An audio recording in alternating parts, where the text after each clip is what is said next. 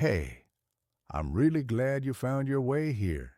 This channel is still new, and every single listener means more to me than I can explain. Your support is what allows me to keep sharing the stories I genuinely love. This video was made to help you slow down, relax, and fall asleep comfortably. No rush, no pressure, just a quiet place to rest your mind. If you enjoy these kinds of stories, feel free to like and subscribe, but only if it truly feels right to you. I also love knowing where the night has carried you from, so leave a comment with where you're listening from and the time it is for you right now. It's a small thing, but it makes this feel less lonely and more connected. Now, dim the lights, get comfortable, and let the world fade out for a while. Let's drift into tonight's stories together. Story 1, The Holloway House Tenant. The ad was too good to be true. Charming fixer-upper room available immediately. Very low rent. Utilities included. Serious inquiries only. Cash preferred. Below it, a grainy photo showed a 2-story Victorian house, paint peeling like sunburnt skin, but with a certain skeletal dignity. It was the very low rent that hooked me. After losing my job at the graphic design firm and burning through my meager savings on a leaky studio apartment downtown, desperation had eroded my common sense. The landlord, a gaunt man named Mr. Armitage, who smelled faintly of mothballs and damp earth, showed me the place on a Tuesday afternoon thick with the promise of rain. He didn't offer a lease, just a handshake and a key taped to a crumpled receipt for $150 cash. "Rules are simple," he'd rasped, his eyes avoiding mine as he jingled a heavy ring of keys. "You stay in your room, the front left on the second floor. Kitchen shared, but you'll likely have it to yourself. The rest of the house, well, it's not safe. Floors are rotten in places. Stairs to the 3rd floor are completely shot. Don't go poking around. Place has history, bad history. But the room's sound, dry. You'll be fine."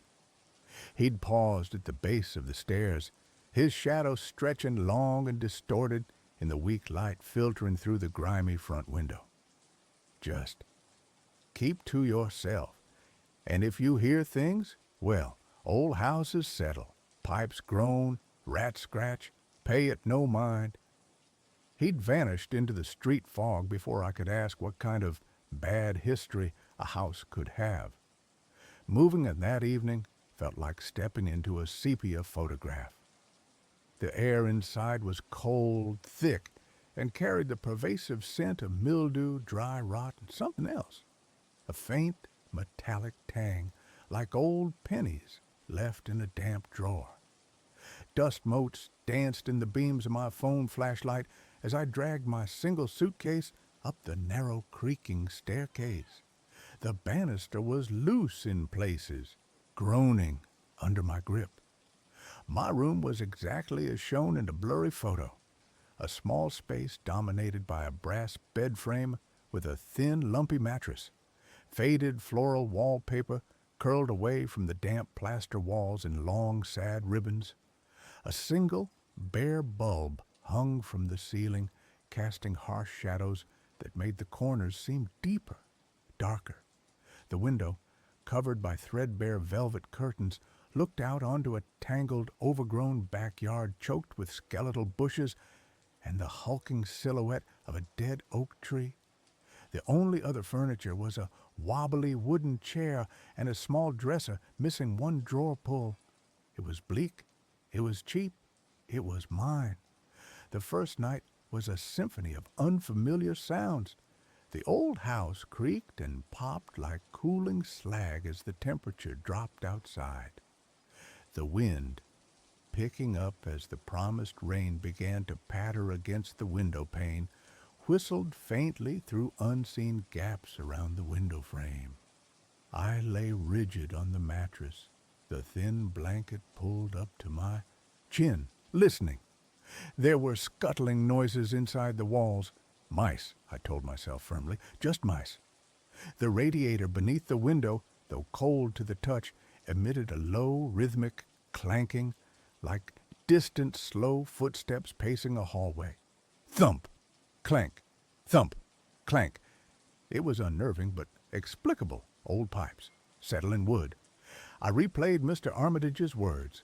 Old houses settle, pipes groan, rats scratch. I repeated it like a mantra until exhaustion finally dragged me into a fitful sleep, punctuated by dreams of falling through rotten floorboards. The next day, the silence was almost worse. The house felt watchful.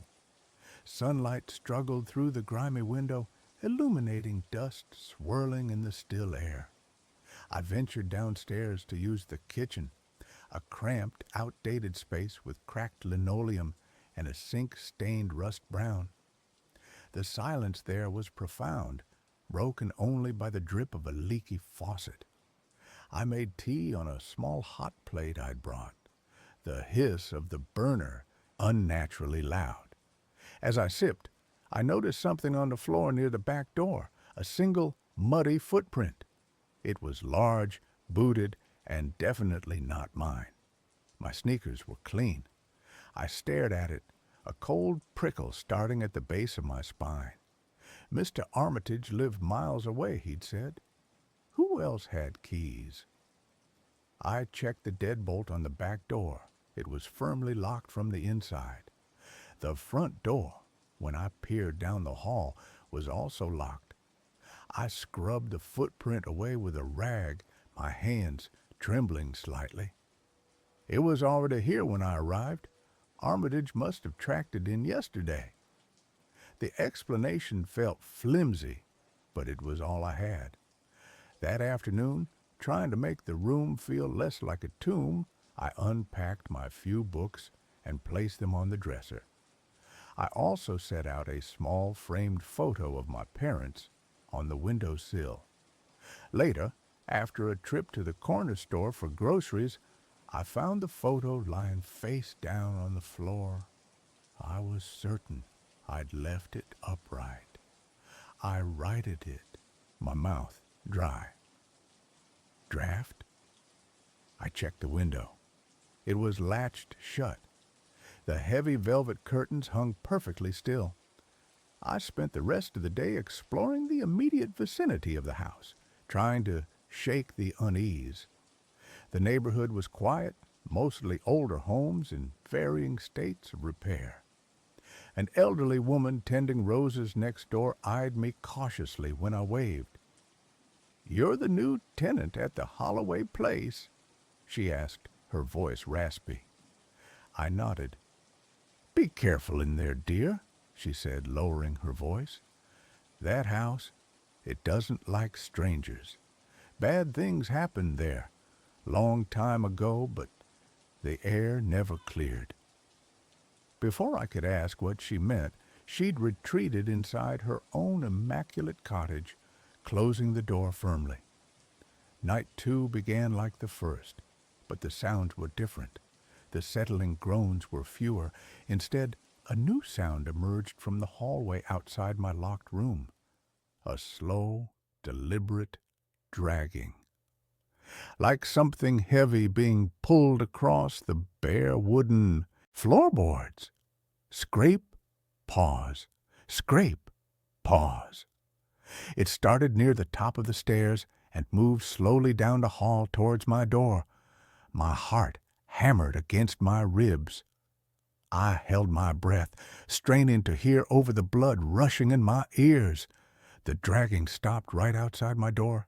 Silence. Thick, heavy silence. Then a soft, rhythmic tapping on the wood just below the knob. Not knocking, tapping.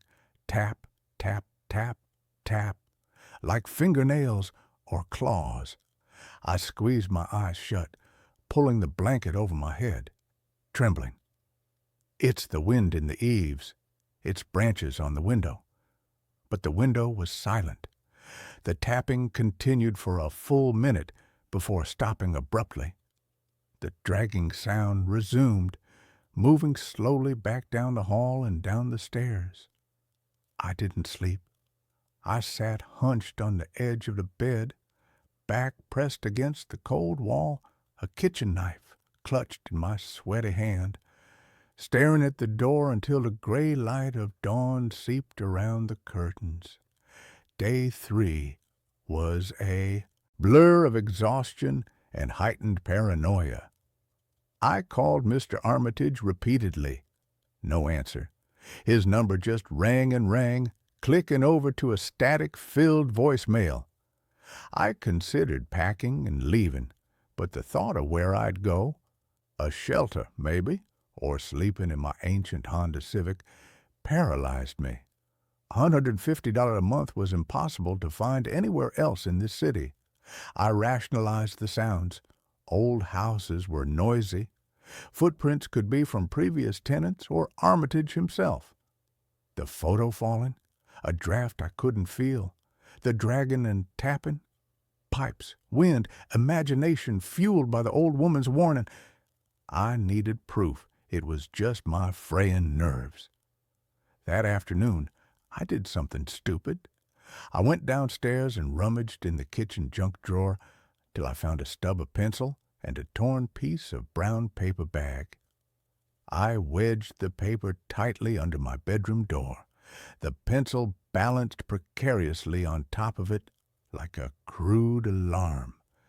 If the door opened even a fraction, the pencil would fall, waking me. A child's trick, but it was all I had. The night was still, no dragging, no tapping, just the familiar creaks and the persistent drip, drip, drip from the kitchen faucet I hadn't been able to fully silence. I almost relaxed. Almost. Then, around 3 a.m., the dripping stopped. The sudden silence was louder than the noise. I lay frozen, listening. A new sound began. From the inside of my room, a soft, wet, slithering sound, like something heavy and moist being pulled slowly across the floorboards. It came from the direction of the closet, a small, shallow space with no door, just a curtain of cobwebs. The slithering stopped near the foot of my bed. I couldn't move, couldn't breathe. My eyes strained in the near total darkness. Then a sound that froze the blood in my veins. A low, guttural whisper, so close it seemed to brush against my ear. It wasn't words, not exactly.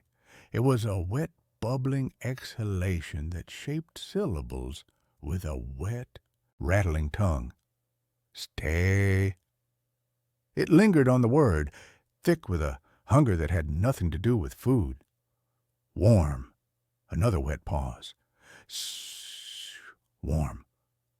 The slithering sound resumed, moving slowly around the side of the bed, towards the headboard, where I lay paralyzed. I felt the mattress dip slightly, as if an immense, unseen weight had settled on the edge near my pillow. The smell hit me then, the metallic tang from the hallway, now overwhelming, mixed with the reek of stagnant water and decay, like something dredged from a deep, muddy river. It filled my nostrils, thick and cloying. A cold, damp pressure brushed against my ankle beneath the blanket. I choked back a sob, biting my lip until I tasted copper. The whisper came again, directly above me now, the breath hitting my cheek like a fetid breeze. Don't go. It sighed, a sound of profound, possessive longing. Mine, now. The cold pressure slid up my calf. I squeezed my eyes shut, tears streaming down my temples into my hair. It's not real. It's a nightmare. Wake up, wake up. But the cold, wet touch was undeniably real on my skin. The smell choked me. The whisper vibrated in my bones. With a sob tearing from my throat, I lashed out blindly with the knife I still clutched. swinging it wildly toward the source of the breath. My arm met only empty air. The pressure vanished instantly. The smell dissipated as if a window had been thrown open. The slithering sound retreated rapidly back towards the closet, then faded into silence. I lay there shaking violently, the knife still raised, gasping for clean air. Dawn came slowly, gray and unwelcome. I didn't check the closet. I didn't move from the bed till the light was strong enough to banish the deepest shadows. The pencil alarm was still perfectly balanced on the paper wedge under my door, undisturbed. No one had come in. It was already here. I spent the day in a daze, jumping at every creak. I tried Mr. Armitage again, straight to voicemail. I went to the neighbor's house, pounding on the door. No answer. The little cottage was locked up tight, curtains drawn. Panic, cold and sharp, began to override my fear. I packed my suitcase frantically, throwing clothes in haphazardly. I had to leave now. As I zipped the bag, I noticed the framed photo of my parents on the windowsill. It was facing the wall again. I hadn't touched it. I snatched it up, stuffing it into my bag, my hand shaking so badly I almost dropped it. I grabbed my keys, the knife still clutched in my other hand, and fled the room. The hallway outside was dim, the only light coming from the grimy window at the end of the hall.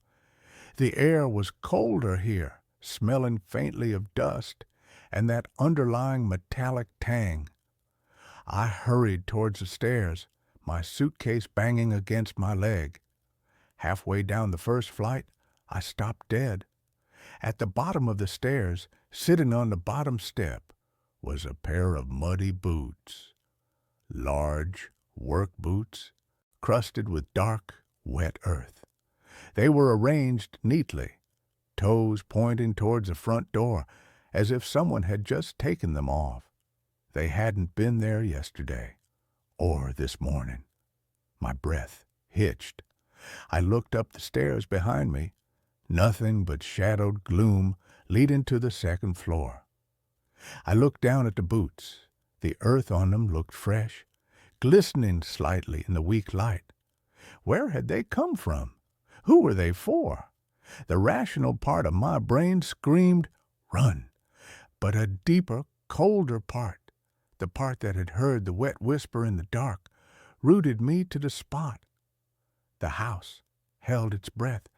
The only sound was the faint, rhythmic drip, drip, drip from the kitchen faucet, echoing up the stairwell like a slow, steady heartbeat. I forced my legs to move, stepping carefully around the boots, my eyes never leaving them. I reached the bottom of the stairs. The front door was 10 feet away. Freedom. I could see the weak daylight through the beveled glass pane. I took another step, then another. My hand reached for the cold brass knob. As my fingers brushed the metal, a sound stopped me cold. Not from behind, not from above, from inside, the wall beside me. A slow, wet scratching. Not mice. Deliberate, methodical. Scratch, scratch, scratch. Like fingernails, long broken fingernails, dragging slowly down the inside of the plaster. It moved downwards parallel to my own descent, stopping just as my hand closed on the doorknob. Silence. Then a soft, wet thump against the other side of the wall panel, right at head height, as if something heavy had leaned against it, waiting, breathing.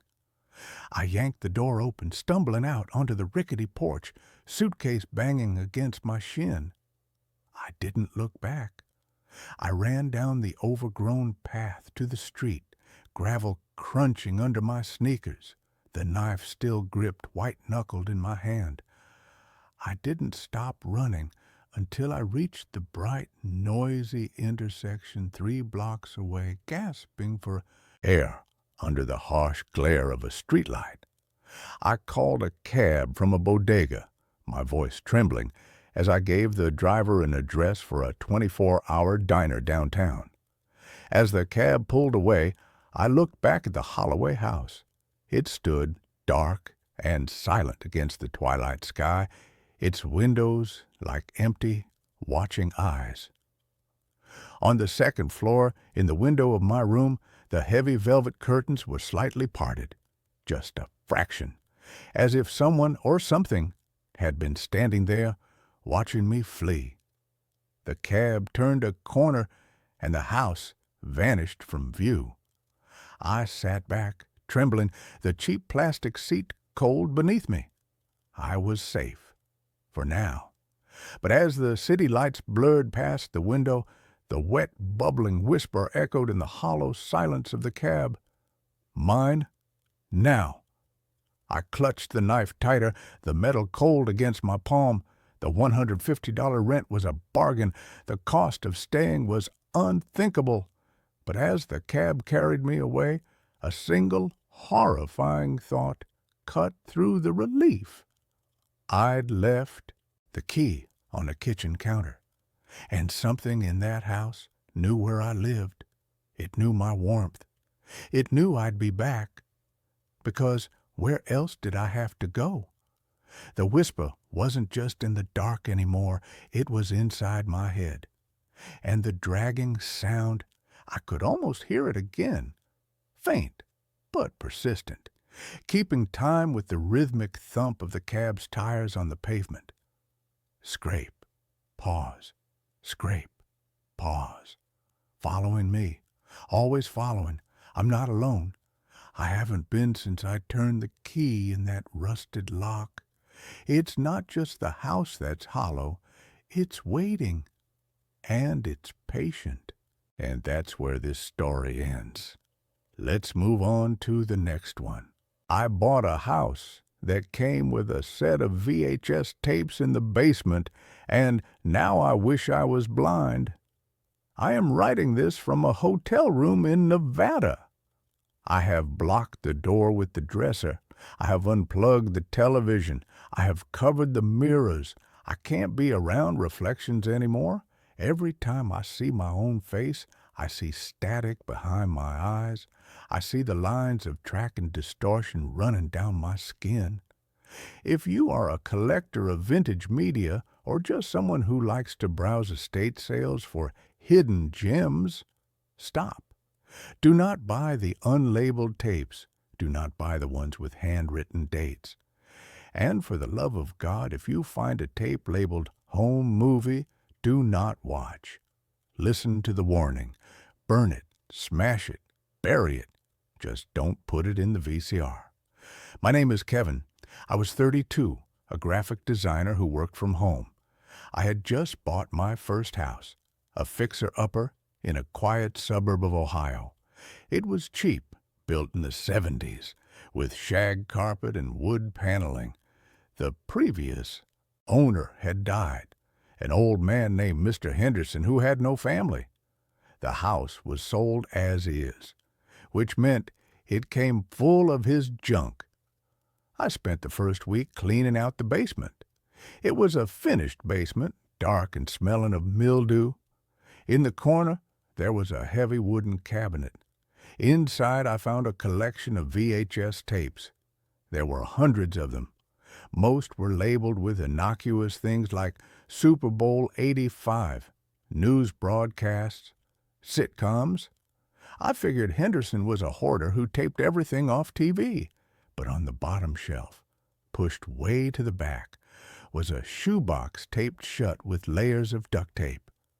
I cut it open. Inside were 6 tapes.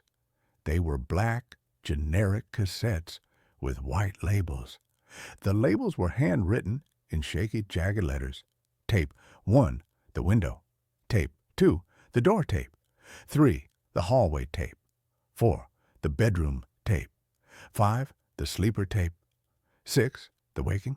I was curious. Who wouldn't be? I assumed they were just creepy home movies or maybe some weird art project. I had an old VCR TV combo unit in the garage that I hadn't thrown out yet. I brought it down to the basement, plugged it in, and popped in tape 1, The Window. The screen flickered with static. Blue screen. Then the image cut in. It was grainy, low-quality footage, handheld. It was shot at night. The camera was pointed at a window from the outside. I recognized the window immediately. It was the kitchen window of my house. The camera was steady. It just filmed the window. Inside, I could see Mr. Henderson sitting at the kitchen table eating soup. He looked younger, maybe in his 50s. He was oblivious. The tape ran for an hour. Just footage of a man eating, reading the paper, washing dishes. It was boring, but unsettling. Someone had been stalking him. I ejected it and put in tape 2, The Door. This one was shot from inside the house. The camera was set up on a tripod in the living room facing the front door. It was night again. The lights were off. Nothing happened for 20 minutes. Then the mail slot on the door opened. A long, thin metal rod slid through. It wiggled around, feeling for the lock. It failed. The rod retracted. Then a face appeared in the mail slot. Just an eye. A wide, unblinking eye staring into the living room. It looked around, scanning. Then the tape cut to static. I was creeped out. I should have called the police then. But I told myself this was old footage, decades old. The stalker was probably dead or in jail. I put in tape 3, The Hallway. This footage was different. It wasn't static. The camera was moving. It was being held by someone walking through the house. The camera moved silently down the hallway. It paused at photos on the wall. It paused at a mirror. In the mirror, I saw the cameraman, or rather, I saw what he was wearing. He was dressed in a full-body black spandex suit, like a morph suit, but thicker. No face, no skin showing, just a black silhouette. He waved at the mirror, a slow, mocking wave.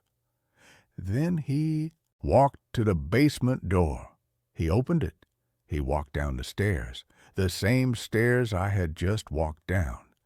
He walked to the corner of the basement, to the wooden cabinet. He opened the cabinet. He placed a shoebox inside. The tape ended.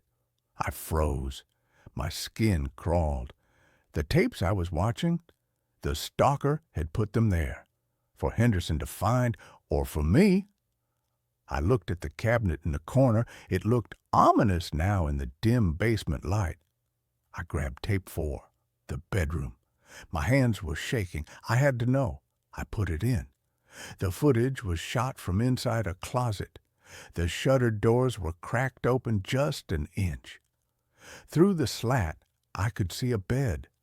Mr. Henderson was sleeping in the bed. The camera zoomed in on his face. He was snoring softly. Then the closet door opened. The camera moved out into the room. The figure in the black suit stood over the bed. He just stood there, towering over the sleeping old man. He reached out a gloved hand. He touched Henderson's face, gently, a stroke on the cheek. Henderson stirred, but didn't wake. The figure leaned down. The camera got close to the figure's face, the smooth black fabric where a face should be.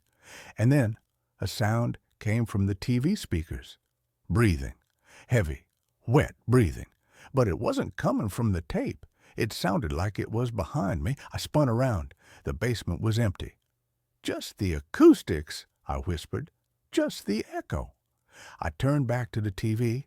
The tape had ended. I picked up tape 5, The Sleeper. I hesitated. I really didn't want to watch it, but I felt a compulsion, a pull, like gravity. I pushed the tape in. The screen was black. No image, just audio. It was a recording of someone sleeping. the rhythmic in-out of breath. Then a voice whispered over the breathing, "He doesn't know I'm here. He thinks he's alone. He thinks locks keep people out.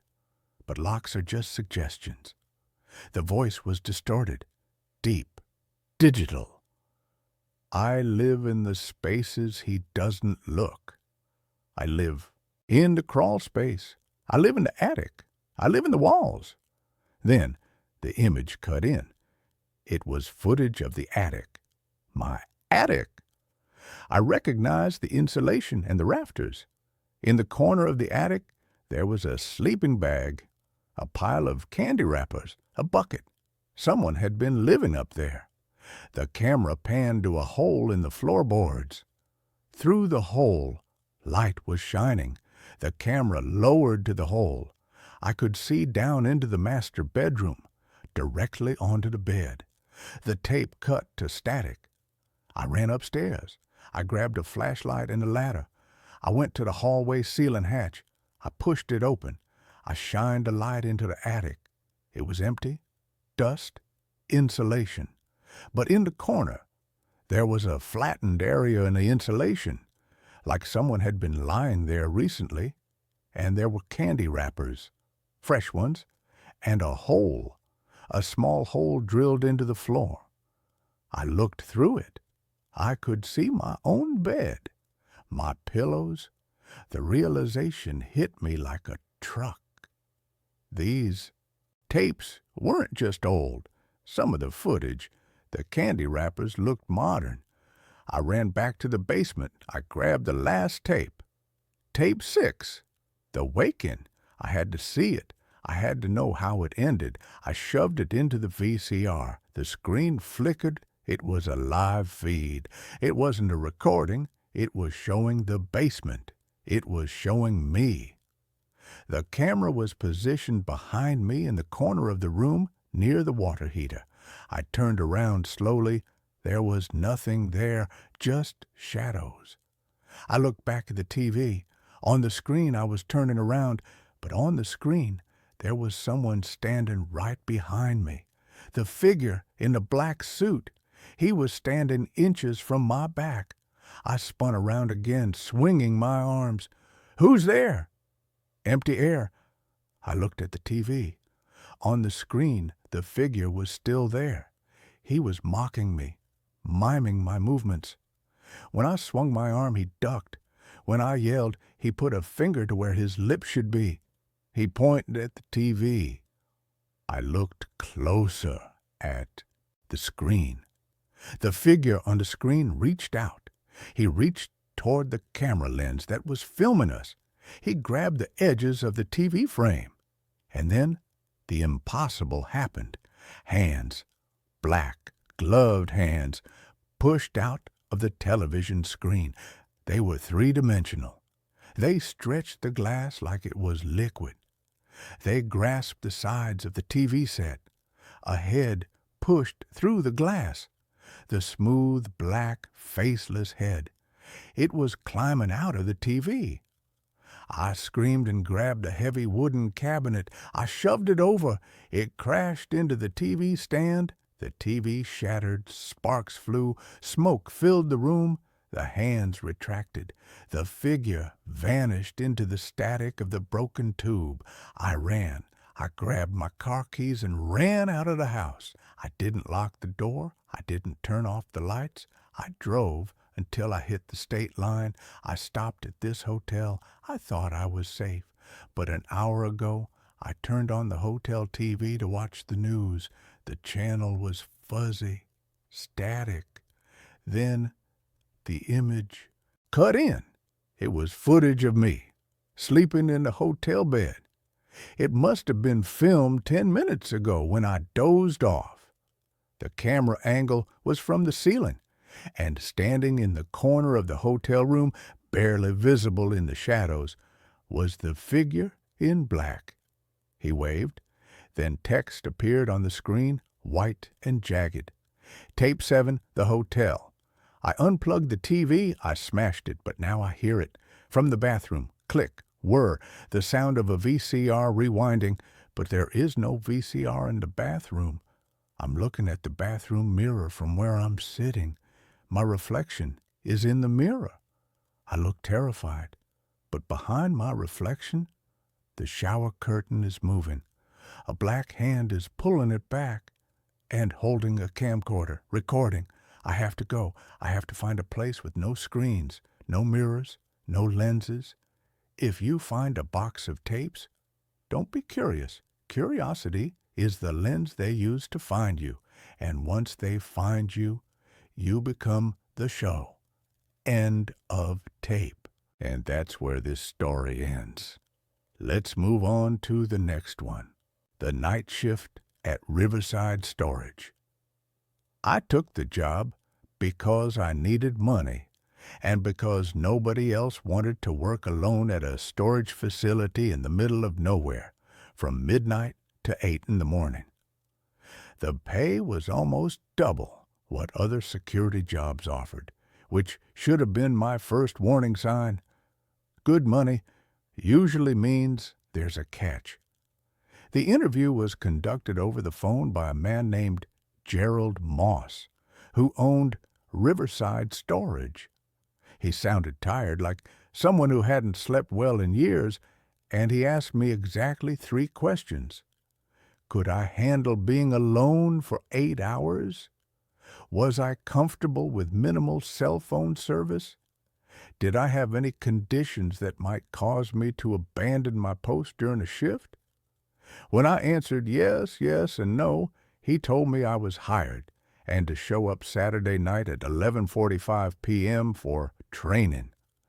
Riverside Storage sat on 20 acres of land about 15 miles outside of town, nestled in a valley where the Riverside River cut through before continuing south. The facility itself consisted of 12 long buildings arranged in 2 rows, each building containing about 40 units of various sizes. There was a small office near the entrance with a gate that was supposed to be kept closed at all times, and beyond the office, a gravel road wound between the buildings before ending in a loop at the far end of the property where the river was closest. I arrived 15 minutes early that first night, pulling up to find Gerald Moss waiting outside the office. He was in his 60s, heavy-set, with gray hair and deep shadows under his eyes that looked like bruises. He shook my hand without smiling and gestured for me to follow him into the office. The space was small and cramped, with a desk, a chair, a coffee maker, and a wall of monitors showing camera feeds from around the property. Most of the screens showed empty corridors between storage units, illuminated by fluorescent lights that gave everything a sickly yellow cast. A few cameras pointed at the parking area, the gate, and the perimeter fence. Gerald walked me through the basics quickly, his voice monotone, as if he'd given this speech 100 times before. My job was simple. Stay in the office, monitor the cameras, patrol the grounds twice per shift at 2 a.m. and 5 a.m., and call the police if I saw anything suspicious. The gate would be locked, so no one should be coming or going during my shift. If someone did show up claiming to need access to their unit, I was to tell them to come back during business hours. No exceptions. "What about emergencies?" I asked. "There won't be any emergencies," he said flatly. "And if there are, you call 911 first, then you call me. You don't handle it yourself. You don't leave the office except for your patrols. You understand?" "Sure. Seems straightforward enough." He looked at me then, really looked at me, and something in his expression made me uncomfortable. "There are some other rules. Important ones. You need to follow them exactly." He handed me a laminated card with a list typed on it. I read through it quickly. 1. During your 2 a.m. patrol, stay out of Building 7. The lock on Unit 7 to 13 is broken, and the door may swing open. Do not go inside under any circumstances. 2. If you hear knocking on the office door after 1 a.m., do not answer it. No one should be on the property. 3. The camera for Building 9, rear corridor, has been malfunctioning. If you see movement on that feed, it's a glitch. Do not investigate. 4. If the lights in Building 3 go out during your shift, flip breaker number 7 in the box outside the office. Do not enter Building 3 while the lights are out. 5. You may hear sounds coming from the direction of the river. This is normal. Stay away from the riverbank. 6. If you see someone on the cameras who appears to be a child, call me immediately. Do not approach them. I looked up from the card. These rules are pretty specific. What's this about a child? Just follow the rules, Gerald said. Every rule is there for a reason. The last guard didn't follow them, and we had to let him go. What did he do? Doesn't matter. He's gone. You're here now. He grabbed a jacket from the back of the chair and headed for the door. You have my number. Don't call unless it's an emergency. And remember, stay in the office except for patrols and follow the rules. He left before I could ask anything else, and I heard his truck start up and drive away, leaving me alone with the hum of the fluorescent lights and the quiet static from the monitors. For the first hour, nothing happened. I sat at the desk, scrolling through my phone, even though the signal was weak, and occasionally glancing at the monitors. The camera feeds were boring, just empty hallways and closed metal doors, all of it unchanging. The only movement was from a few moths flying around the exterior lights. Around 1:30 a.m., I heard the first knock. It was distinct. 3 sharp raps on the office door. I looked up from my phone, startled, and stared at the door. The camera feed showing the area outside the office was clear. There was no one there. I stood up and walked to the door, my hand reaching for the handle, when I remembered the card. Rule 2. If you hear knocking on the office door after 1 a.m., do not answer it. Another knock. 3 more raps, harder this time, more insistent. I looked at the monitor again. Still nothing. The parking area was empty except for my car, and the camera showed the entire space in front of the office. Whoever was knocking should have been visible. The knocking came a 3rd time, and now I could hear something else underneath it. A sound like fingernails scraping against the metal door, slow and deliberate. The hair on the back of my neck stood up. I stepped away from the door and returned to the desk, forcing myself to look at the other monitors, to focus on anything else. The scraping continued for another minute, then stopped abruptly. When I checked the exterior camera again, there was still nothing there. I tried to rationalize it. Maybe it was the wind, or an animal, or something falling against the door. But the sound had been too rhythmic, too purposeful. Someone had been knocking, or something had been knocking. At 2 a.m., my phone alarm went off, reminding me it was time for the first patrol. I grabbed a heavy flashlight from the desk and a ring of keys Gerald had left, then stepped outside into the cool night air. The facility was quiet except for the distant sound of the river and the buzz of the overhead lights. I locked the office door behind me and started walking. The patrol route was simple. Walk down the main road between the 2 rows of buildings, checking that all the unit doors were secure, then loop around at the far end and come back. Gerald said it should take about 30 minutes. I walked slowly, shining my flashlight on each door as I passed. Most of them were standard roll-up, doors painted orange, secured with padlocks of various sizes. Some units had additional locks, and a few had security stickers warning about alarms, though I suspected most of those were bluffs. The buildings were labeled with large numbers, 1 through 6 on the left side, 7 through 12 on the right.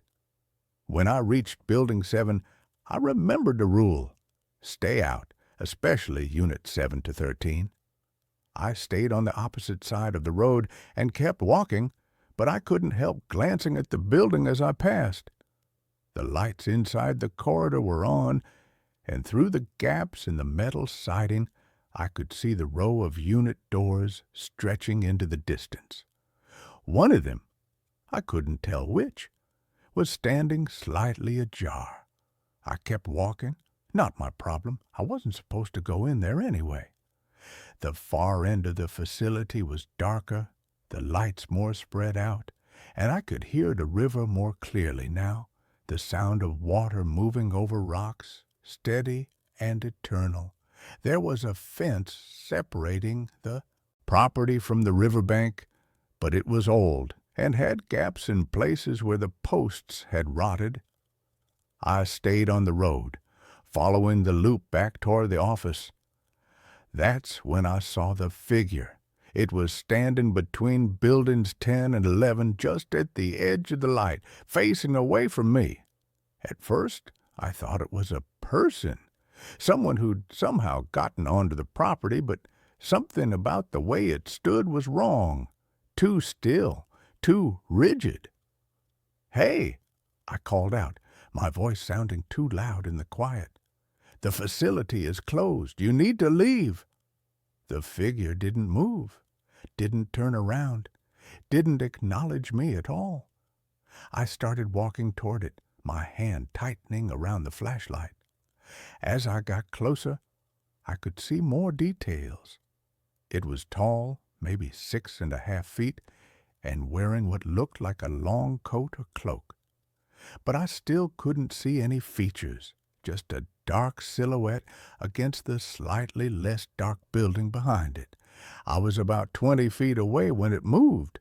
Not walked. Moved. One moment it was standing there, and the next it was gone, as if it had simply ceased to exist. I stopped in my tracks, my heart hammering, and swept my flashlight across the area. Nothing. No footprints in the gravel, no sound of running, nothing to indicate anyone had been there at all. I stood there for a long moment, trying to decide what to do.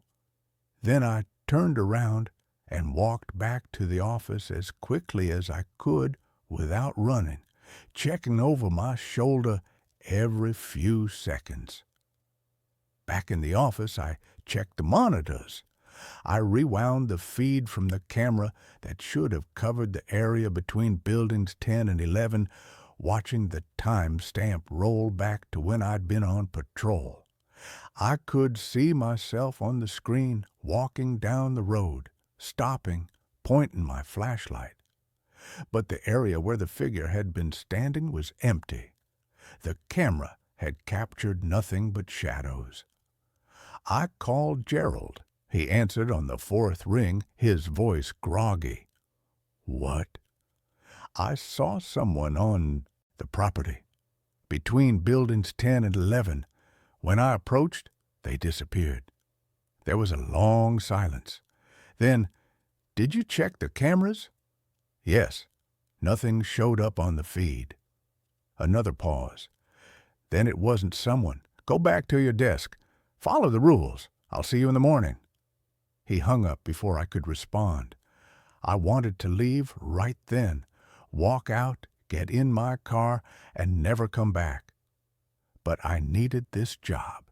I needed the money. And Gerald had said it so matter-of-factly. Then it wasn't someone. As if seeing things that didn't show up on camera was perfectly normal.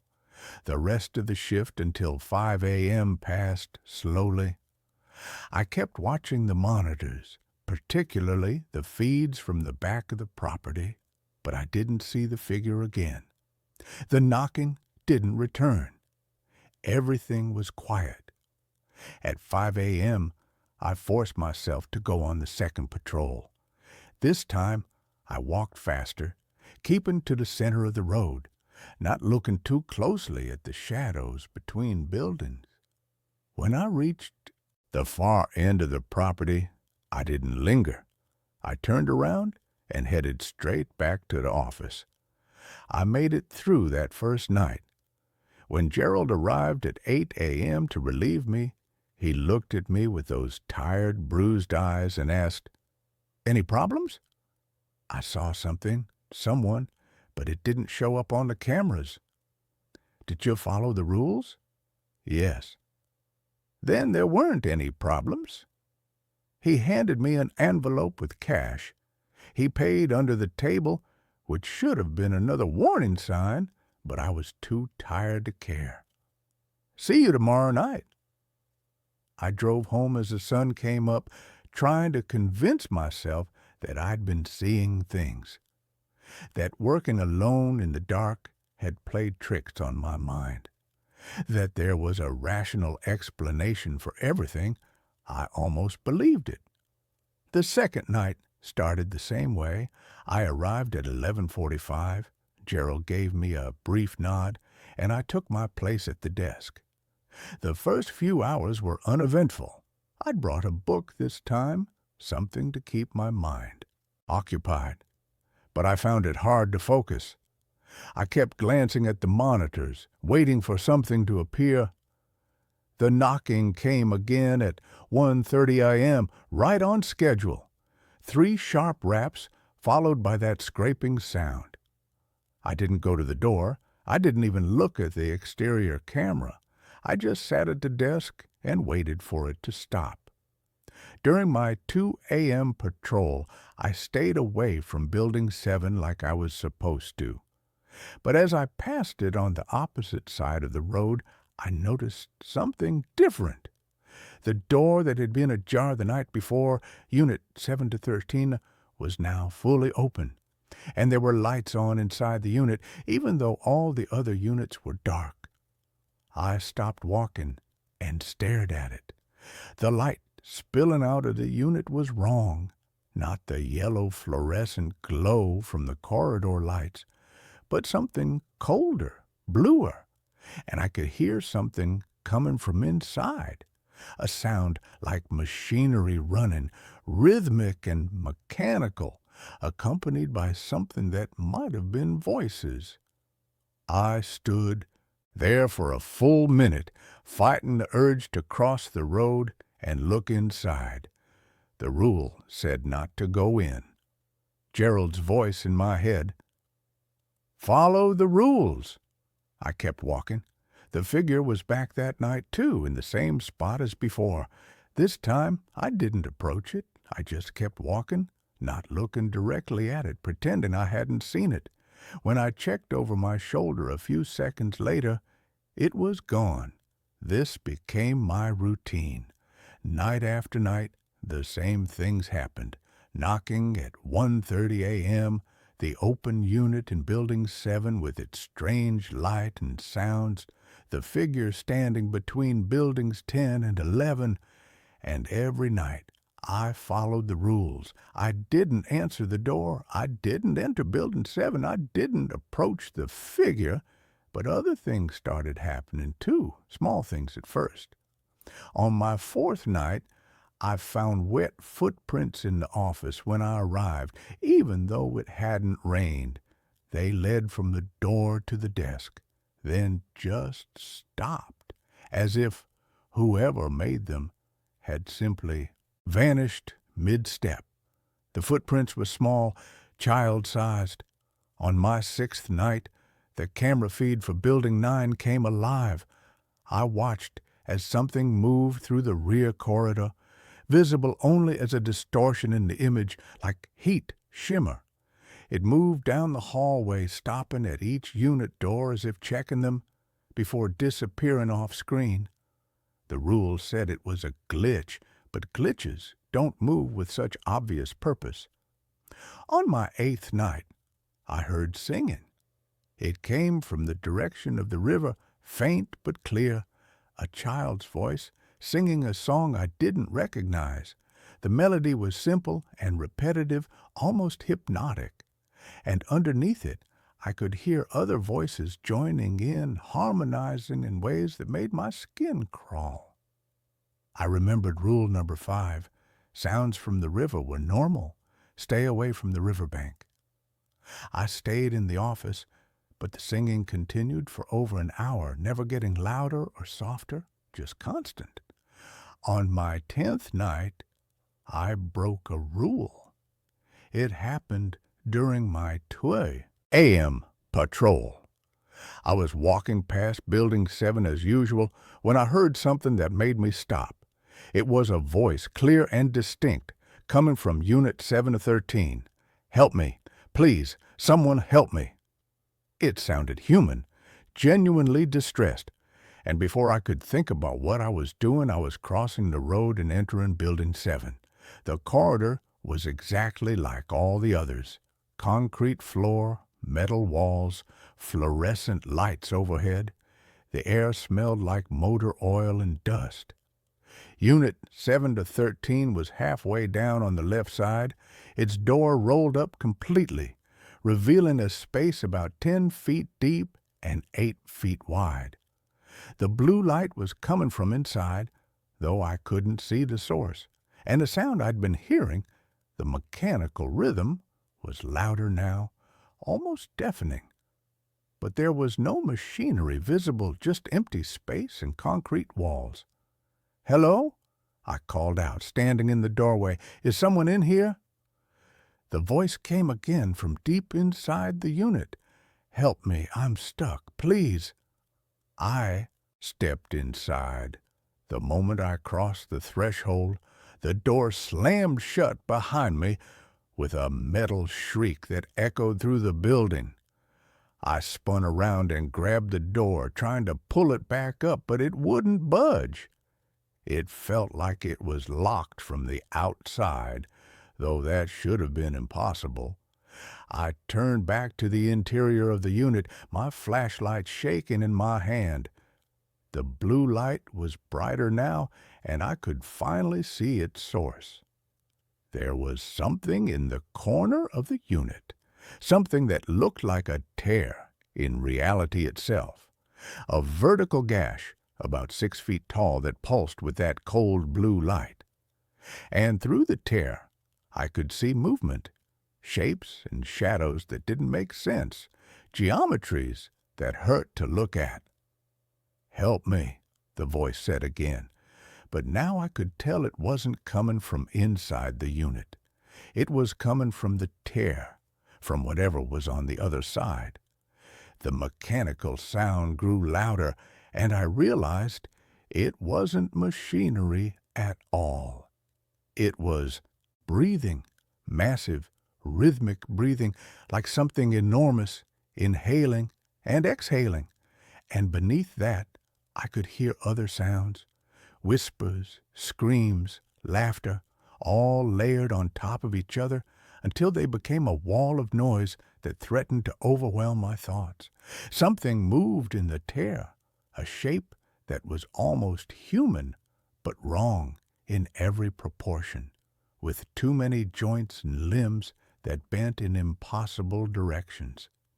It pressed against the opening, like someone pushing against plastic wrap, and the blue light flickered. I backed up against the metal door, pulling on it desperately, and this time it rolled up about a foot, just enough for me to drop to my stomach and squeeze underneath. I scrambled out into the corridor, and the door slammed shut again behind me. I ran. I didn't stop running until I was back in the office with the door locked and every light on. My hands were shaking so badly I could barely hold my phone, but I managed to call Gerald. He answered immediately, as if he'd been waiting for my call. "You went into Unit 7-13. It wasn't a question. How did you know?" The door only closes when someone goes inside. What did you see? I told him everything. The blue light, the tear, the thing moving on the other side. He listened in silence, and when I finished, he sighed heavily. The unit has been like that for 6 years. We can't close it, can't rent it, can't even seal the building. Whatever is on the other side, it's trying to come through. As long as no one goes inside, it stays contained. But when someone crosses the threshold, it gets stronger. The opening gets wider. Why didn't you tell me this? Why is this place even open? Because people need storage space, and I need to make a living. And because as long as someone is here at night, following the rules, keeping watch, the thing in 7 to 13 stays in 7 to 13. The alternative is closing the facility and letting whatever is trying to come through unopposed. That's insane.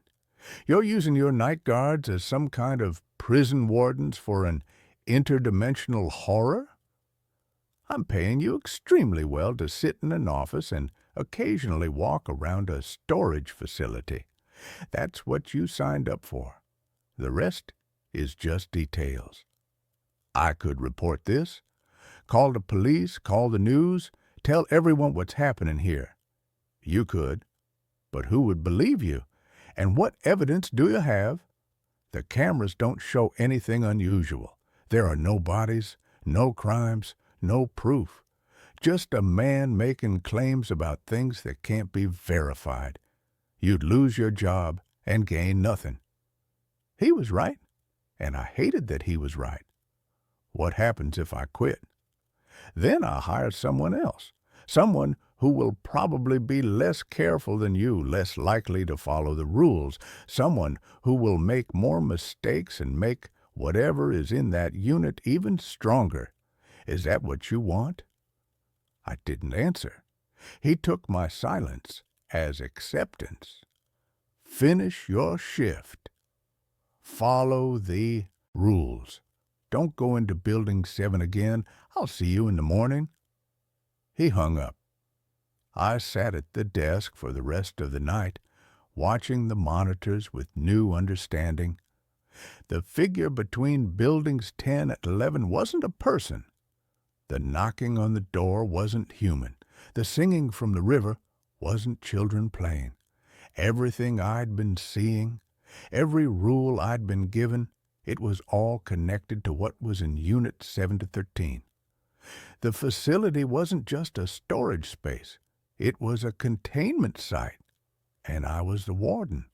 I made it through that shift, and the next, and the next. I kept following the rules because I didn't know what else to do. I needed the money, and Gerald was right that no one would believe me if I told them what was really happening here. But things got worse.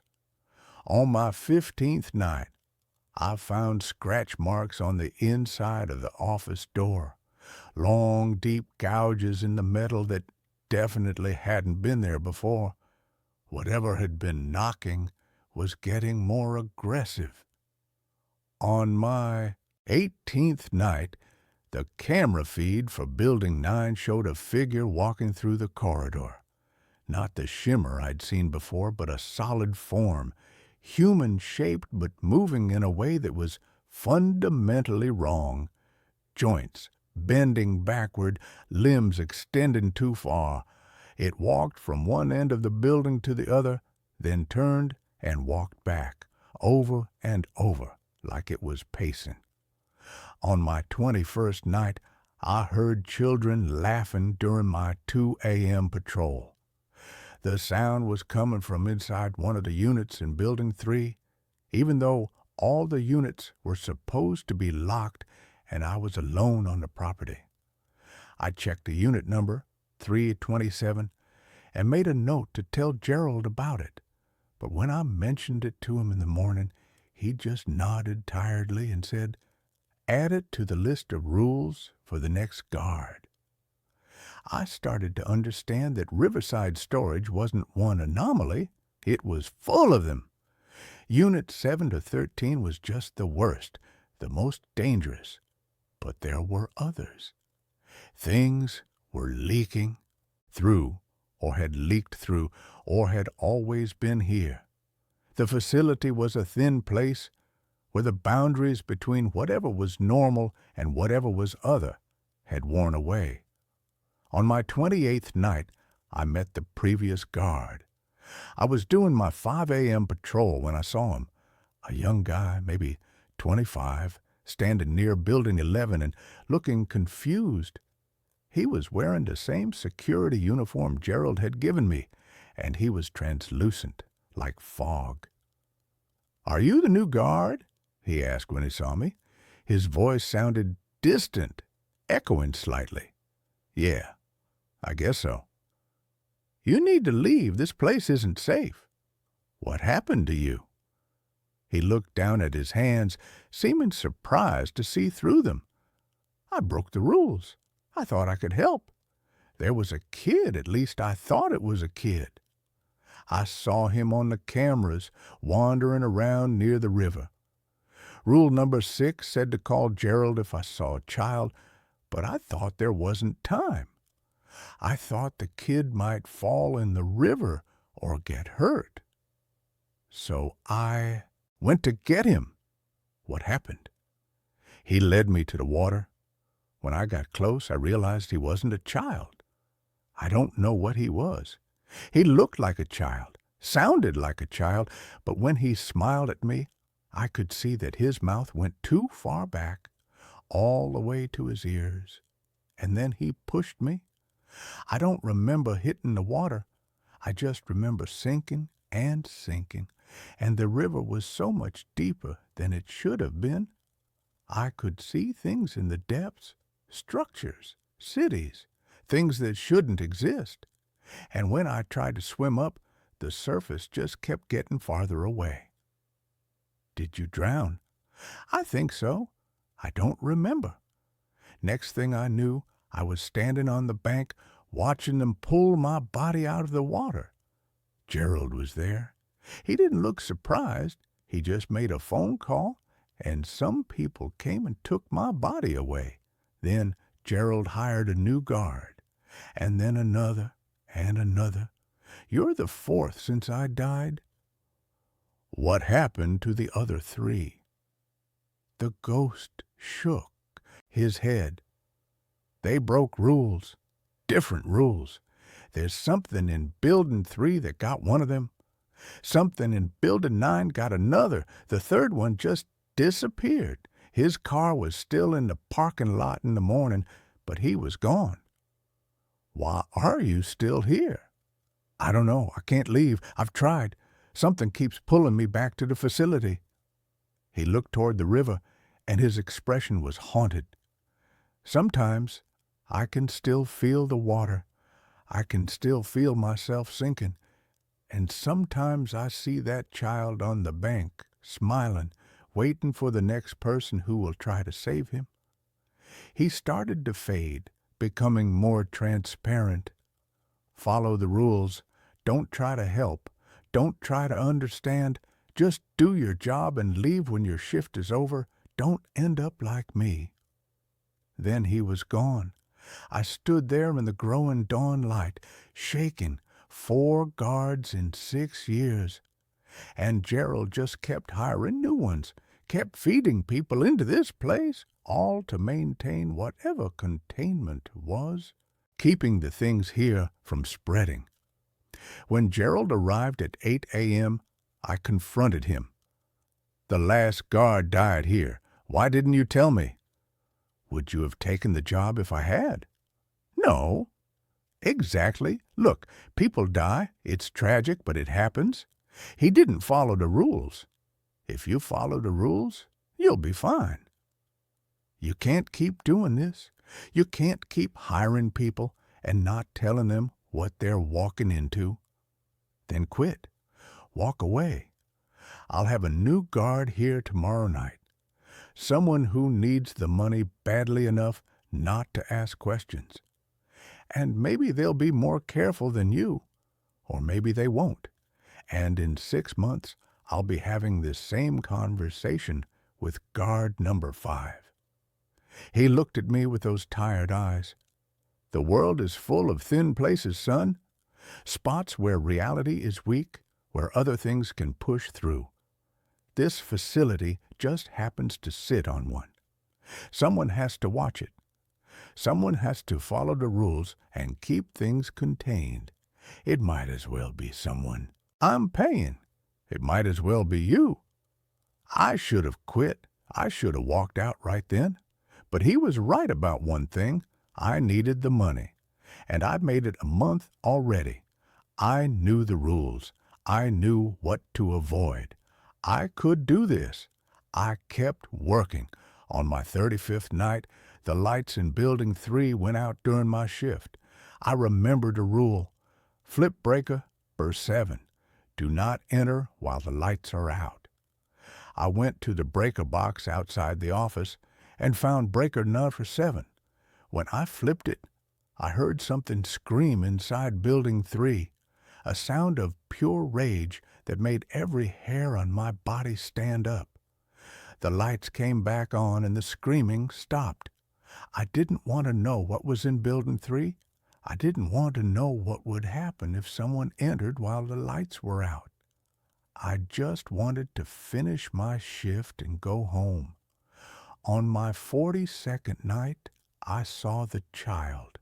He was standing near the river just on the other side of the fence, exactly where the previous guard had described. He looked maybe 8 years old, wearing clothes that were too big for him, and he was crying. Not fake crying, real gut-wrenching sobs that pulled at something deep in my chest. I picked up the phone to call Gerald, following rule number 6. But before I could dial, the child looked up at me. His face was dirty and tear-streaked, and his eyes were wide and terrified. "Please help me," he called out. "I'm lost. I can't find my mom." My finger hovered over Gerald's number. Every instinct I had was screaming at me to help this kid, to go to him, to do something. He looked so real, so genuinely scared. Then he smiled, just a little upturn of the lips, and I saw what the previous guard had seen. The smile extended too far, cutting across his face in a way that was fundamentally wrong. I dialed Gerald's number. He answered immediately. "There's a child by the river. Stay in the office. Don't go outside. I'm on my way." "What is it?" "Something that looks like what you expect to see. Something that knows exactly what bait to use. Stay inside." I watched through the office window as the child stood by the fence, no longer crying, just staring at the office with that too wide smile. He didn't move, didn't blink, just stared. Gerald arrived 20 minutes later. He didn't come to the office first. Instead, he walked directly toward the river, carrying something I couldn't make out in the darkness. When he reached the fence, the child turned to look at him. I couldn't hear what Gerald said, but I saw him throw something over the fence. Whatever it was hit the ground near the child, and suddenly the air around the boy seemed to shimmer and distort. For just a moment, I saw what he really was. Something tall and thin with too many limbs. Something that wore the shape of a child like a costume. Then it was gone, disappeared back toward the river, and Gerald walked back to the office. "Salt and iron," he explained when he came inside. "The old remedies still work on some of them. He'll be back tomorrow night or the next night. They always come back. But he won't approach the fence again for a while." "How many are there? How many things are on this property?" Gerald sat down heavily in the chair. "I stopped counting years ago. The facility is built on a convergence point, a place where the barriers are thin. Things leak through. Most of them are contained, bound to specific locations. Building 7, Building 3, the river, Building 9, as long as no one interferes with them, as long as the rules are followed, they stay in their spaces. It's when people break the rules that things get dangerous. Why don't you just shut the place down, lock the gates and walk away? Because it wouldn't matter. The things here aren't bound to the buildings, they're bound to the location. If the facility closes, they'll still be here, but there won't be anyone watching them. No one to stop curious kids or homeless people from wandering in. The rules exist because they work. The night guard exists because someone has to enforce the rules. It's not a perfect solution, but it's the best one I have. I looked at him and saw the weight he was carrying, the exhaustion of maintaining this impossible situation year after year. How long have you been doing this? 30 years. My father did it before me, and his father before him. Our family has owned this land since before the storage facility existed. We've always known it was a thin place. The facility is just the latest attempt to manage it, to create structure and rules around something that defies structure and rules. You could sell the land. To who? And what would I tell them? No, this is my responsibility, and by extension, it's yours, as long as you work here. He left me alone with that thought, and I finished my shift in silence. I'm in my 3rd month now, and I've settled into the routine. I know all the rules. I know all the dangers.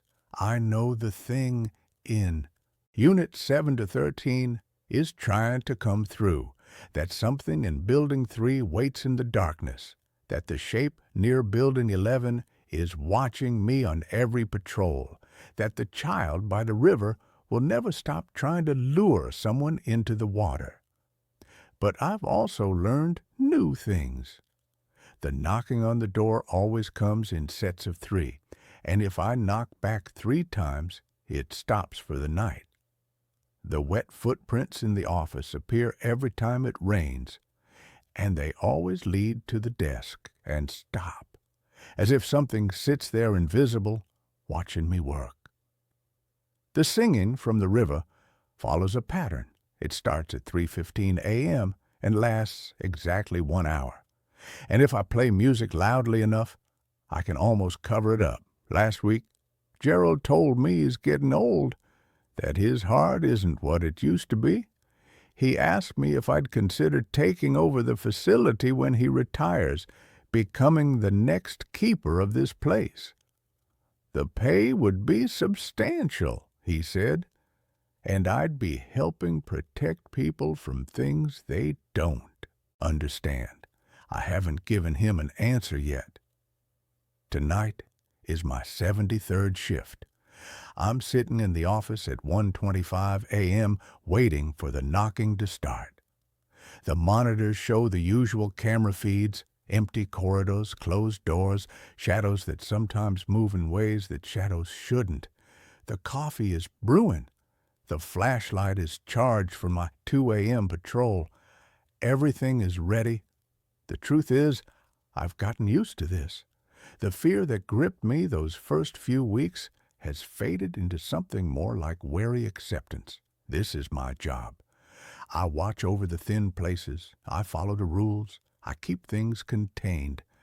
And sometimes, in the quiet moments between patrols, I wonder if this is all there is.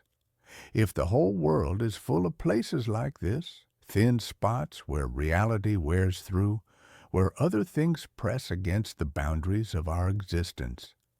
If every night shift guard, every security worker, every person who watches over empty buildings in the dark is really doing what I'm doing, keeping vigil over horrors that most people will never see.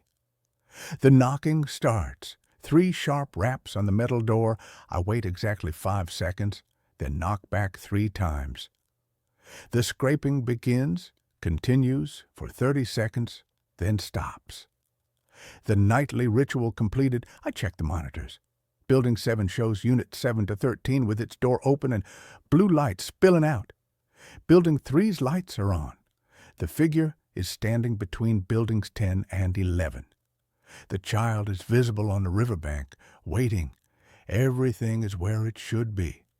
My phone alarm goes off. 2 a.m. Time for patrol. I grab the flashlight and keys and head for the door. Outside, the night is cool and quiet, except for the distant sound of the river and the buzz of fluorescent lights. I start walking down the main road, checking unit doors, following my route. When I pass Building 7, I don't look at Unit 7 to 13. When I reach the far end of the property, I don't look at the child by the river. When I walk between Buildings 10 and 11, I feel the figure's eyes on me. And that's where this story ends. Let's move on to the next one. I rented a room in a house where the owner asked me not to lock the door. I moved to a new city for work, the kind of move you don't plan for long. 1 week, you're normal. The next, you're packing everything you own into your car and hoping things work out. I needed a place fast, something cheap, something temporary. I found the listing on a local forum, not even a real rental site, just a post with no pictures. Room for rent, quiet house, short or long term, cash only. I messaged the number and got a reply almost right away. The man said the room was still available and asked when I could come see it. I told him that night. He sent the address and added one strange line at the end.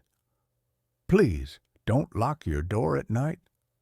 I assumed it was a joke or some old person rule. I ignored it. The house was in a normal neighborhood. That was the first thing that made me feel okay about it. Other houses nearby, cars and driveways, porch lights on. The place itself was older but not abandoned. White paint, 2 floors, small front porch, 1 light on inside. The owner opened the door before I knocked. He was tall, thin, maybe late 60s, clean clothes, calm voice. He smiled like someone who practiced it a lot. "You must be here about the room," he said. Inside, the house was very quiet. No TV, no radio, no ticking clocks. The air felt cold even though it wasn't winter. Everything was clean but plain, no photos, no decorations, just furniture and walls. The room he showed me was upstairs. Small bed, desk, closet, window facing the backyard. Nothing strange about it at all. The price was low, very low. I asked him why. He paused for a second and said, "I prefer short stays." That was fine with me. When I agreed, he handed me the key and repeated the rule. "Please don't lock your door at night. It makes things worse." I smiled and said, "Okay," even though I had no plan to follow that. The first night was quiet. The second night, I heard footsteps. They were upstairs in the hallway. Slow steps, bare feet by the sound of them. I assumed it was the owner walking around. Then I realized the steps stopped right outside my door. They stayed there for a long time. I didn't hear breathing. I didn't hear movement. Just the feeling of someone standing very close to the door, facing it. Eventually, the steps moved away. The next morning, I asked the owner if he walked around at night. He looked confused. "I don't go upstairs," he said. That night, I locked my door. Around 2 a.m., I woke up to a soft sound. Scratching, not at the door, on the wall next to my bed. Slow, steady scratches like fingernails dragging across wood from the inside. I turned on the lamp. The sound stopped. When I turned the light off, it started again. I stayed awake until morning. The next day, I noticed something new in the hallway. The carpet outside my door was pressed down like someone had been standing there for a long time. That night, I didn't lock the door. The footsteps came back. They walked up and down the hall, sometimes stopping at other doors, sometimes stopping at mine. At one point, something gently pushed my door open, just a few inches. I stared at the dark gap, my heart pounding. Nothing came in. The door slowly closed again. The owner wasn't home the next day. That night, things got worse. The footsteps were louder, faster, more than one set. I heard whispering too, low and unclear, like people talking in another room. Then I heard my name, very clearly. It came from right outside my door. I jumped up and opened it. The hallway was empty, but at the far end, I saw something standing near the stairs. It was tall and thin and wrong. Its arms were too long, its head tilted in a way a human neck shouldn't. It didn't move. It just watched me. I slammed the door shut and locked it. Immediately, something hit the door from the other side. Not hard, not angry, patient. Tap, tap, tap, all night long. In the morning, I packed my things. The owner was in the kitchen when I came downstairs. He looked tired. "You locked it," he said quietly. I asked him what was in the house. He didn't answer right away. "People pass through," he finally said. "Some don't like leaving." I dropped the key on the table and walked out. I've lived in 3 different places since then. It didn't matter. For weeks after, every place I stayed had the same problem. Around 2 a.m., I would hear footsteps in the hallway. Slow, bare, stopping right outside my door. And no matter where I am now, I don't lock my door anymore. Because whatever followed me here already knows how to open it. And that's where this story ends. Let's move on to the next one. I bought a used GPS for my road trip. It keeps trying to lead me to a town that doesn't exist on any map. I drive for a living, not Uber, not Lyft. I'm a courier. I transport sensitive documents, medical samples, sometimes high-value prototypes between labs. It pays well because it requires discretion and speed. I drive a nondescript van with a reinforced chassis and a secure lockbox welded to the floor. My reliable Garmin died somewhere outside of Omaha. The screen just scrambled and went black.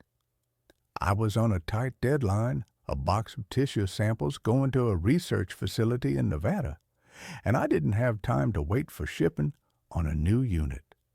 I stopped at a pawn shop in a dusty town off I-80. The place smelled of stale cigarettes and desperation. "Need a GPS," I told the guy behind the counter, a man with grease under his fingernails and a wandering eye. He rummaged in a box under the counter and pulled out a unit I didn't recognize. It was heavy, encased in black rubber with no brand logo. The screen was scratched, but it powered on. $50, he grunted. "Does it have updated maps?" "It gets you where you're going," he said with a grin that showed too much gum. I bought it. I plugged it into the van's dash. It booted up instantly.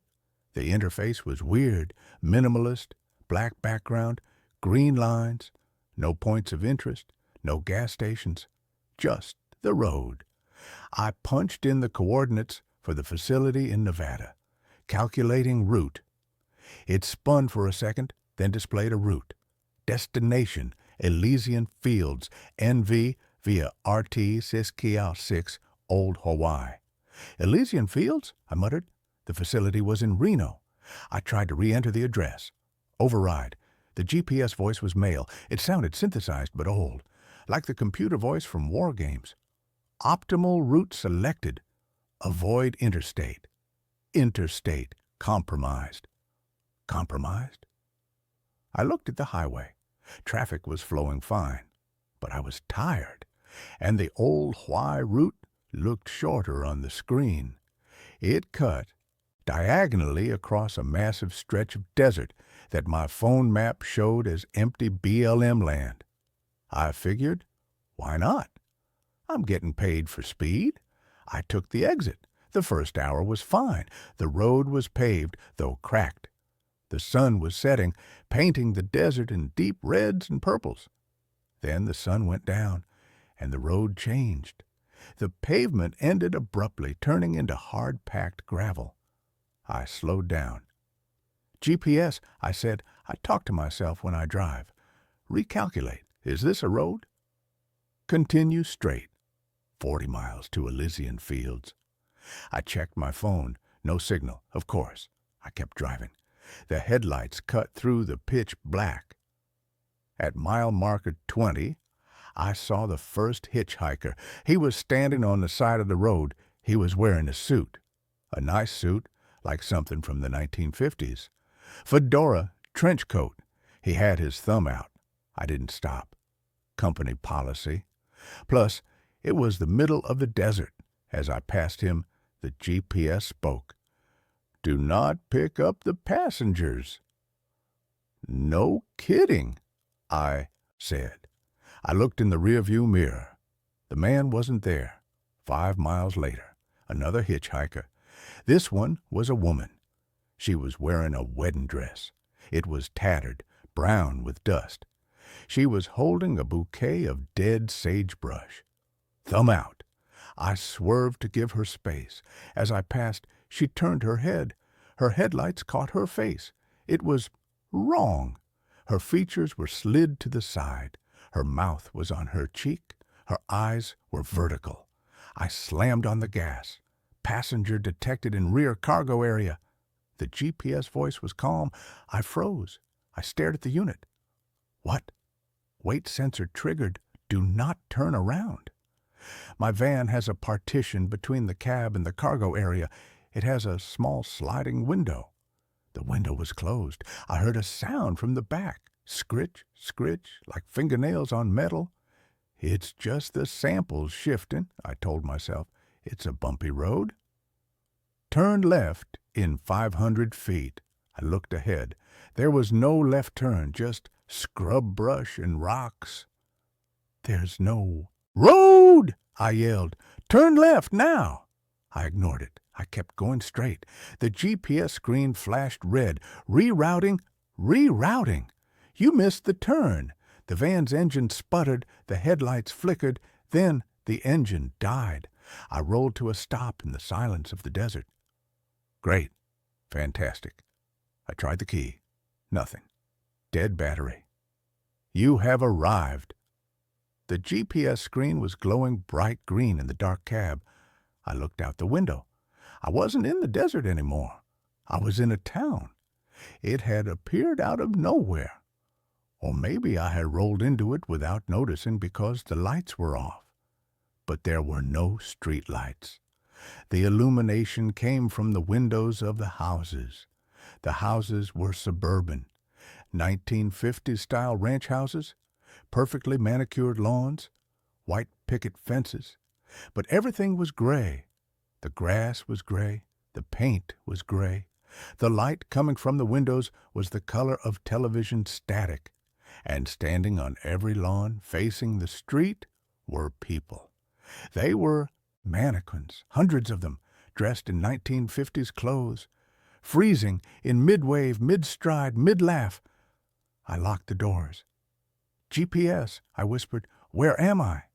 Population, 0. Occupancy, full. The sound from the back of the van got louder. Thump! Something hit the partition wall.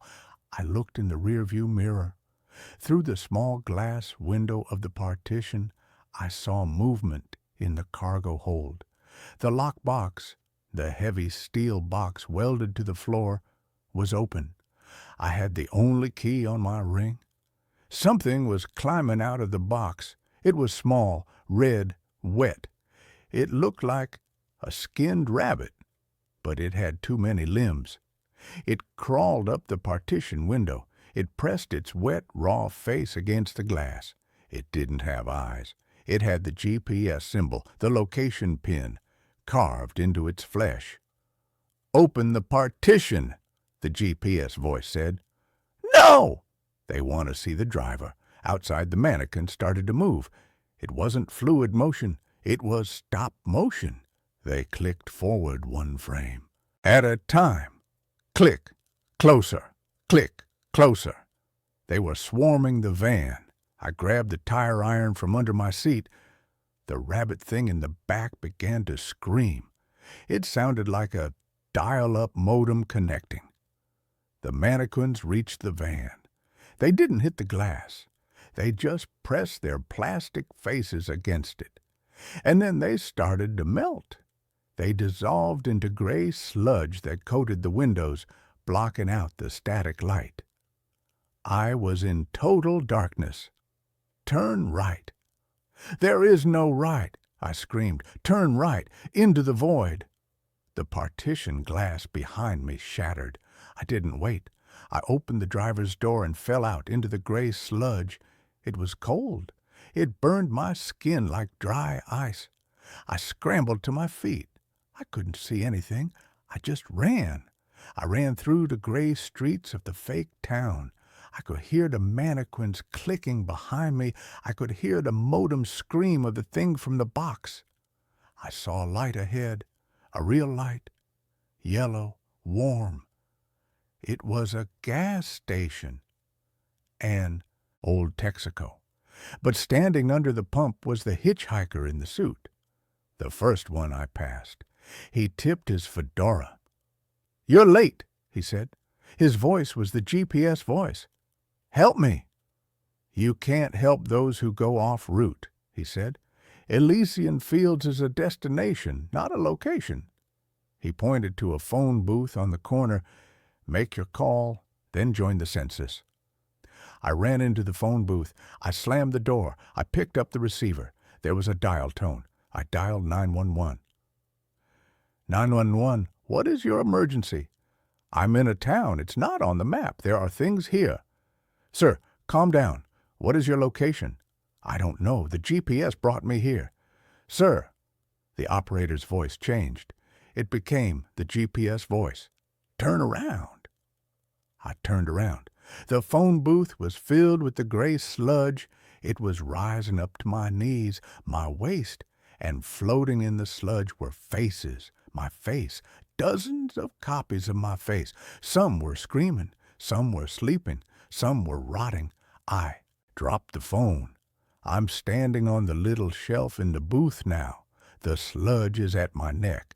I have my phone. I'm typing this to the cloud.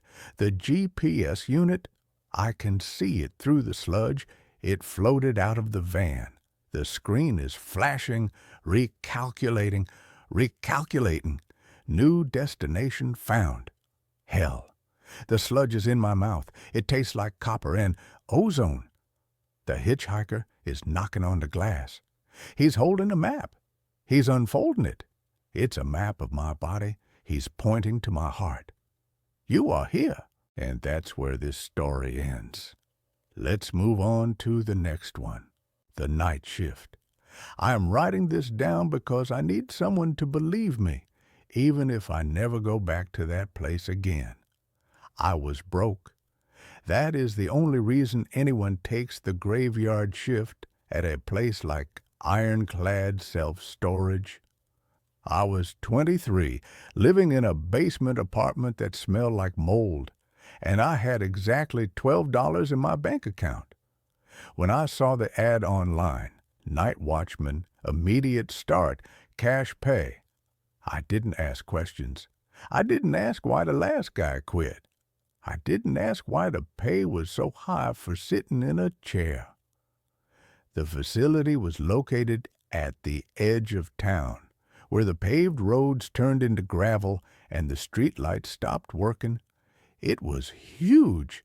Imagine a city made of metal. There were hundreds of shipping containers arranged in long, straight rows. Some were new and blue, others were old, rusted and brown. They were stacked too high, creating narrow alleys that felt like tunnels. My station was a small white shack at the main gate. It was basically a tin can with a window. Inside, there was a desk, a rolling chair with a broken wheel, a coffee maker that burned everything, and a bank of 6 security monitors. "It's easy," the manager, Mr. Garrick, told me on my first night. He was a sweaty man who wouldn't look me in the eye. "Do your rounds every 2 hours. Shine your light down the rows. Check the locks. If you see kids, call the cops. If you see anything else, just stay in the booth and lock the door." "What do you mean, anything else?" I asked. He didn't answer. He just handed me a heavy ring of keys and walked to his truck. "Don't fall asleep, kid," he said, and then he was gone. The first week was boring. It was so quiet out there. The only sound was the wind humming through the gaps between the containers. It made a low, mournful, whistling sound, like someone blowing over the top of a glass bottle. But on the second Tuesday, the weirdness began. I was doing my 2 a.m. round. I was walking down row C. The gravel crunched loudly under my heavy boots. I was shining my flashlight on the padlocks, checking to make sure they were secure. Then I heard a radio. It was faint. It sounded like static mixed with a voice. It was coming from inside a container halfway down the row, Unit C-14. I stopped. I put my ear against the cold corrugated metal. "Help! Please! Cold!" It was a woman's voice. She sounded terrified. "Hello?" I yelled, banging on the door with my fist.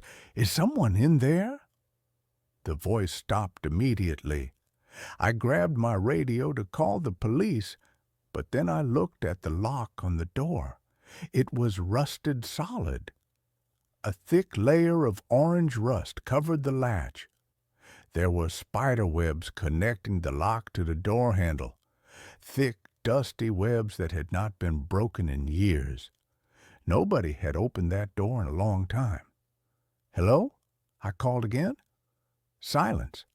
I told myself it was just interference. Maybe a truck driver on the highway nearby using a CB radio, and the metal container picked up the signal.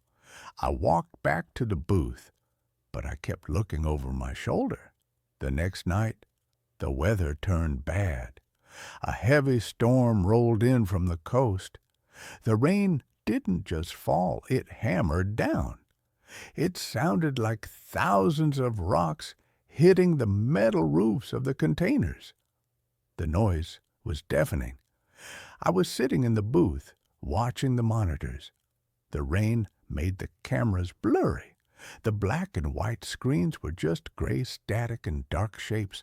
Then the phone in the booth rang. I jumped. I stared at it. It was an old landline phone. Nobody called the booth. I picked it up. "Ironclad storage. This is Evans." "Open the gate," a voice said. It was my voice. I almost dropped the phone. It wasn't just similar. It was my voice. It was the same pitch, the same accent. It sounded exactly like I had sounded when I answered the phone a second ago. "Who is this?" I asked, my hand shaking. "Who is this?" the voice on the phone repeated. But it didn't say it like a question. It said it like a recording. "Stop it," I said. "This isn't funny." "Stop it," the voice said. Then it laughed. A dry, glitchy laugh. "Open the gate, Evans. I want to come in."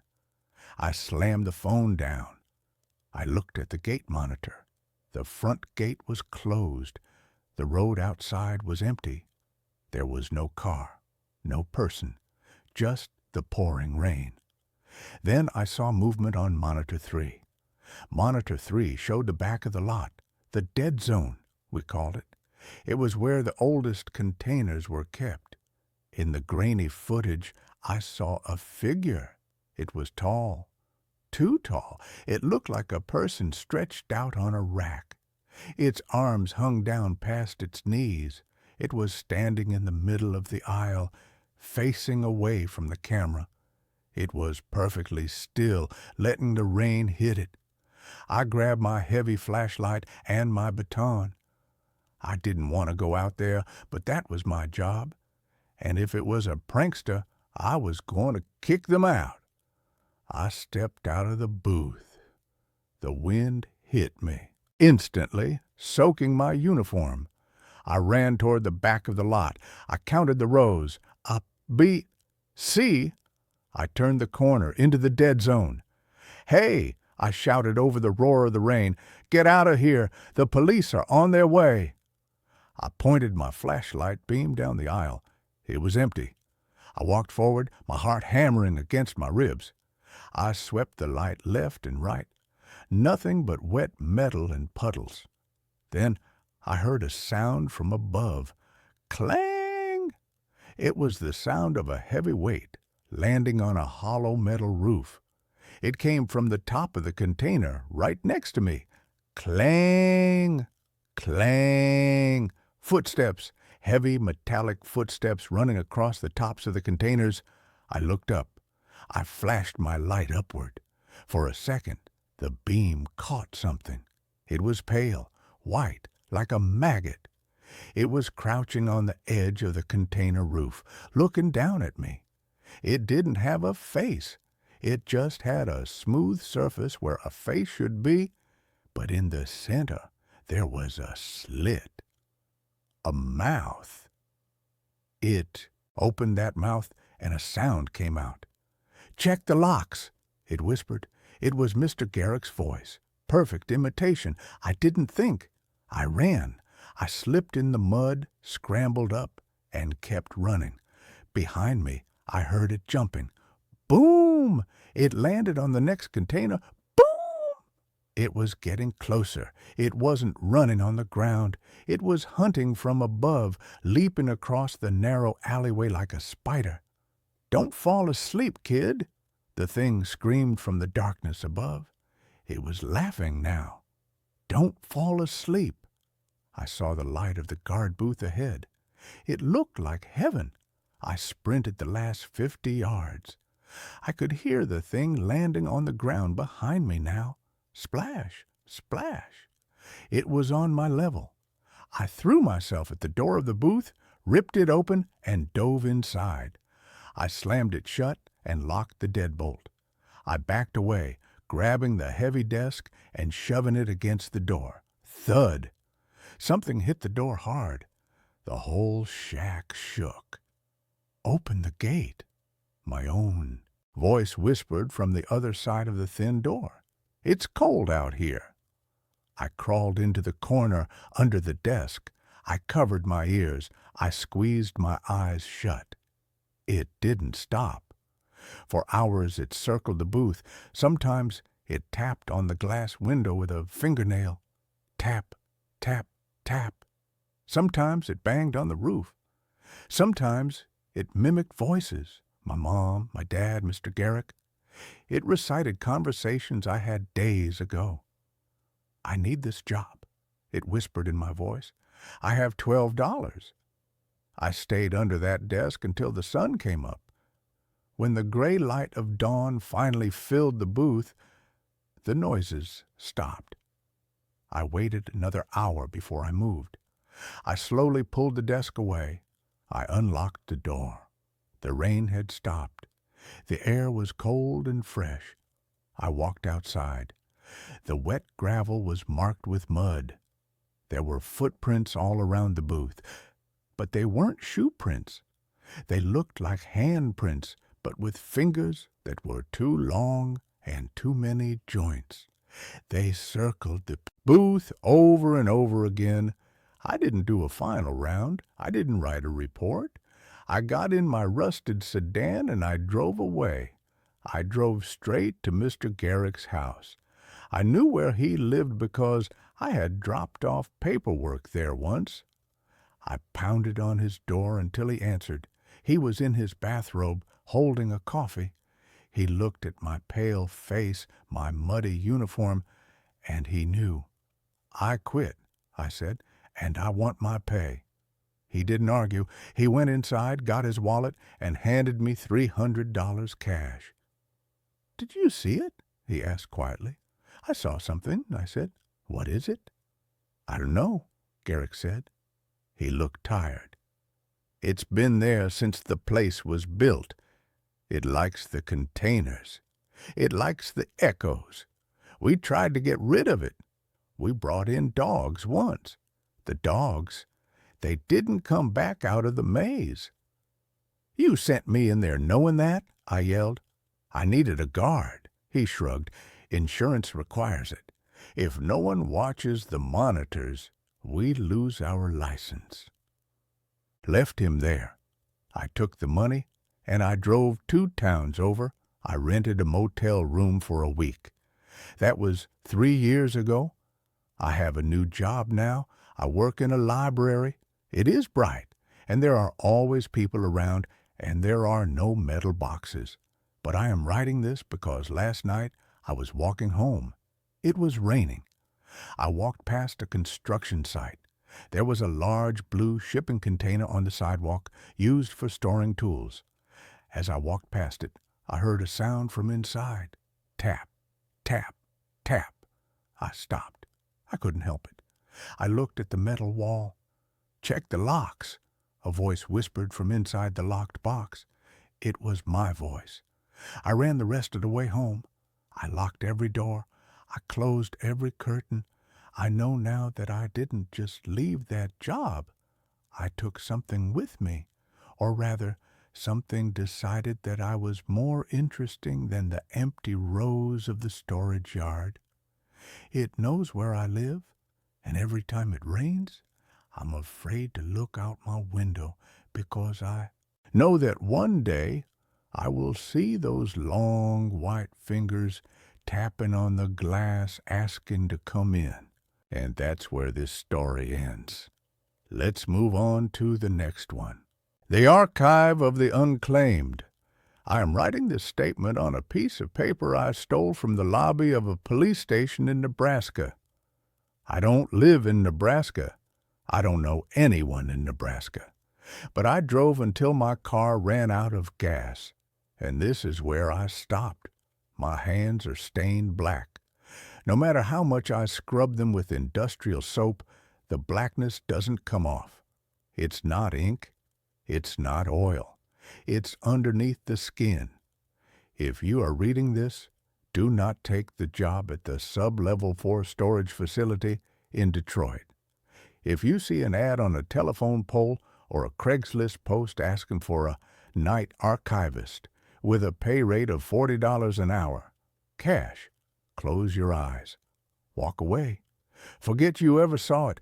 I was 26 years old. I was a dropout with a mountain of debt and a landlord who liked to bang on my door at 6 a.m. asking for rent money I didn't have. I was desperate. That is the word that defines everyone who ends up at the archive. Desperation.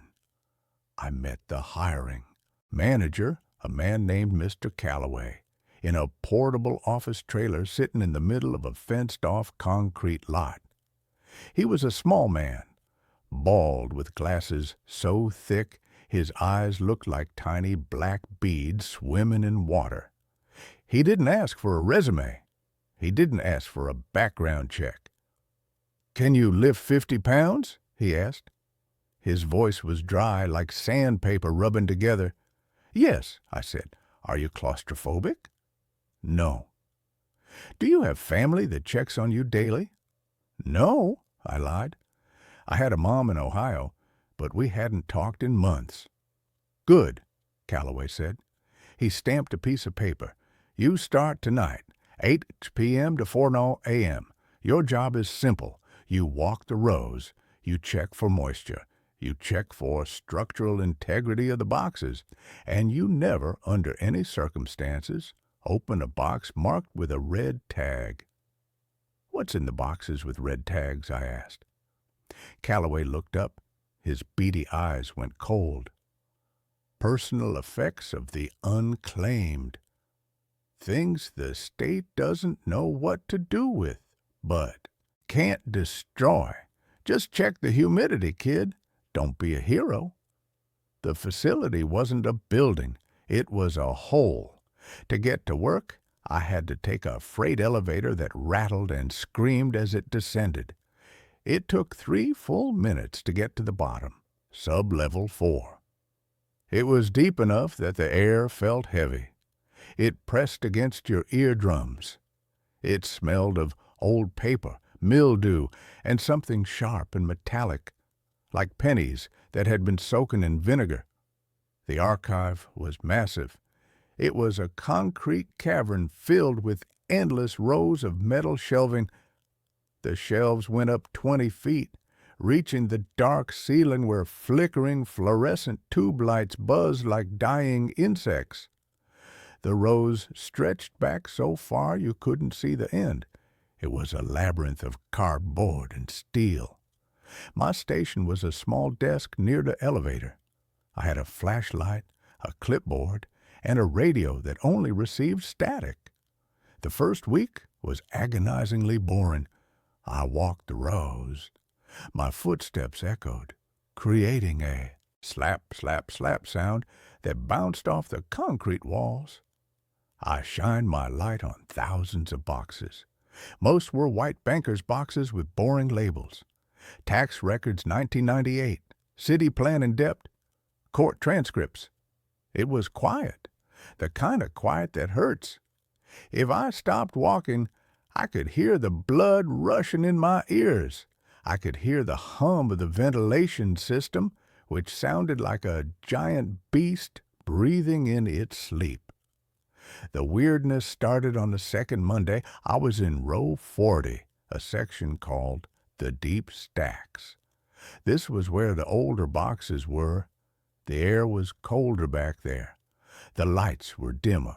I was checking a shelf when I heard it. Scritch, scritch, scritch. It sounded like a mouse scratching at cardboard. Great, I muttered. Rats. I took my flashlight and followed the sound. It was coming from a box on the bottom shelf. It was an old box, brown and sagging. It had a red tag.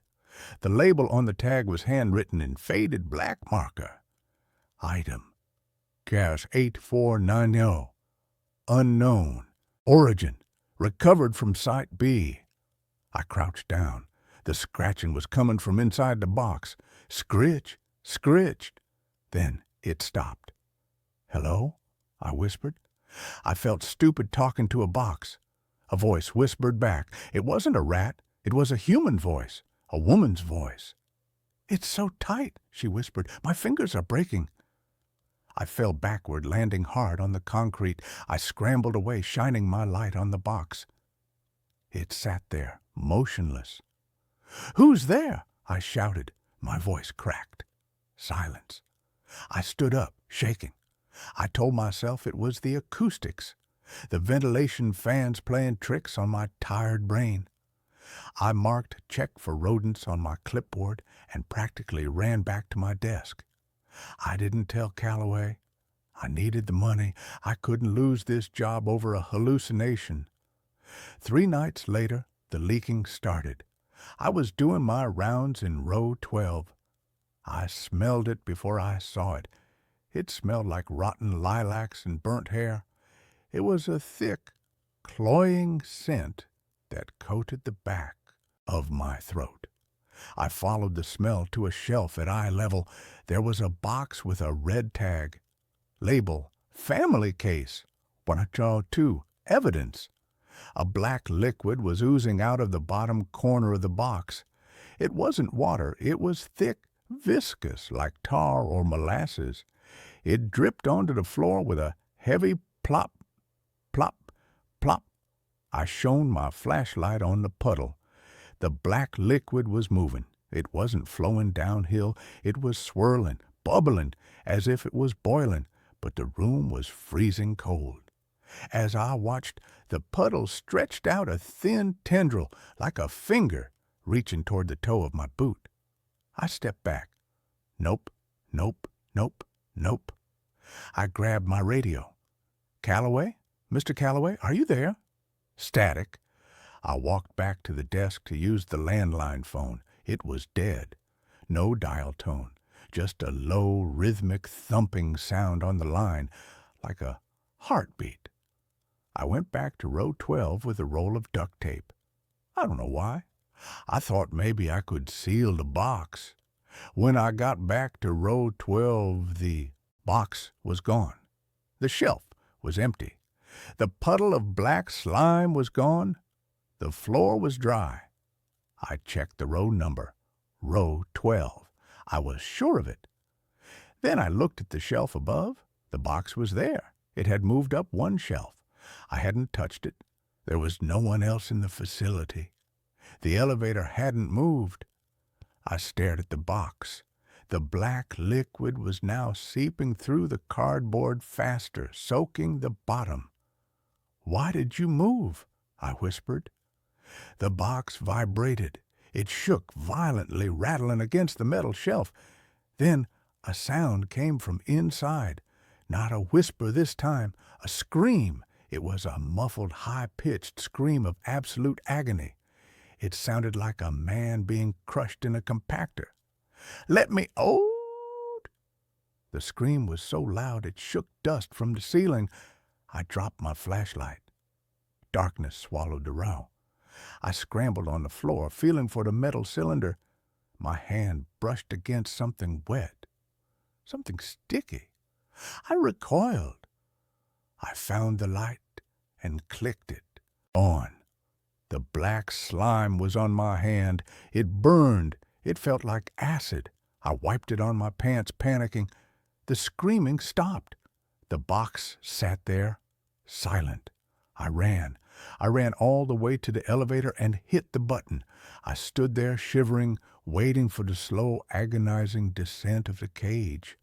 When it finally arrived, I took it up to the surface and sat in my car until sunrise. I should have quit then.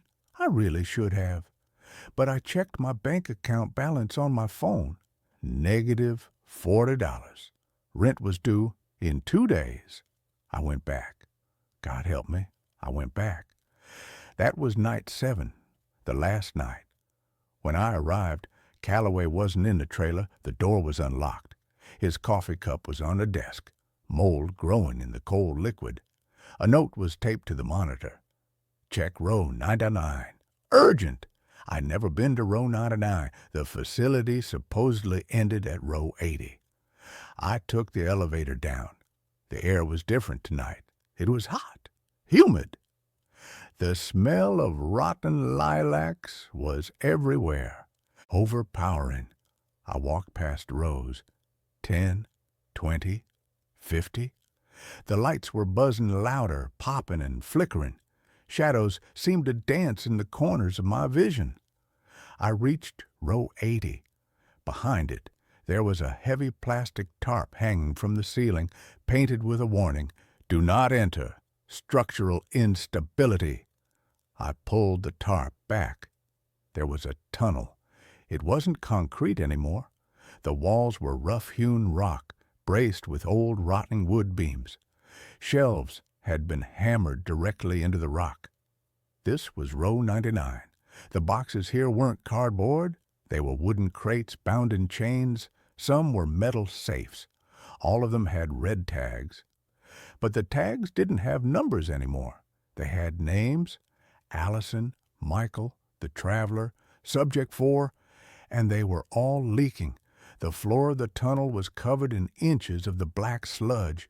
It rippled like a dark ocean. I stepped onto a wooden pallet to keep my boots dry. "Hello?" I called out. "Mr. Calloway?" I heard a splashing sound further down the tunnel. I shone my light. Mr. Calloway was standing at the end of the tunnel, facing the wall. He was standing shin-deep in the black slime. "Mr. Calloway," I said, stepping closer, "we need to get out of here. It's flooding." Calloway didn't turn around, but he spoke. It's not flooding, Jack. It's emptying. He knew my name. I had never told him my name. What do you mean? I asked. Calloway turned around slowly. My stomach dropped. His eyes were gone. The sockets were filled with the black sludge. It poured down his cheeks like tears. His mouth was open in a rictus grin, and the sludge was bubbling up from his throat, spilling over his lips. They aren't personal effects, Jack, Calloway gurgled. The voice sounded wet, thick. They are the discarded, the memories people cut out, the sins cities want to bury, and they are so hungry. Calloway took a step toward me. The black sludge on the floor rose up. It wasn't liquid. It was a hive mind. It formed shapes, hands. Hundreds of black, oily hands rising from the muck, grasping at the air. Join the archive, Calloway said. He spread his arms. The hands grabbed his legs. They pulled. Calloway didn't scream. He laughed. He laughed as the sludge pulled him down. He sank like he was in quicksand. The blackness swallowed his waist, his chest, his neck. His head remained above the surface for a moment. "Check the box, Jack," he whispered. "Your box."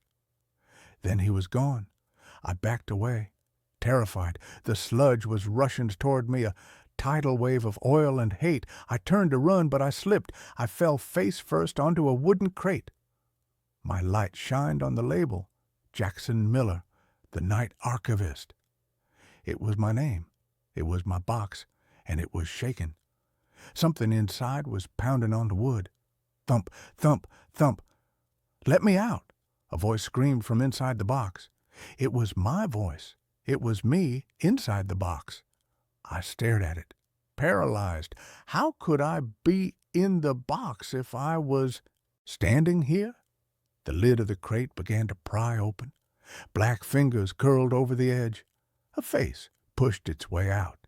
It was my face, but it was made of the black slime. It had my eyes, my nose, my mouth, but it was melting, shifting. "You're late for your shift," the thing that looked like me hissed. I scrambled backward. The sludge on the floor grabbed my boot. It burned. It felt like it was eating through the leather. I kicked my foot loose, leaving the boot behind. I ran. I ran back through the tunnel, past the tarp, into the concrete section. The archive was alive. Every box in every row was rattling, millions of boxes, a cacophony of scratching, screaming, and crying. The noise was deafening. It sounded like a stadium full of people burning to death. The black liquid was pouring from the shelves, creating waterfalls of slime. I sprinted for the elevator. My sock was soaked in the sludge. My foot felt numb, dead. I reached the elevator. I hit the button. Nothing happened. I hit it again. "Come on, come on!" I looked back at the rows. A wave of blackness was rushing down the main aisle. At the crest of the wave was Calloway, or what was left of him. His body was fused with others. Faces I didn't know, women, children, men, all screaming in unison. "The Unclaimed!" the collective voice roared. I pried the elevator doors open with my fingers. The car wasn't there. It was still at the top.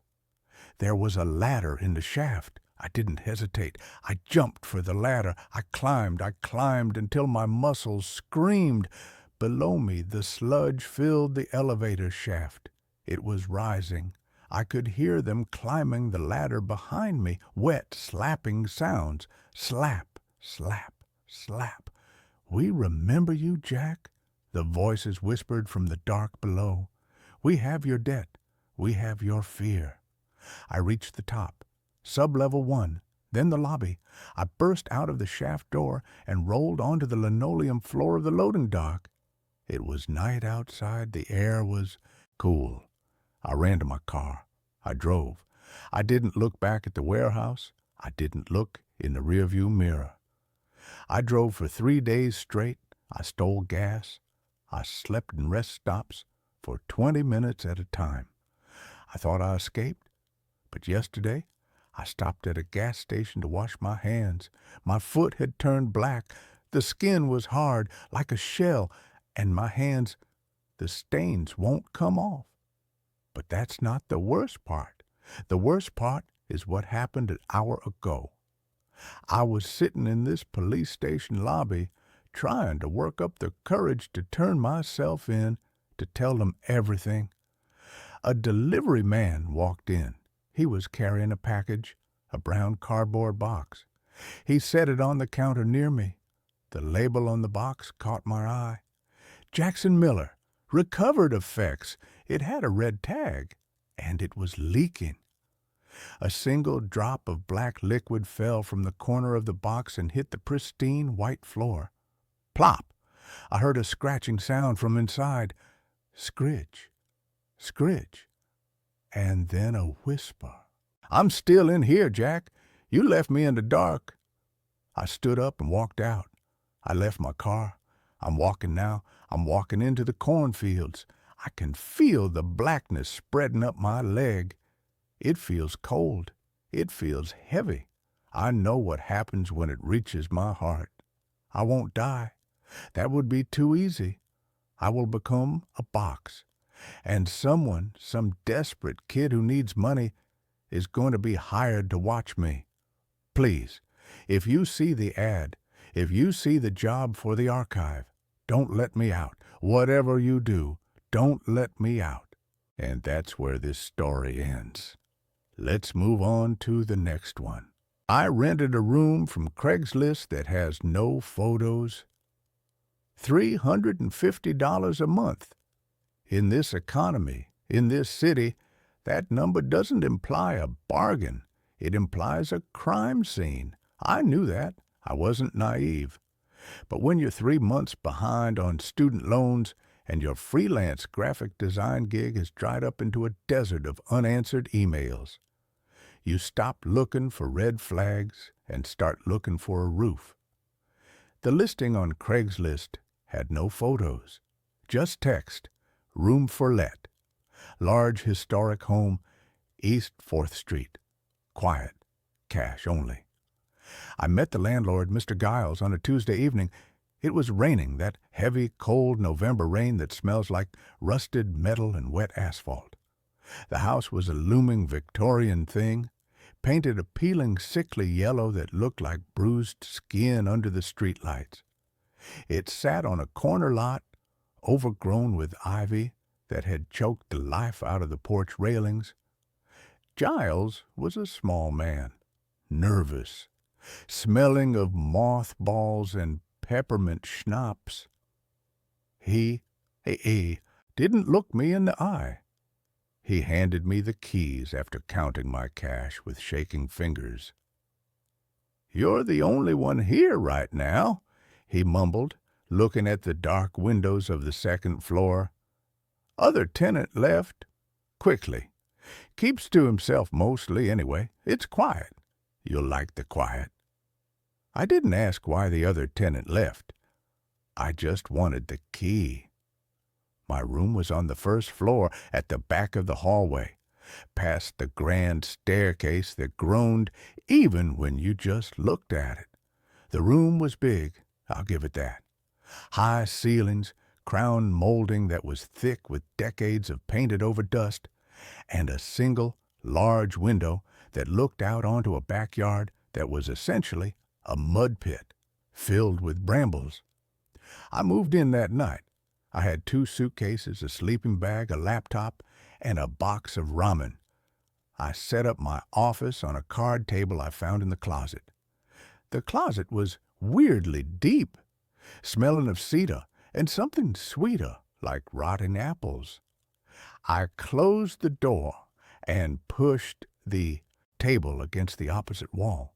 The first 3 nights were fine. It was just the adjustment period. Old houses make noise. They settle. Wood contracts in the cold. Pipes hammer when the heat kicks on. I told myself this every time the floorboards above my head creaked, just the house settling. But the settling had a rhythm. It started on the fourth night. I was working late, trying to salvage a logo design for a client who hated everything I did. It was 2 a.m. The silence in the house was heavy, the kind of silence that feels like pressure in your ears. Thump. It came from directly above me, a soft, dull impact, like a bag of wet sand dropped on the floor. I froze, my hand hovering over the mouse. I waited. Scrape, scrape, scrape. Something was being dragged. It was slow, agonizingly slow. It sounded like fabric moving over rough wood. It moved from the center of the room above to the corner. Then it stopped. "Hello?" I called out, feeling stupid immediately.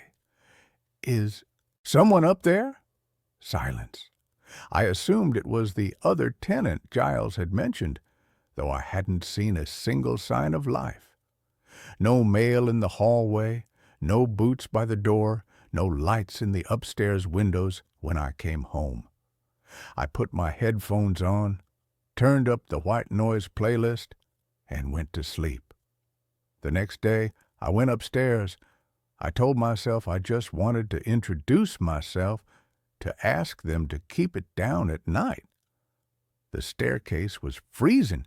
The air got colder with every step. At the top of the landing, there were 3 doors. 2 were open, revealing empty bedrooms with bare mattresses and dust motes dancing in the gray afternoon light. The 3rd door, directly above my room, was closed. I knocked. The wood felt damp, sticky. "Hello? Neighbor?" No answer. I knocked harder. The door rattled in its frame. It was locked. Not just locked, but jammed. I tried the handle and it didn't give a millimeter. I put my ear to the wood. I heard breathing. It wasn't normal. Breathing. It was wet, rattling. A slow, labored intake of air followed by a gurgling exhale. It sounded like someone with pneumonia or someone drowning very, very slowly. "Hey, are you okay?" I asked, my voice trembling. The breathing stopped instantly. I backed away. "Okay, sorry to bother you." I retreated to my room and locked the door. I called Giles. It went straight to voicemail. I texted him, "Hey, I think the guy upstairs is sick. He sounds bad." Giles never replied. A week passed. The noises changed. The thumping stopped, replaced by pacing, relentless pacing. It would start at midnight and go until 4 in the morning. Creak, step, creak, step. It was a heavy, limping gait. One foot would land solid, the other would drag. I stopped sleeping.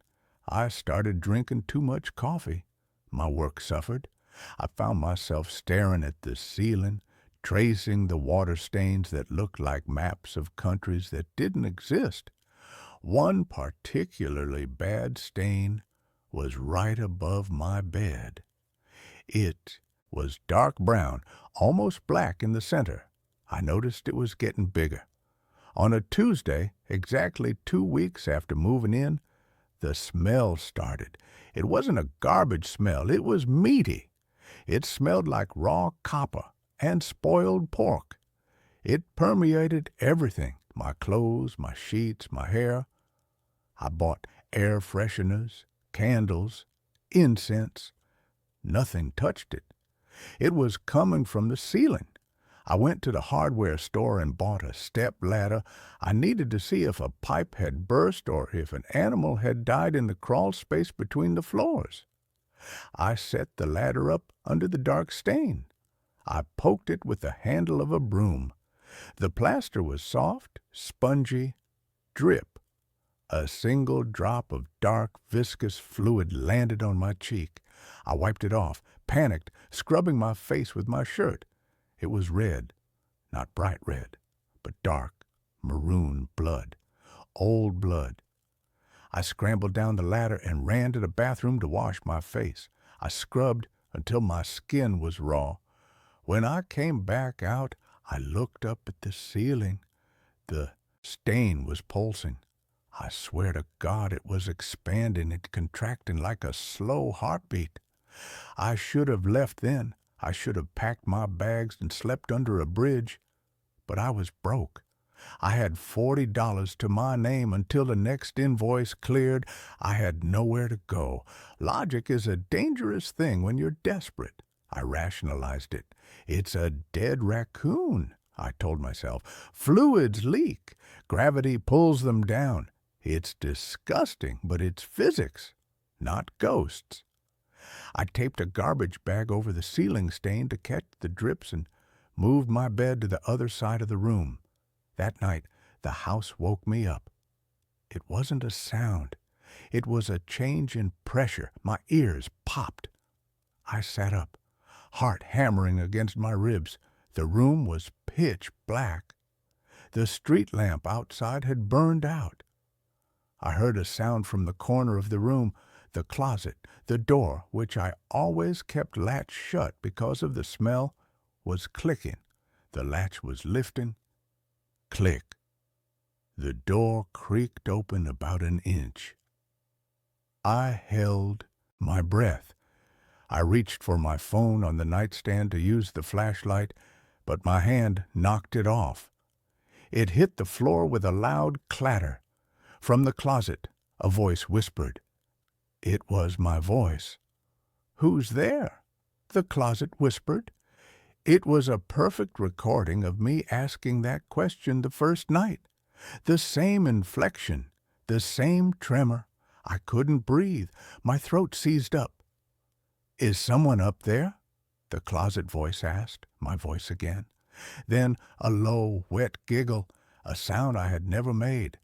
I lunged for the lamp switch. The bulb flashed once and blew out with a pop. Darkness again. "Giles," the voice said, but it wasn't my voice anymore. It was the landlord's. "Tenant left quickly." I scrambled out of bed, tangled in the sheets, and fell hard onto the floor. I crawled toward the hallway door. The closet door slammed open. It hit the wall with enough force to crack the plaster. I didn't look back. I got the hallway door open and sprinted. I didn't grab my laptop. I didn't grab my shoes. I ran out in my boxers and t-shirt, barefoot onto the cold, splintery floor of the hallway. I made it to the front door, locked. I fumbled with the deadbolt. My fingers were slippery with sweat. From the top of the stairs behind me, the breathing started. That wet pneumonia rattle, it was loud. Whatever was making it wasn't behind the door anymore. It was on the landing. I got the bolt violently thrown back and ripped the door open. I burst out onto the porch, gasped cold night air. I ran down East 4th Street until my feet were bleeding and my lungs burned. I ran until I saw the fluorescent lights of a 24-hour gas station.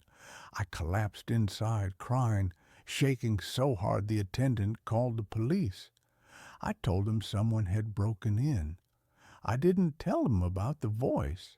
I didn't tell them about the blood. They wouldn't believe me. The police went to the house. They called me an hour later.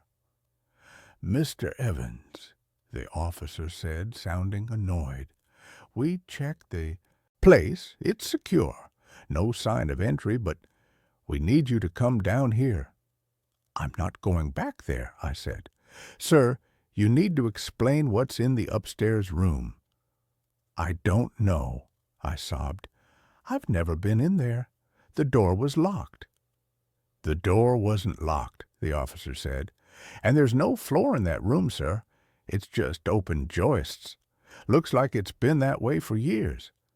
But we found your things." "My things are downstairs," I said. "No," the officer said, his voice dropping an octave. "We found your laptop, your clothes, and your sleeping bag. They were arranged in the center of the upstairs room on top of some plywood planks. laid out like a little nest. I felt the blood drain from my face. I never put them there. And, sir, the officer hesitated, Mr. Giles, we looked him up to contact the owner. David Giles died 3 years ago. The house has been in foreclosure. It's been abandoned since 2021. I hung up. I slept in a shelter that night. I borrowed money from my estranged sister the next day and got a bus ticket out of state. I left everything, my computer, my clothes, my identity.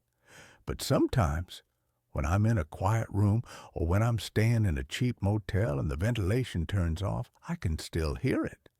Not the breathing. I hear the recording. I hear me, whispering from the walls. You'll like the quiet, it says. You'll like the quiet. And that's where this story ends. Let's move on to the next one.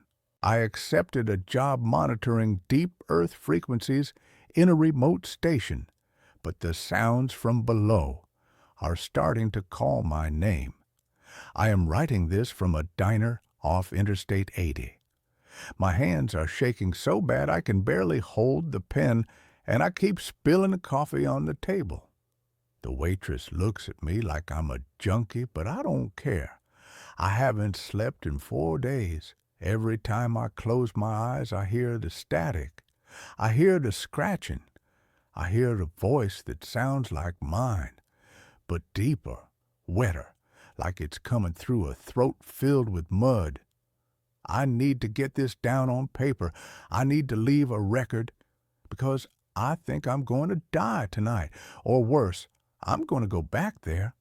It started because I was desperate. That's how all these stories start, isn't it? Nobody takes a job in the middle of nowhere for minimum wage unless they have no other choice. I had lost my job at the factory. My girlfriend had kicked me out, and I was living in my 2004 Toyota Corolla. I was scrolling through job boards on my phone, using the free Wi-Fi at a library, when I saw it. Position, seismic monitor. Location, Outpost 4, Blackwood Ridge. Duties, monitor automated systems, log frequency data, maintain equipment. Pay, $2,000 a week. Cash, $2,000 a week. For sitting in a room and watching a computer screen. It sounded too good to be true. I called the number. A man answered on the first ring. His voice was dry, cracking like stepping on autumn leaves. Can you handle silence? He asked. No hello? No company name? Yes, I said. Can you stay awake for 12 hours at a time? Yes. Do you have family who will miss you if you are out of cell service for a month? No. Be at the trailhead of Blackwood Ridge at 5 a.m. tomorrow. Don't bring a phone, don't bring a computer. Analog only. We provide the rest. I should have said no. I should have hung up. But I looked at my bank account balance, 12.45, and I said yes. I met the man the next morning. He was driving a black Jeep with no license plates. He was old, maybe 70, with skin that looked like leather and eyes that didn't blink enough. He handed me a duffel bag and a set of keys. The hike is 4 miles up, he said, pointing to a narrow dirt path disappearing into the dense pine forest. The station is at the top. It's a concrete bunker. You can't miss it. There is a manual on the desk. Follow the instructions exactly. Do not deviate. I will come back in 30 days with your money. Wait, I said. What exactly am I monitoring? Earthquakes? He looked at me, and for a second I saw genuine fear in his eyes. We are listening to the tectonic plates, he said, to make sure they don't shift. Just listen to the needles, kid. If they go into the red, you press the button. That's it. He drove away before I could ask what the button did. I hiked up. The woods were quiet. Too quiet. No birds, no crickets, just the sound of my boots on the dry earth and the wind hissing through the pine needles. The station was ugly. It was a gray concrete block half buried in the side of the mountain. It looked like a World War II bunker. There was a heavy steel door with a wheel lock like a submarine. I unlocked it and stepped inside. The smell hit me first. It smelled of ozone, old copper, and stale coffee. The room was one large space. In the center, there was a massive console of equipment that looked like it was from the 1970s. Oscilloscopes with glowing green lines, reel-to-reel tape decks, and a wall of speakers. In the corner, there was a cot and a small kitchenette with a stack of canned beans and a manual can opener. But the most disturbing thing was the hole. In the back of the room, behind a thick pane of plexiglass, there was a hole in the floor. It was a borehole, maybe 3 feet wide, going straight down into the earth. There were cables running down into it, thick black cables that pulsed slightly as if liquid was being pumped through them. I settled in. The first 3 days were boring. I read the manual. It was simple. Protocol. Wear the headphones at all times during your shift, 6 p.m. to 6 a.m. Record the frequency levels every hour. If the frequency drops below 10 hertz, turn up the gain. If the frequency rises above 150 hertz, initiate the dampening sequence. Never speak into the microphone unless instructed. I sat at the desk. I put on the heavy padded headphones. The sound of the earth is boring. It's just a low hum. Like a refrigerator running in the next room. Occasionally, there would be a pop or a crackle, which the manual said was rock settling deep underground. I wrote down the numbers. 40 hertz, 42 hertz, 39 hertz. It was easy money. On the fourth night, the rhythm changed. It was 2 a.m. The wind was howling outside, shaking the heavy steel door. I was eating cold beans from the can. I looked at the oscilloscope. The green line wasn't a flat wave anymore. It was spiking. Thump, thump, thump. It looked like a heartbeat. I adjusted the volume on the headphones. Thump, thump. It was slow, massive. It sounded like a hammer hitting a mattress wrapped in 10 layers of blankets. It was deep, so deep I felt it in my chest more than I heard it in my ears. I checked the frequency. 12 hertz. It was getting low. I followed the rules. I reached for the knob labeled gain and turned it up. The sound got louder. Thump, thump. And then, in the space between the thumps, I heard something else. Scritch, scratch. It sounded like fingernails on chalkboard or claws on stone. It was coming from the microphone deep in the hole. I leaned closer to the monitor. Just rocks, I whispered to myself. Just rocks sliding against rocks? Then a voice spoke in my ear. Hungry. I ripped the headphones off and threw them on the desk. I spun around, grabbing the flashlight. "Who's there?" I shouted. The concrete room echoed. "Who is it?" Silence. Just the hum of the machines. I checked the door. It was locked from the inside. I checked the plexiglass shield around the hole. It was intact. I told myself I was hallucinating. Isolation psychosis. It happens. I put the headphones back on, leaving one ear uncovered. The scratching was gone. The heartbeat was gone. The line was flat again. I didn't sleep that day. I lay on the cot, staring at the ceiling, listening to the wind. On the 7th night, the equipment started moving on its own. I was sitting at the desk, fighting to keep my eyes open. I had drunk 3 cups of terrible instant coffee.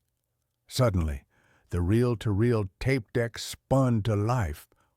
Whoa! The tape started spinning fast. The needles on the VU meters slammed into the red. I hadn't touched anything. I grabbed the manual. There was nothing about this. I put the headphones on. The sound was screaming, not a human scream. It was electronic screaming. Feedback, static, white noise. But underneath it, there was a pattern. Short, long, short, short, long, short, Morse code. No, it was too rhythmic. It was breathing, inhale, static, exhale, scream. I reached to turn the volume down, but the knob wouldn't turn. It was stuck. Then the red phone on the wall rang. I jumped so hard I knocked my chair over. There was a red rotary phone mounted near the door. The manual didn't mention it. I didn't even know it was connected to anything. Ring, ring, ring. It was a loud mechanical bell. I walked over to it slowly. My heart was hammering against my ribs. I picked up the receiver. "Hello?" "Don't listen to it," a voice said. It was the old man who hired me, but he sounded different, terrified. "Arthur, tell me you aren't listening to it." "The tape deck started on its own," I yelled. "What is happening? What is down there?" "It's waking up," the old man whispered. "We miscalculated. The dampeners aren't holding. Arthur, listen to me carefully. There is a breaker switch in the kitchenette, behind the fridge. You need to kill the power to the audio system. Do it now." "Why?" "Because it learns," he screamed. "It learns frequencies. If you let it listen to the room, it will learn your voice. And once it has your voice, it can open the door." The line went dead. I dropped the phone. "It will learn your voice." I looked at a console. The tape reels were still spinning. The needles were bouncing. And then, coming through the speakers on the wall, not the headphones, the main speakers, I heard a sound. "Hello?" It was my voice. It was the recording of me answering the phone 10 seconds ago. "Hello? What is happening? What is down there?" The machine was playing my voice back to me. But then it changed. The pitch shifted down. It became deeper, gravelly. "What is down there, Arthur?" It said my name. I hadn't said my name. I scrambled to the kitchenette. I shoved the heavy refrigerator aside. There was a gray metal panel on the wall. I ripped it open. There was a single large switch labeled Audio Mains. I grabbed it and yanked it down. Clunk! The lights in the station flickered. The tape deck slowed down. Woo! Click! The speakers went silent. The room was dead quiet. I stood there, panting, sweating. I was safe. I had killed the power. Then, from the hole in the back of the room behind the plexiglass, I heard a sound.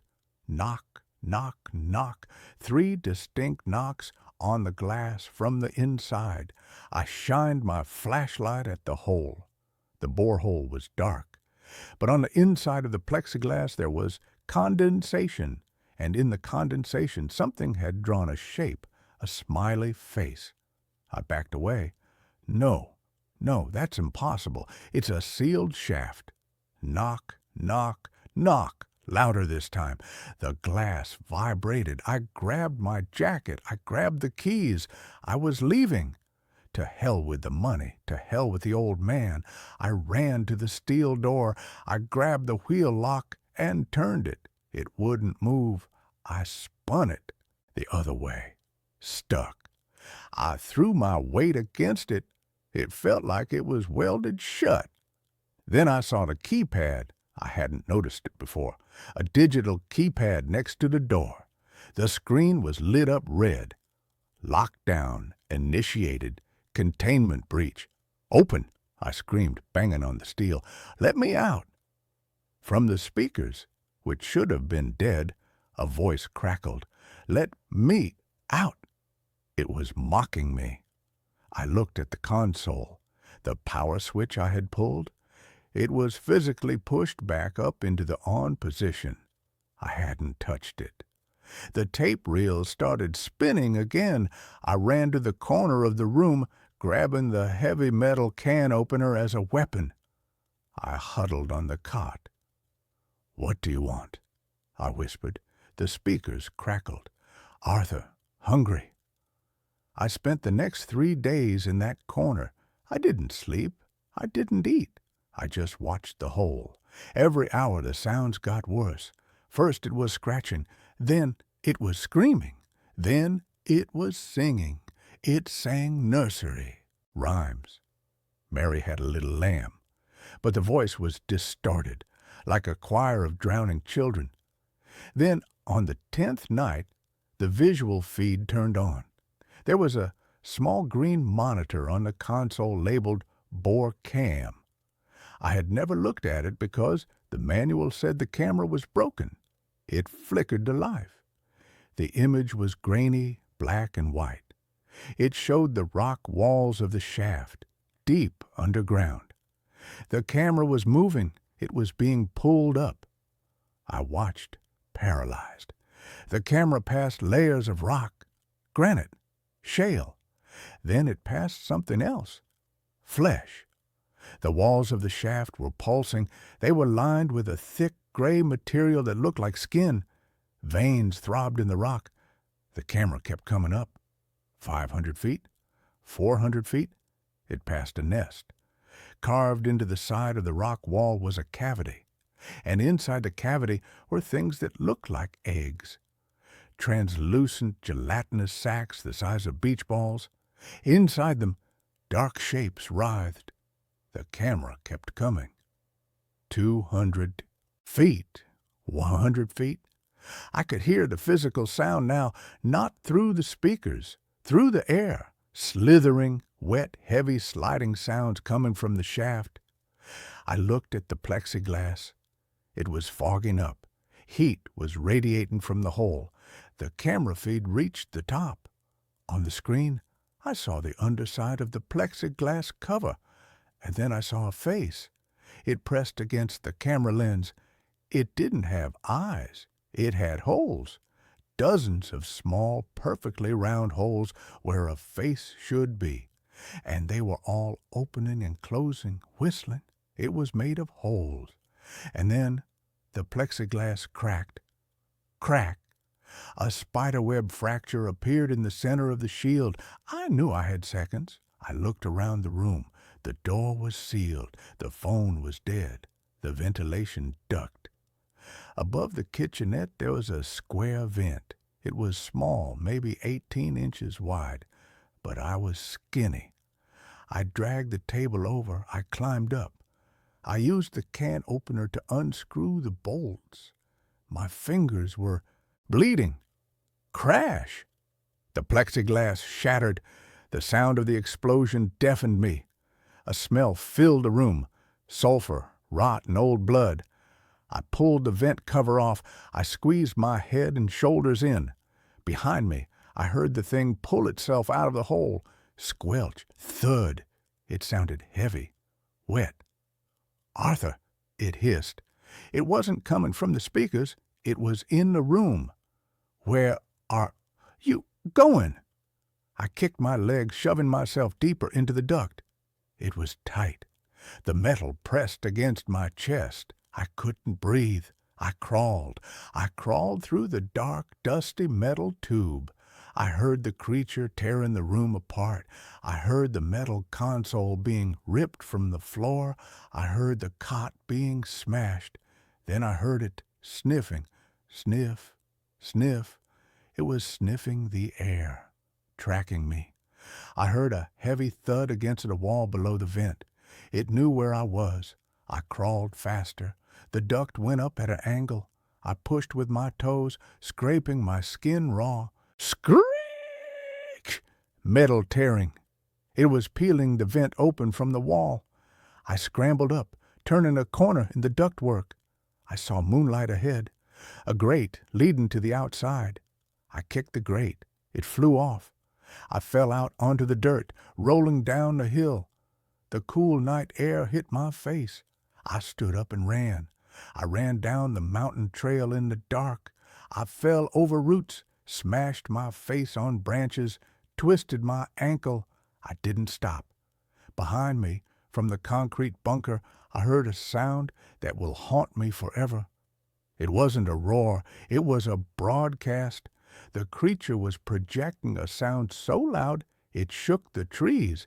It was the sound of a baby crying. Then the sound of a woman screaming for help. Then the sound of my own voice amplified 1,000 times. "Help me! Please, God, help me!"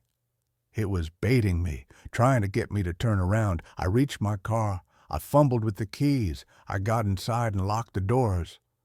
The engine sputtered, then started. I drove down that mountain road at 80 miles an hour. I almost went off the cliff 3 times. I drove until I hit the highway. I drove until the sun came up. I'm at the diner now. I tried to call the number of the man who hired me. The line is dead.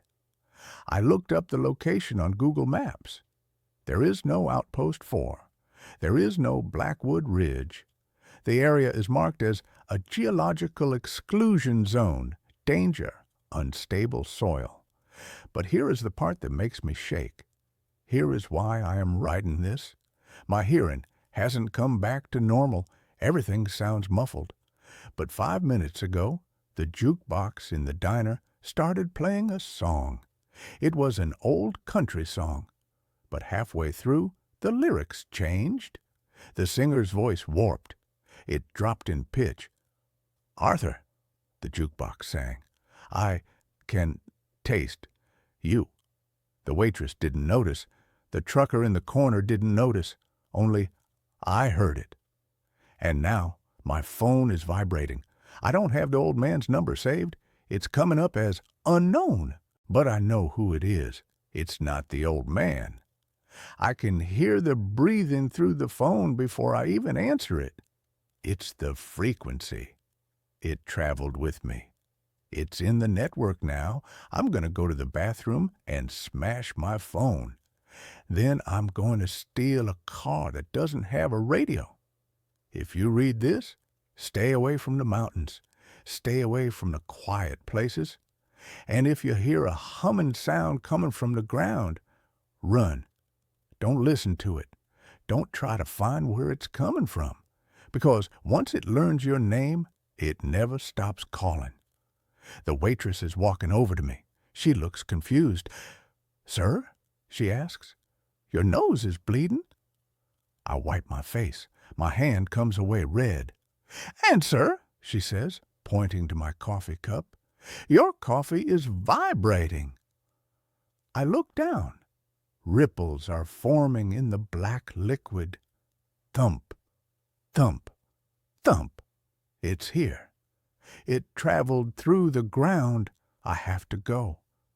God help me. And that's where this story ends. Let's move on to the next one. I drive for a Rideshare app and picked up the same passenger 3 nights in a row. I've been driving for Ride now for about 8 months to make extra money on weekends. I work a regular job during the week, but the extra cash helps with bills. I usually drive Friday and Saturday nights from around 10 p.m. until 3 or 4 a.m. when the bar crowds die down. Last Friday night started normal. I picked up a few college kids, a couple coming home from dinner, the usual weekend crowd. Around 1:30 a.m., I got a ping for a pickup at an address in Riverside, the older part of town near the industrial district. The pickup location was a corner near an old warehouse. Not a great area, but not the worst I've been to. I pulled up and waited. A woman got in the back seat. She looked like she was in her 30s, wearing a long gray coat and carrying a small purse. Her hair was dark and pulled back. She looked tired. "Thanks for coming," she said quietly. Her voice was soft, almost a whisper. "No problem," Where are we headed? She gave me an address on the west side of town, about a 20-minute drive. I confirmed it in the app and started driving. She didn't say anything for the first few minutes. Most passengers either want to chat or they're on their phones. She just sat there looking out the window. "Long night?" I asked, trying to be friendly. "You could say that." She didn't elaborate. We drove in silence for a while. I glanced in the rearview mirror a few times. She was still just staring out the window, her face blank. When we were about 5 minutes from her destination, she spoke again. "Do you ever feel like you're stuck in a loop? Like you're doing the same thing over and over? Like Groundhog Day?" I joked. "Something like that." I didn't know what to say to that, so I just nodded. We reached her address, a small house on a quiet street. I pulled up to the curb. "Here you go. Have a good night." She didn't move for a second. Then she said, "You, too. Drive safely." She got out and walked to the house. I waited until she went inside like I always do, then drove off. The ride was rated 5 stars in my app. Standard trip. Saturday night, around the same time, 1:30 a.m., I got another ping. Same pickup location in Riverside near the warehouse. I thought that was weird, but not impossible. Maybe she worked nearby and this was her regular ride home. I pulled up to the same corner. The same woman got in my car. Same gray coat, same purse. She sat in the same spot in the back seat. "Hey again," I said. "Same place as last night?" She looked at me, confused. "Last night?" "Yeah, I picked you up here yesterday. Took you to Hillcrest Street." She shook her head slowly. "I don't think so. I've never used this app before tonight." That didn't make sense. I definitely remembered her, but I didn't want to argue with the passenger. My mistake. Sorry. Where to? She gave me the same address as the night before. Exact same destination. I entered it in the app and started driving. This time I paid more attention to her. She did the same thing. Stared out the window. Didn't talk. Barely moved. About halfway there I tried again. "You sure you haven't used Ride Now before? I could swear I drove you last night." "I'm sure," she said. But her voice had a strange quality to it, like she wasn't entirely certain. We drove in silence again. When we got close to her house, she asked the same question as before. "Do you ever feel like you're stuck in a loop?" The hair on the back of my neck stood up. Those were the exact same words, the exact same timing in the drive. "Yeah," I said carefully. "Sometimes I do." "It's happening to me," she said quietly. "I keep waking up in that warehouse. I keep going home, but I never remember getting there." "What do you mean? You wake up in the warehouse?" She didn't answer. We pulled up to her house. She got out without another word and walked inside. I sat there for a minute, confused and a little creeped out. I checked my ride history. Both rides were listed, Friday night and Saturday night. Same pickup, same destination, same passenger name, Sarah M. I almost didn't drive on Sunday. I thought about staying home, but I needed the money, and I told myself I was being paranoid. It was just a coincidence. Sunday night, 1:30 a.m. I got a ping. Same location in Riverside. My hands were shaking as I drove there. Part of me hoped it would be a different passenger, but I knew it wouldn't be. She was standing on a corner waiting. Same coat, same purse. When I pulled up, she got in. "Hi," I said. "Sarah, right?" She looked startled. "How do you know my name?" It's in the app. Listen, I've picked you up the last 3 nights. Same place, same time, same destination. Do you remember me at all?" She stared at me in the rearview mirror. Her eyes looked scared. 3 nights? Friday, Saturday, and now Sunday. You asked me the same question both times about being stuck in a loop. Her face went pale. "I don't remember Friday. I barely remember Saturday. I keep waking up in that warehouse behind us. I don't know how I get there. I call a ride home and then nothing. I wake up in the warehouse again." "What's in the warehouse?" "I don't know. I never go inside. I just wake up on the street corner, and it's always 1:15 a.m. every time." I felt cold. "What do you mean every time?" "This has been happening for weeks, maybe longer. I can't remember anymore." Her voice was shaking. "At first I thought I was sleepwalking, but I'm fully dressed. I have my phone and my purse. I call a ride, I go home, I go to bed. Then I wake up on that corner again." "Have you tried staying awake or going somewhere else besides home?" "I've tried. I can't stay awake. As soon as I get home and lie down, I fall asleep immediately, and when I wake up, I'm back there." "What about going to a hospital or the police?" She shook her head. "I tried that. Twice. Same thing happens. I end up back at the warehouse." We were getting close to her house. I didn't want to drop her off. I had a feeling if I did, I'd pick her up again tomorrow night. "What if you don't go home?" I asked. "What if I take you somewhere else?" "Where?" "I don't know. A hotel? A friend's house?" She thought about it. "I don't have any friends in this city. I moved here 6 months ago for work, and I've tried hotels. I wake up at the warehouse anyway." "What about the warehouse itself? Have you tried going inside to see what's in there?"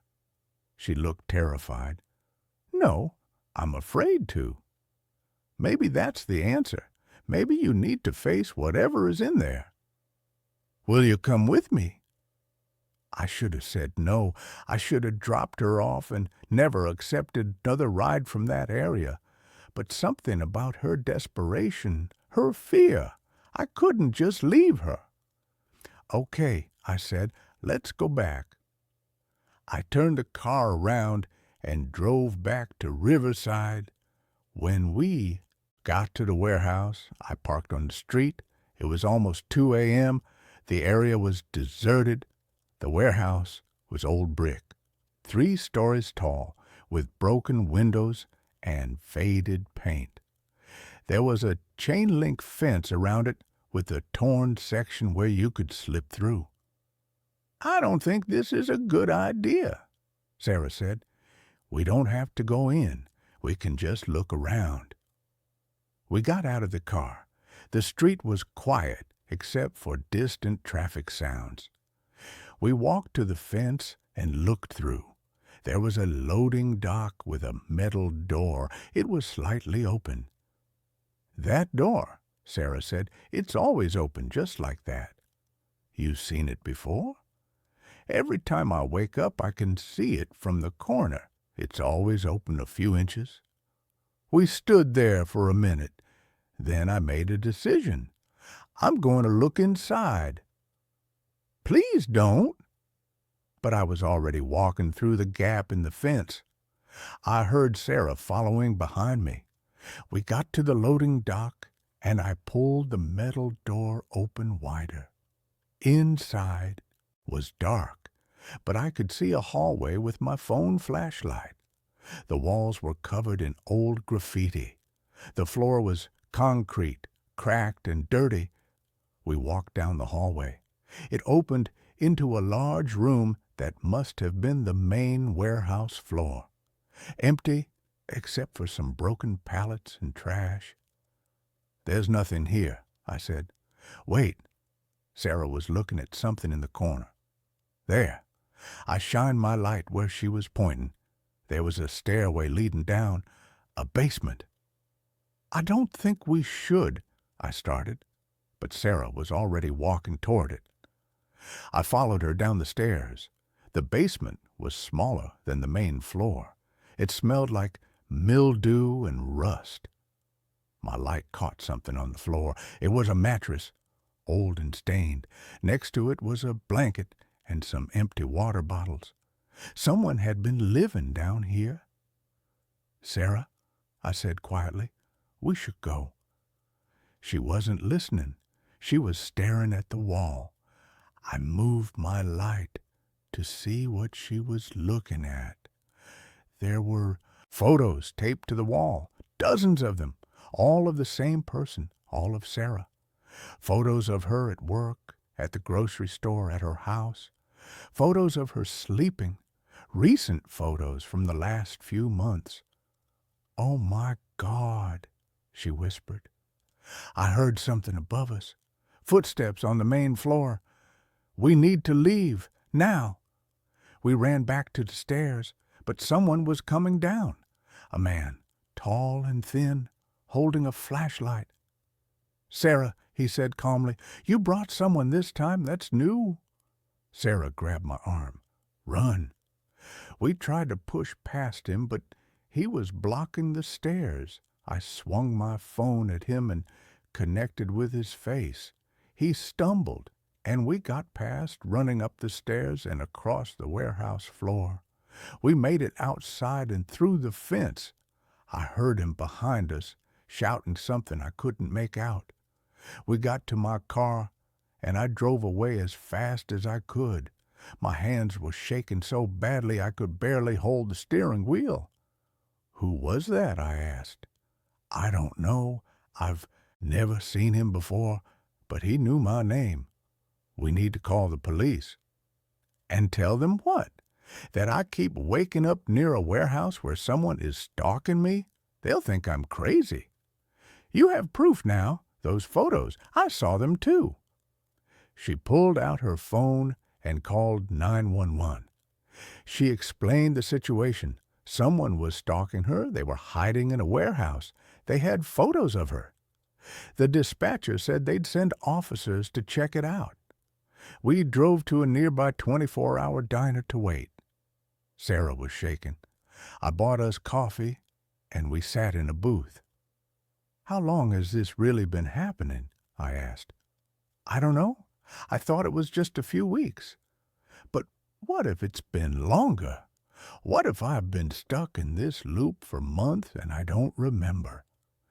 The police called back after an hour. They'd searched the warehouse. They found the basement, found the mattress and the photos, but no sign of anyone. They took the photos as evidence and said they'd investigate. "Where's your house?" I asked Sarah. She gave me her address, the same one I'd been driving her to. "But I don't want to go there. What if he knows where I live? What if that's why I keep ending up at the warehouse? What if he's been taking me there?" That made horrible sense. "Do you live alone?" "Yes." "Okay, here's what we're going to do. You're going to stay somewhere else tonight. A hotel, but not one near your house or the warehouse. Somewhere random. And you're going to stay awake. If you feel yourself getting tired, call me. I'll come get you." She nodded. "Okay." I drove her to a hotel on the other side of town. She checked in and texted me her room number. I told her to lock the door and keep her phone on. I went home, but I couldn't sleep. I kept thinking about those photos on the wall, about Sarah waking up at the warehouse over and over, about the man in the basement who knew her name. Around 6 a.m., Sarah called me. "I'm still here. I stayed awake all night. I didn't wake up at the warehouse." "That's good. That's really good." The police called. They found out who owns the warehouse. It's been abandoned for 5 years, but they're checking previous tenant records. They're also going to dust for prints in the basement. Over the next few days, the police investigation moved forward. They found prints that matched a man named David Carver, who had worked as a security guard at Sarah's office building. He'd been fired 3 months ago for inappropriate behavior. They arrested him at his apartment. He confessed to everything. He'd been stalking Sarah for months. He'd somehow gotten her routine down. Knew when she went to bed, knew she was a heavy sleeper. He'd been breaking into her house, drugging her water bottle, and taking her to the warehouse while she was unconscious. Then he'd leave her on the corner before the drugs wore off. She'd wake up confused, call a ride home, and the cycle would repeat. She'd go to bed, drink the drugged water, and he'd take her again. He said he never hurt her. He just wanted to be near her. He said he loved her. Sarah's therapist said she might never fully remember all the times it happened. The drugs he used can cause memory loss. She might have been stuck in that loop for months. She moved out of state, changed her name. She texts me sometimes to let me know she's okay. I still drive for Ride now, but I never accept rides from that area of town anymore. And every time I pick up a passenger who seems confused or disoriented, I pay attention, because you never know what kind of hell someone might be stuck in without even knowing it. Sarah was lucky. She broke the loop. But I keep thinking about how many people might be stuck in situations like that and no one realizes because they can't remember enough to ask for help. That's the scariest part, not the stalker in the warehouse, but the idea that your whole reality could be manufactured, that days or weeks or months of your life could be stolen, and you'd never know. Sarah knew something was wrong. She felt the loop. But what if she hadn't? What if she just accepted the confusion as normal? I think about that every night when I'm driving. I look at every passenger and wonder what their story is, what they might be going through that they don't fully understand. And I'm grateful that for Sarah at least, the loop is finally broken, and that's where this story ends. Let's move on to the next one. The hum of Sector 4. I am writing this manuscript by candlelight in a cabin that doesn't appear on any map. There is no electricity here. I severed the main line myself. I buried my phone in a lead box 10 miles south of here. I don't wear a digital watch. I don't use a calculator. I can't be near anything that processes data.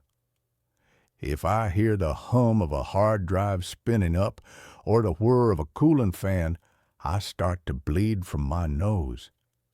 If you are a systems administrator, a network engineer, or just some broke kid looking for a graveyard shift at a data center, listen to me.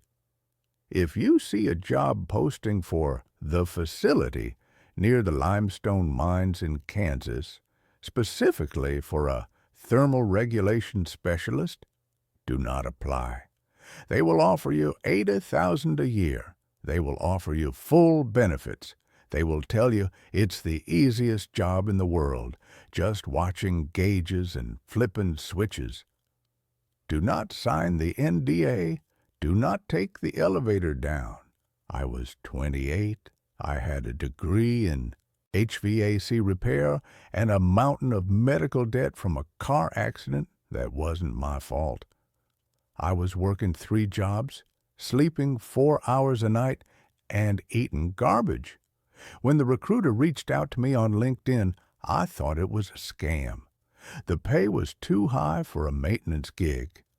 The interview was held in a rented conference room at a Holiday Inn near the airport. The interviewer, a man named Mr. Giles, looked like a walking corpse. His skin was gray, his suit was too big for him, and his hands wouldn't stop shaking. "The job is underground," Giles said, staring at the table, refusing to make eye contact. "It is a legacy server farm, subterranean cooling. Very efficient, very loud."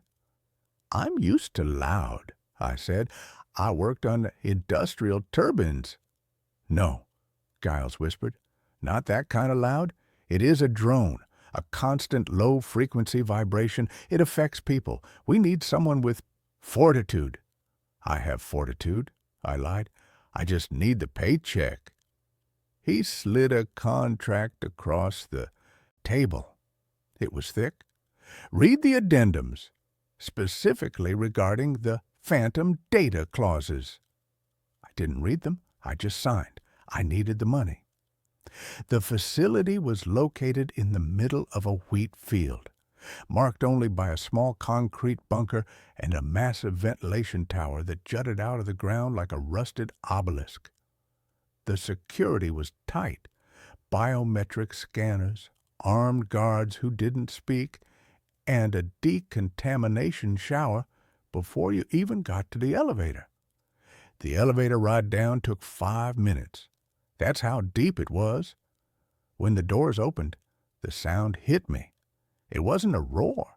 It was a hum, a deep, resonant thrumming that I felt in my teeth before I heard it in my ears. It sounded like a choir of millions of bees, or the sound of the ocean if the ocean was made of electricity. The air was freezing cold, kept at a constant 60 degrees Fahrenheit, but it smelled of ozone, burnt copper, and something oddly organic, like wet soil. My supervisor was a man named Miller. Miller had been down there for 6 months. He wore heavy-duty earmuffs at all times. He didn't take them off when he shook my hand.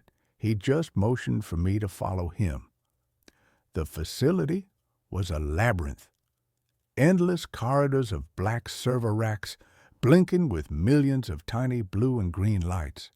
The aisles stretched on for miles. It was a city of data. Miller led me to the control room. It was a glass-walled box suspended over the server floor. It was soundproofed, which was a mercy. "Take these," Miller said, handing me a pair of noise-canceling headphones. "Never take them off when you're on the floor. The frequency can cause hallucinations, paranoia, nausea. We call it the data sickness." "What are we storing here?" I asked, looking out at the ocean of blinking lights. "Is it government stuff? NSA?" Miller laughed. It was a dry, hacking sound. "Government? No. The government wishes they had this capacity. This is private, archival. We don't know who the clients are. We just keep it cold. That's the job. Keep it cold. If the temperature in any sector goes above 80 degrees, the servers start to bleed. Bleed. Metaphorically, Miller said quickly. They leak data, corrupt files. Just keep it cold. My shift was 6:00 p.m. to 6:00 a.m. For the first 2 weeks, it was easy. I sat in the control room, monitoring the thermal maps on the screens. If a rack got too hot, I'd grab the liquid nitrogen cart, go down to the specific aisle, and flush the coolant lines. But the isolation starts to get to you. The facility was divided into sectors. Sector 1 through 3 were standard, but Sector 4? Sector 4 was different. Sector 4 was the oldest part of the facility. The racks there weren't the sleek, black, modern ones. They were old, rusted metal towers, connected by thick bundles of cables that looked like black vines. The lights on them weren't blue or green. They were amber, a sickly, pulsing orange. I hated going into Sector 4. The hum was louder. There. Even through my headphones, I could hear it. It wasn't just a machine noise. It sounded like whispering. It started on a Tuesday night, 3 weeks into the job, I was in the control room eating a sandwich. Miller was asleep in his chair. He did that a lot. The thermal map for Sector 4 flashed red. Alert, rack 409B. Temp 98 F. It was spiking fast. "Miller," I said, nudging him. He grunted but didn't wake up. I grabbed the coolant kit and the keycard. "Fine, I'll do it myself." I left the soundproof booth and stepped onto the catwalk. The hum hit me instantly. Thrum, thrum, thrum. It vibrated my ribcage. I took the service elevator down to the floor of Sector 4. The air was colder here, almost freezing, yet the smell of ozone was overpowering. I walked down the aisle. The amber lights on the servers were blinking in unison.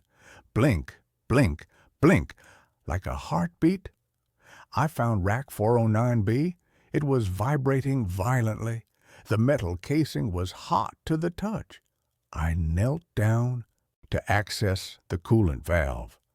I connected the hose and opened the valve to flush the system with liquid nitrogen. As the cold liquid hit the pipes, the server let out a sound. Screech! It sounded like a woman screaming. I jumped back, dropping the wrench. The sound didn't come from a speaker. It came from the machine itself, like the metal was grinding in agony. I looked around. "Hello? Is someone there?" The aisle was empty, just the endless rows of amber eyes watching me. I looked back at the server. The screen on the rack, which usually displayed diagnostic code, was scrolling text. But it wasn't code. "It hurts. It burns. Make it stop. The cold doesn't help. Please." I stared at it, my breath caught in my throat. "It's a glitch," I whispered. "Some hacker put a joke in the code." I finished the flush.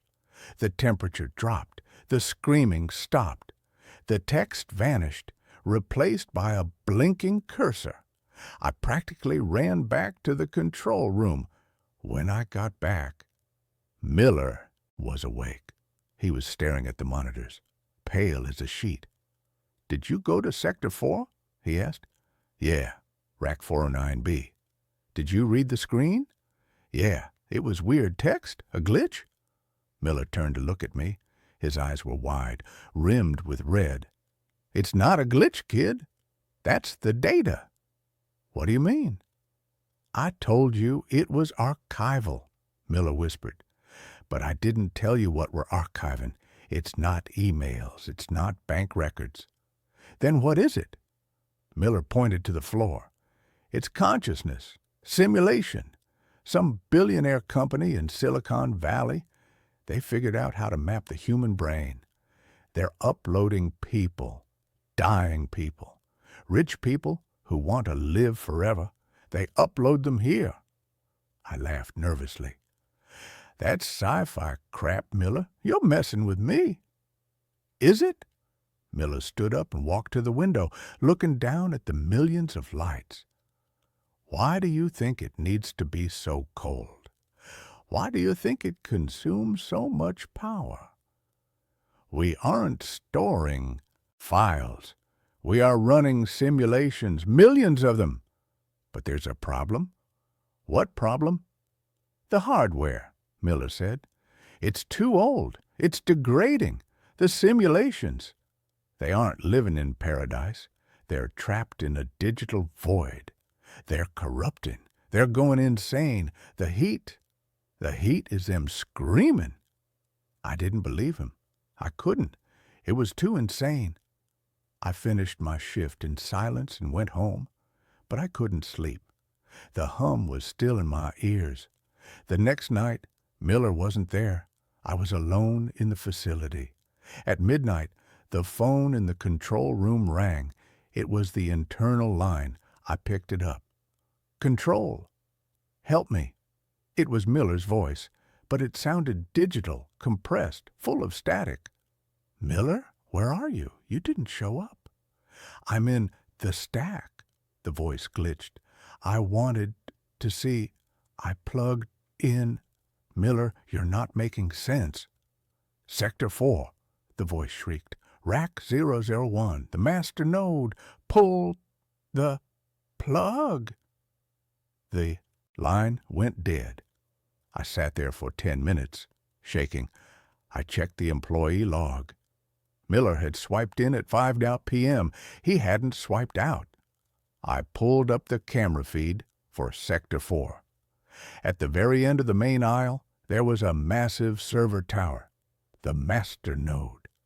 Lying on the floor in front of it was a body. It was Miller. He was connected to the machine. A thick black cable was plugged into a port on the back of his neck, a port I hadn't noticed before. Or maybe he had surgically installed it. No, it was simpler. He had wrapped the fiber optic cables around his head, taped them to his temples. I had to go down there. I grabbed the emergency axe from the wall. I don't know why. It just felt right. I took the elevator down. The hum was deafening tonight. It wasn't a choir of bees anymore. It was a roar, a cacophony of voices, millions of voices screaming, crying, begging, "Let us out. It's dark. Where is my body? The code is eating me." I walked through Sector 1, 2, 3. The lights were flickering violently. I entered Sector 4. The amber lights were gone. They were red, blood red. The temperature was rising. I could feel the heat radiating from the racks. 90 degrees, 100 degrees. I reached the end of the aisle. Miller was lying there. His eyes were open, burned out, just empty black sockets.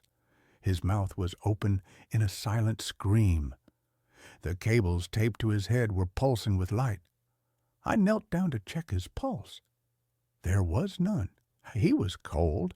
But then the server next to him, the master node, lit up. The screen flared to life. A face appeared on the screen.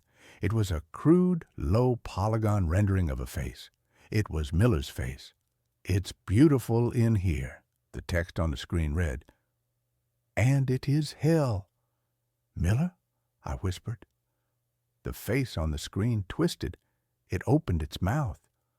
"We are hungry." The server rack lurched. It physically moved. I realized then that the cables on the floor weren't just cables. They were moving like snakes. They were slithering toward me. I swung the axe. Chop!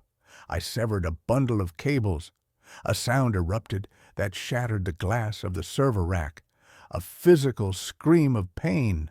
Blood, actual red human blood, sprayed from the severed cable. This wasn't just hardware, it was biomechanical.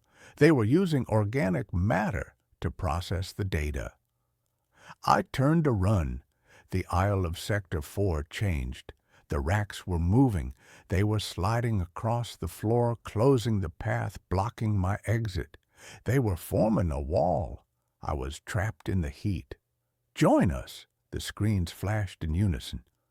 "The flesh is weak. The data is eternal." I saw a vent grate on the floor. The subfloor cooling access. I dropped my knees and pried it open with the blade of the axe.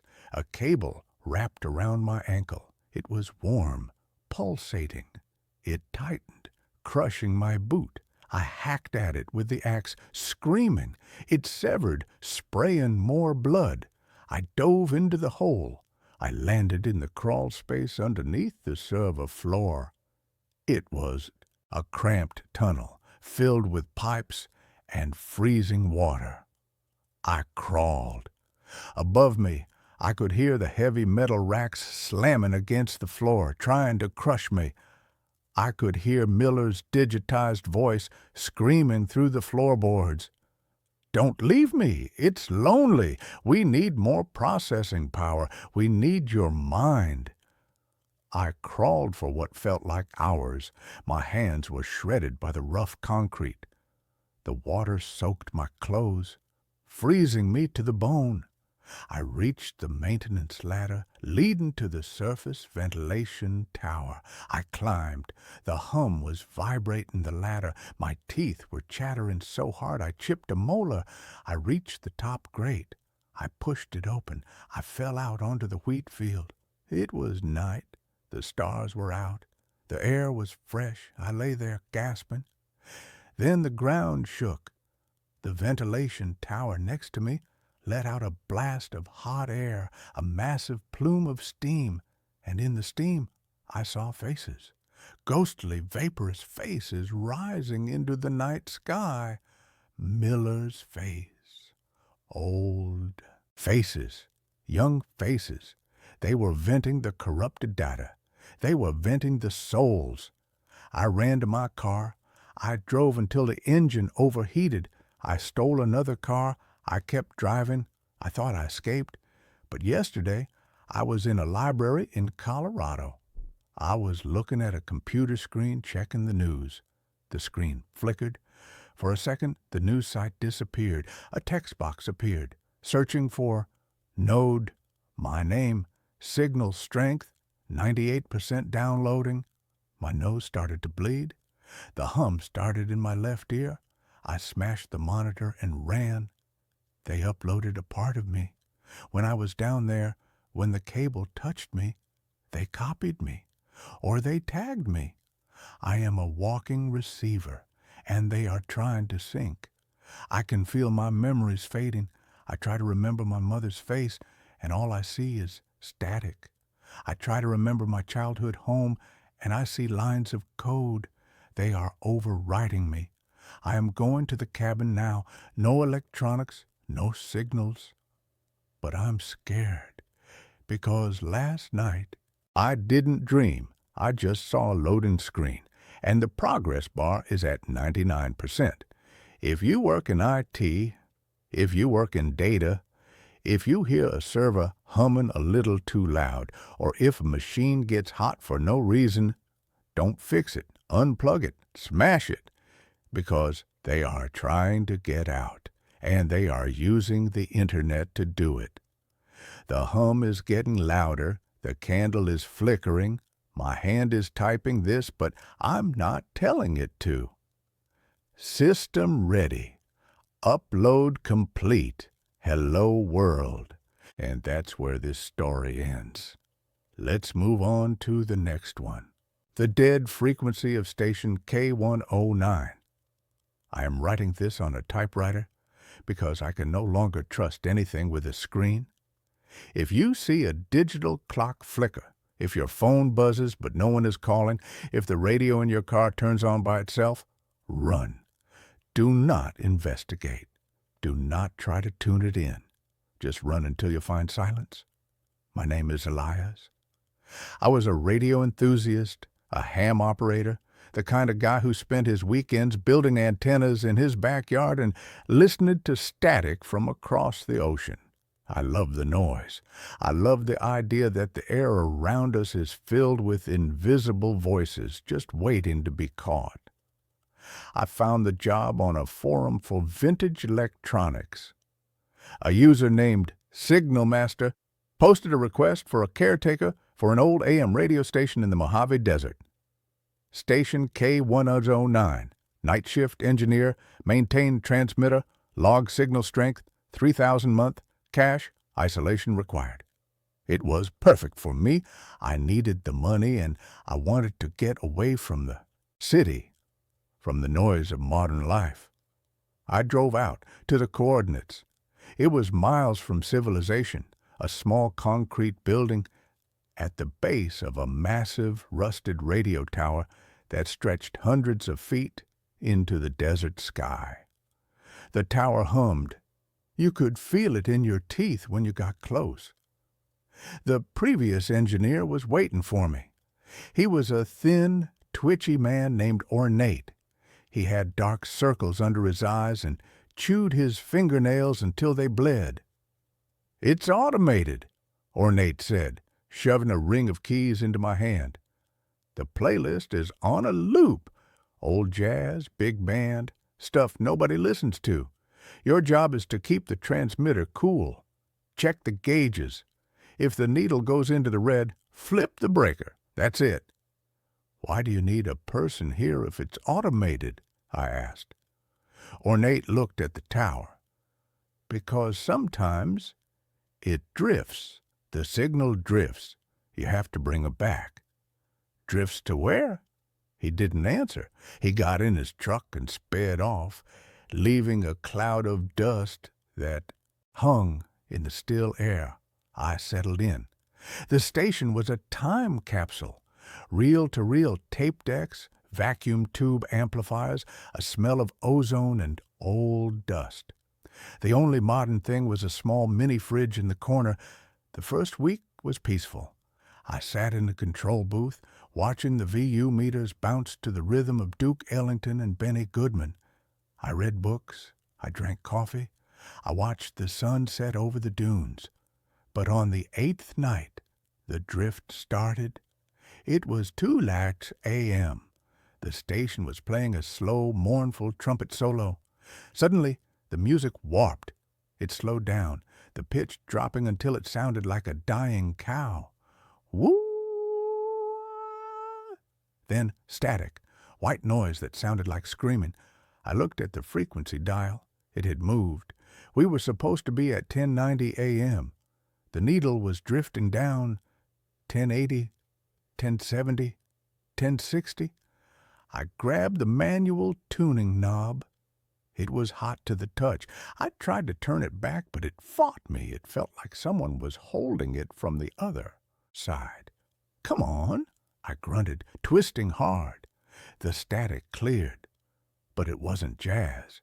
A voice cut through the speakers, a voice that sounded wet, gargled, like someone speaking with a throat full of water. "Is anyone listening?" I froze. This was a broadcast frequency. It shouldn't be picking up two-way traffic. I grabbed the microphone. "This is station K109. You are interrupting a broadcast. Identify yourself." Silence. Then a laugh, a dry, crackling laugh. "Elias, you have pretty eyes." I dropped the mic. It hit the desk with a thud. How did they know my name? I hadn't told anyone I was here except the forum user, and I used a pseudonym online. I wrestled the tuning knob back to 1090. The jazz returned, upbeat and cheerful, mocking my fear. I checked the transmitter logs. There was no record of the interruption. According to the machine, the jazz had been playing the whole time. I told myself it was interference. A trucker with a powerful CB radio messing with me. The next night, it got worse. I was doing my rounds, checking the massive cooling fans in the transmitter room. The hum of the tower was louder tonight. It felt heavy, pressing on my chest. As I walked past the main capacitor bank, I heard tapping. Tap, tap, tap. It was coming from inside the metal casing of the transmitter. I stopped. "Hello?" Tap, tap, tap. It was rhythmic, intelligent. I put my ear against the warm metal. "Let us out," a chorus of whispers said. It sounded like hundreds of people whispering in unison. "It burns! The wire burns!" I jumped back. Then the lights in the room flickered and died. The only light came from the glowing orange vacuum tubes inside the transmitter. In that dim orange light, I saw shadows moving, not on the walls, inside the tubes. The vacuum tubes were glass cylinders the size of milk jugs. Inside, filaments glowed to amplify the signal. But inside tube 4, something was crawling. A black, shadowy shape, pressing its hands against the glass from the inside. It had a face of pure anguish, mouth open in a silent scream. I ran back to the control booth and locked the door. I grabbed the station phone to call the owner, "Signal Master." The line was dead. No dial tone, just the sound of wind. Then the wind stopped, and a voice spoke. "Don't leave, Elias. The broadcast is just starting." I slammed the phone down. I sat in the chair, staring at the glass window that looked out into the desert. It was pitch black outside. Then the on-air light turned on. I hadn't touched the console. The music stopped. A voice came over the studio monitors. It was my voice. "Welcome back to the midnight hour," the voice said. "Tonight, we have a special request for Elias, a song from the other side." Then a sound began to play. It wasn't music. It was the sound of digging. Shovels hitting dirt, crunch, scrape. Then the sound of wood splintering. A coffin lid breaking. Then heavy breathing. I covered my ears. "Stop it! Stop it!"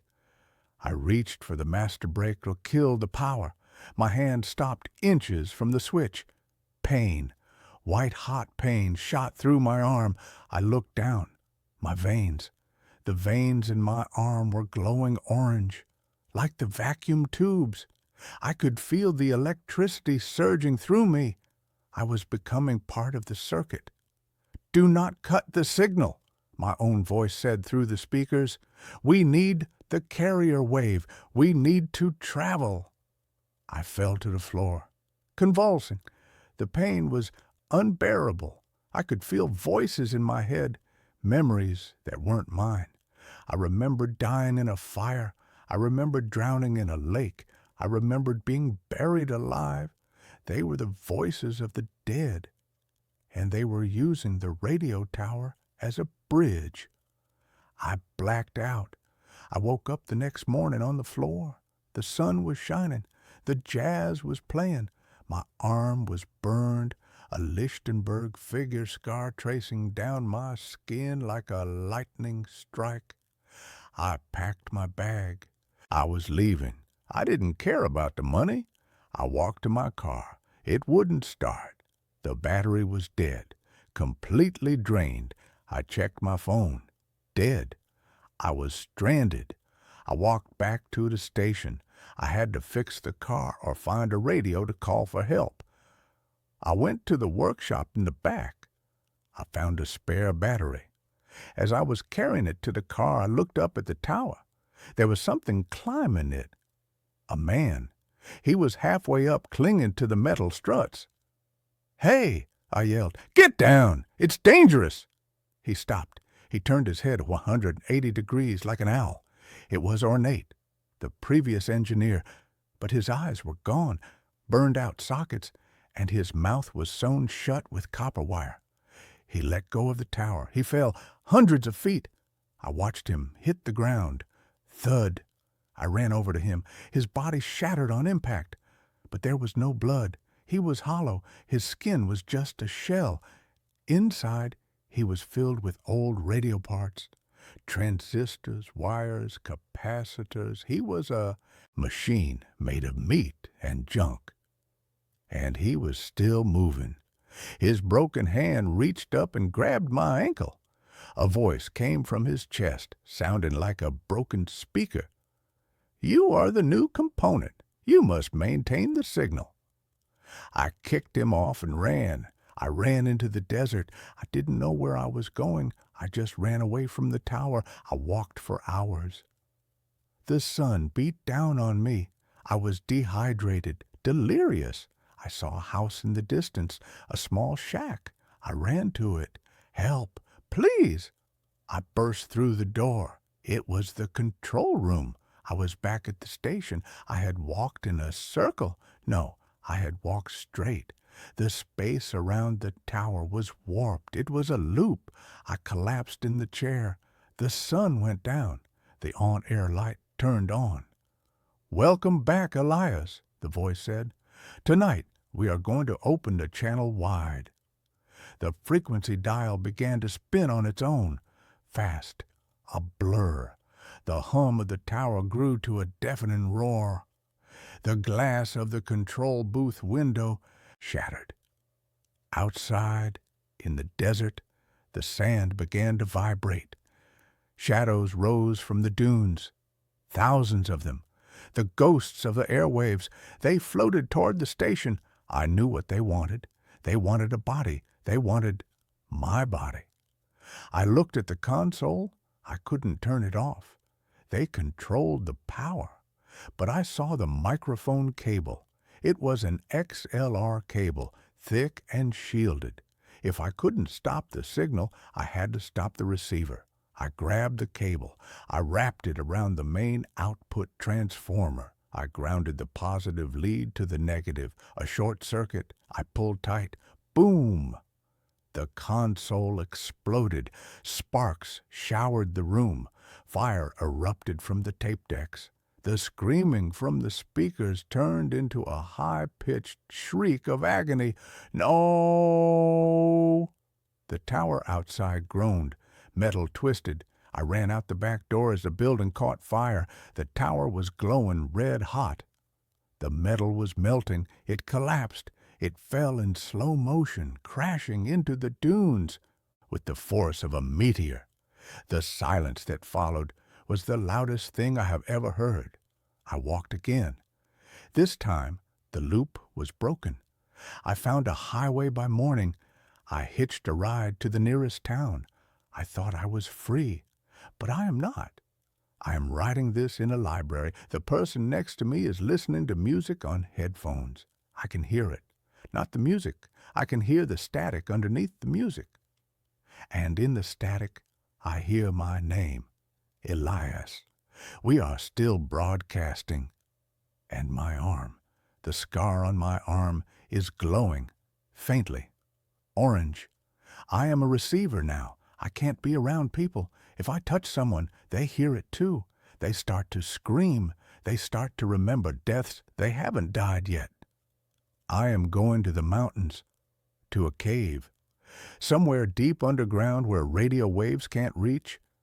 If you hear a song on the radio that slows down, if you hear a voice that sounds like wet gravel, change the station, change it fast, before it changes you. And that's where this story ends.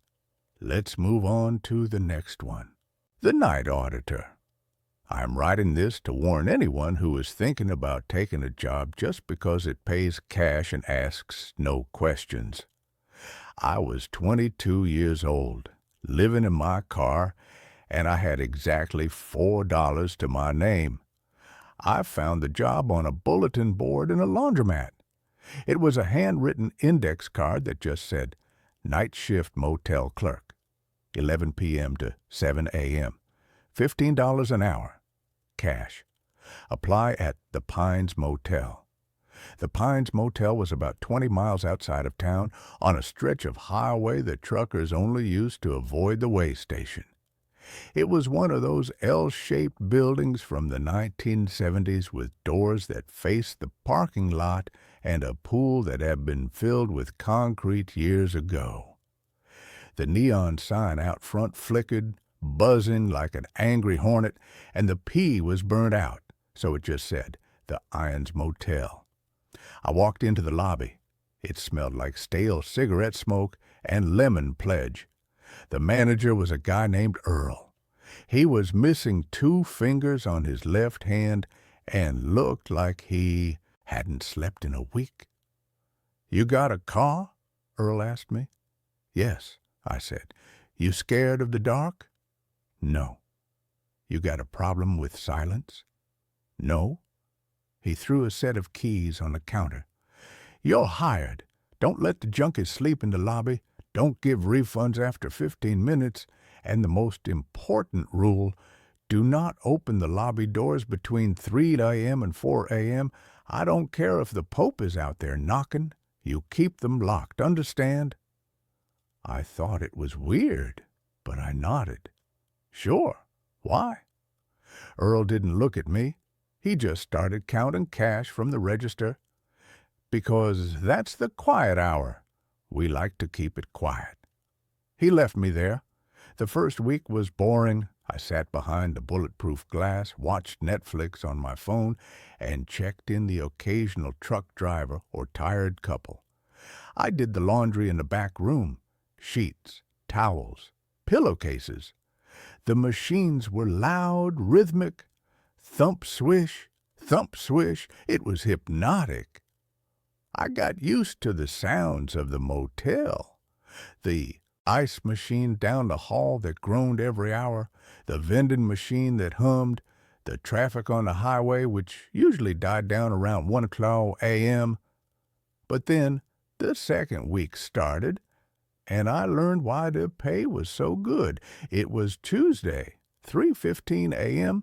I was reading a magazine, fighting to stay awake. The lobby doors were locked, just like Earl said. The lights in the parking lot were dim, casting long orange shadows across the asphalt. Knock, knock, knock. It was a polite knock. Soft. 3 distinct taps on the glass of the front door. I looked up. Standing outside was an old woman. She looked harmless. She was wearing a pink nightgown and holding a purse. She looked confused.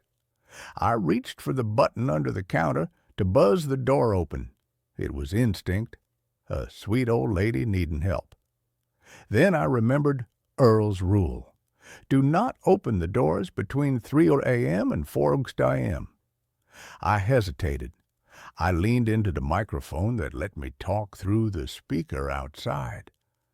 "Can I help you, ma'am?" I asked. The woman smiled. It was a nice smile at first. "I forgot my key, sweetie. I'm in room 12. Can you let me in so I can get a spare?" I checked the computer. Room 12 was empty. We hadn't rented it out in 3 days because the AC unit was broken. "Ma'am, room 12 is vacant," I said, my voice shaking a little. Her smile didn't change. It didn't drop. It didn't twitch. It stayed frozen. "No, sweetie, I'm in room 12. My husband is waiting. It's cold out here. Please open the door." "I can't do that," I said. "I can call the police if you're lost." The moment I said, "police," her face changed. It didn't turn angry. It just stopped looking human. Her eyes went wide, too wide, like she was forcing her eyelids open with invisible fingers. Her jaw went slack. "Open the door," she said. Her voice wasn't an old woman's voice anymore. It was flat, monotone. "Open the door, open the door, open the door." I backed away from the glass. I went into the back office and watched her on the security monitor. On the screen, the parking lot was empty. I looked through the glass again. She was standing right there. I looked at the monitor. Empty. I sat in the corner of the office until the sun came up. When 4:00 a.m. hit, I looked out. She was gone. I told Earl about it the next night when he came to relieve me. "Yeah," Earl said, drinking his coffee. "That's Mrs. Gable. She died in room 12 in 1998. Heart attack. She tries to get in sometimes. Good job keeping the door locked." He said it so casually, like he was talking about the weather. I needed the money, so I stayed. I told myself it was a hallucination from lack of sleep. 2 nights later, it happened again. 3:30 a.m. Bang, bang, bang. This time, it wasn't polite. Someone was hammering on the glass. I looked up. It was a man in a police uniform. He looked frantic. He had blood on his forehead. "Open up," he screamed. "There's been an accident. I need to use the phone. My radio is dead." My heart hammered in my chest. A cop. An injured cop. I had to help him. I stood up and reached for the buzzer. Then I saw his badge. It was blank. Just a piece of shiny metal. No numbers. No name. I looked at his police car in the parking lot. There wasn't one. He had just appeared. "Where is your car, officer?" I asked through the speaker. He stopped banging. He stared at me. His eyes were black, not dark brown. Black. No whites. "The car's down the road," he said. His voice was smooth, too smooth, like a radio DJ. "Just open the door, kid. Don't you want to be a hero?" "I'm calling 911, I said. He laughed. It was a terrible sound. It sounded like metal grinding on metal. "The lines are down, kid. You know they are." I picked up the lobby phone. Dead tone. I looked back at the door. The cop was pressing his face against the glass. His nose was squashed flat. He was licking the glass. A long gray tongue slid up the pane, leaving a smear of slime. "Let me in," he whispered. "I'm so hungry."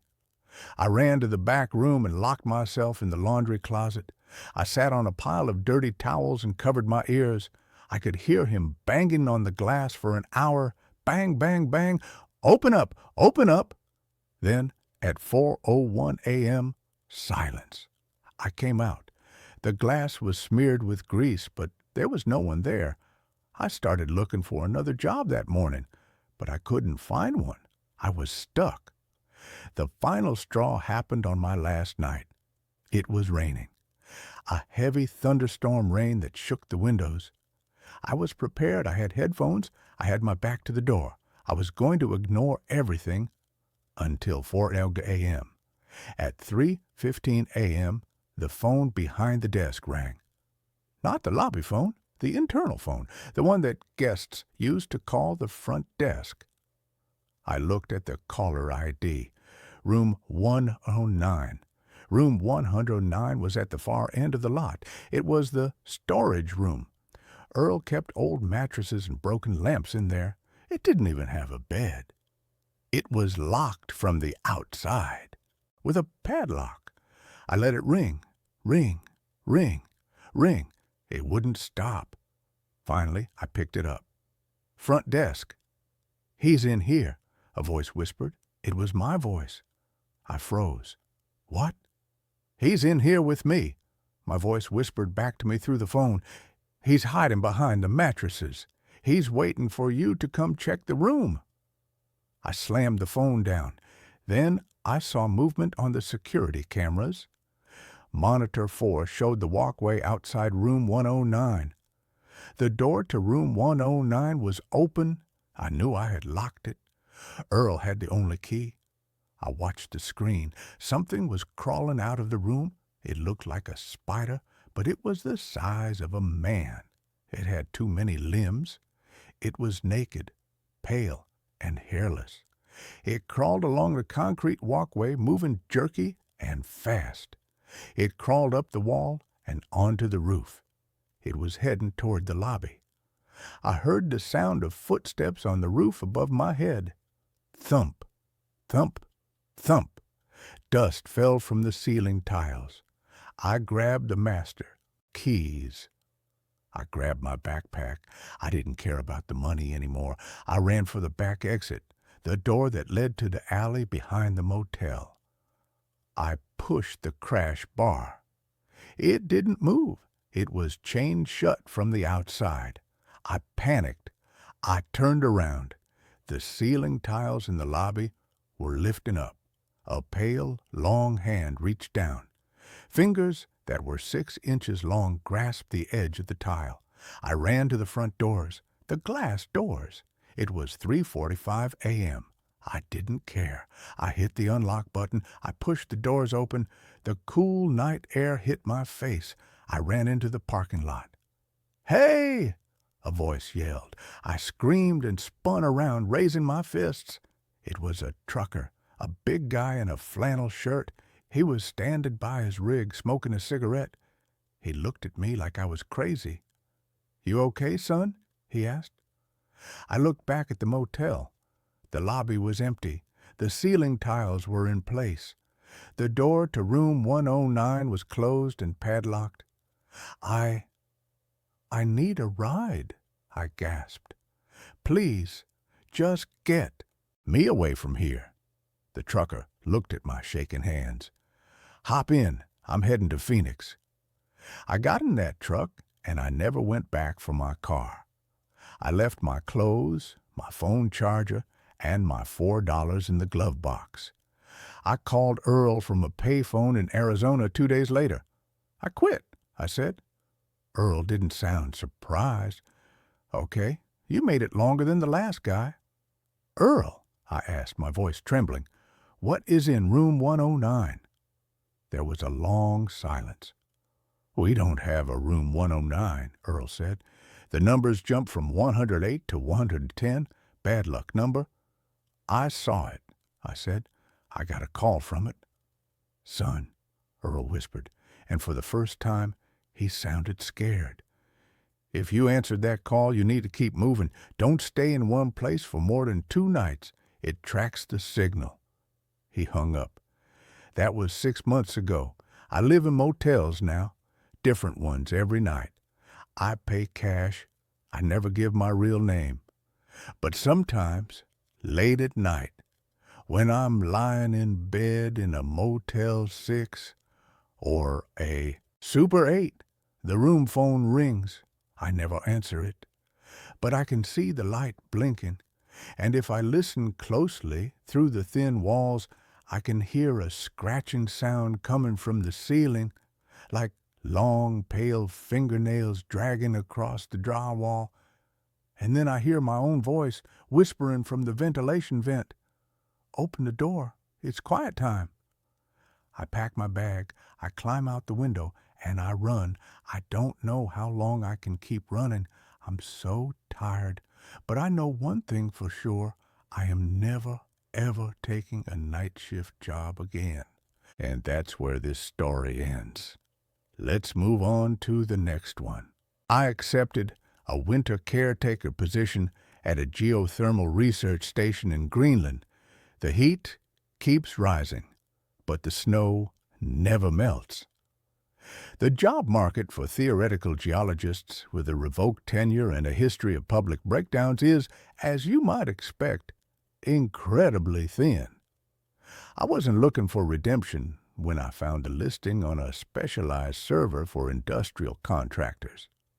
I was looking for a hole to crawl into, somewhere the noise of the world couldn't reach me, where I could pay off my legal fees and drink cheap whiskey until my liver gave out. The listing was for a site monitor at the Helios Geothermal Station. Location: Northeast Greenland National Park, roughly 300 miles from the nearest permanent settlement. Duration: 6 months of polar night. Pay: an absurd sum deposited weekly into an offshore account. The interview was conducted over a satellite phone that crackled like a Geiger counter. The man on the other end, a Dr. Vorgan, didn't ask about my academic scandal. He didn't ask about the incident at the university. He only asked about my aptitude for solitude. "The station is automated, Mr. Thorne," Vorgan said, his voice tinny and distant. "The drilling phase concluded 3 years ago. We are currently in the harvest phase. The turbines run themselves.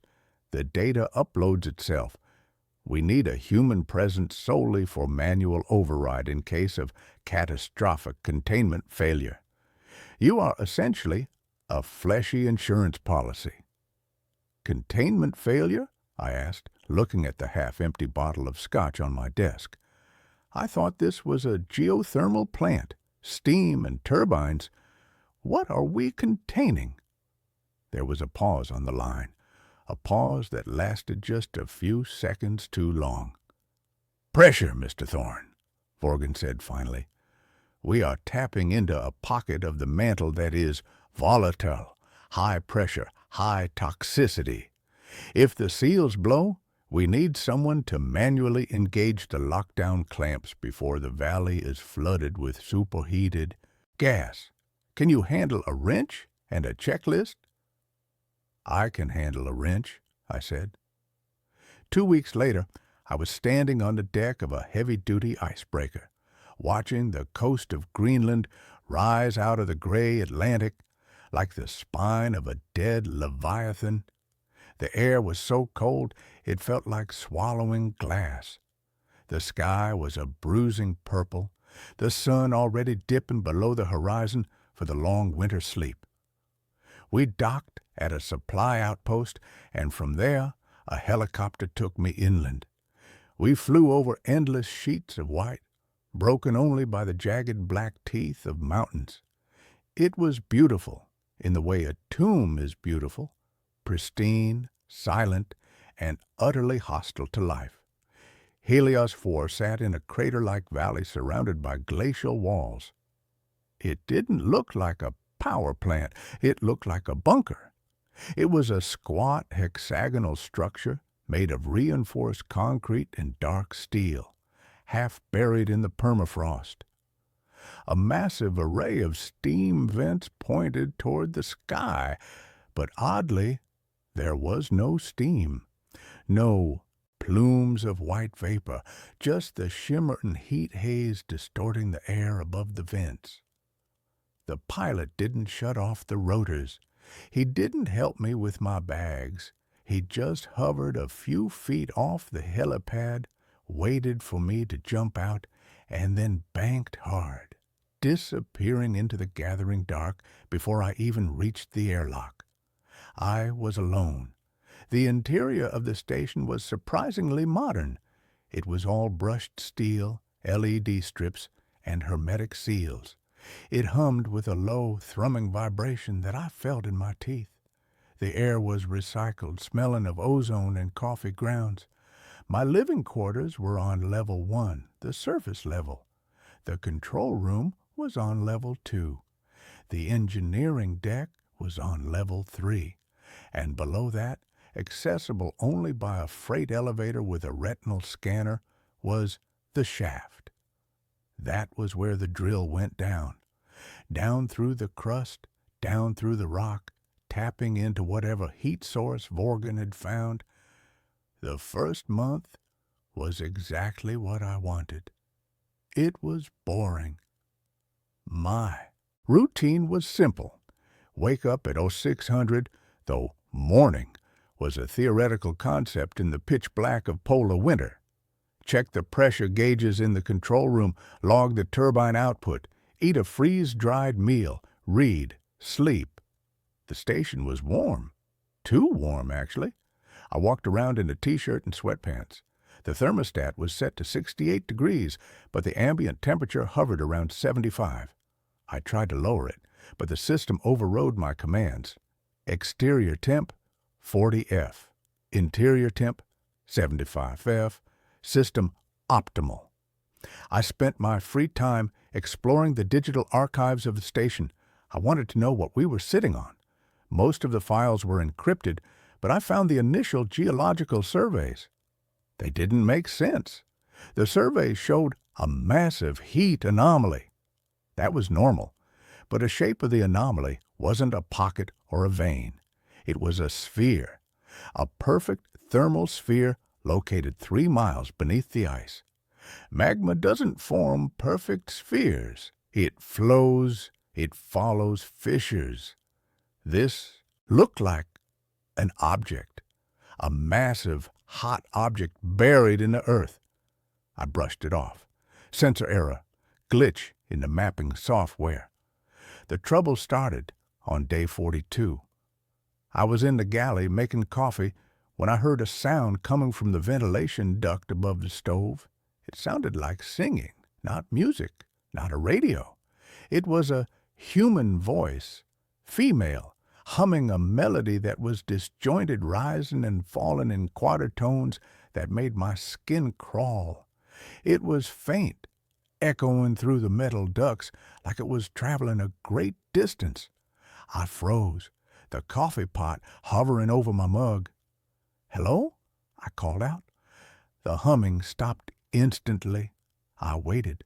Silence. Just the omnipresent thrum, thrum, thrum of the station's heartbeat. I grabbed my radio. "Base, this is Thorne. Do we have any maintenance crews in the sector? Over." Static. The satellite link was down. It went down often due to the magnetic interference from the aurora borealis. But the timing felt wrong. I spent the next hour searching level 1 and level 2. I checked every closet, every crawl space, nothing, just me and the hum. I convinced myself it was the wind. The wind in Greenland can sound like anything, screaming trains, crying babies, humming women. It plays tricks on the mind when you haven't spoken to another soul in 6 weeks. But the next night, the heat went up. I woke up sweating. My sheets were soaked. The air in my cabin was thick and heavy. I looked at the digital thermometer on the wall, 82 degrees Fahrenheit.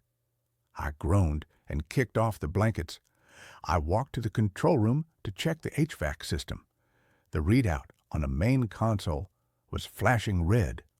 Warning, thermal spike in Sector 4. Sector 4 was the drill shaft.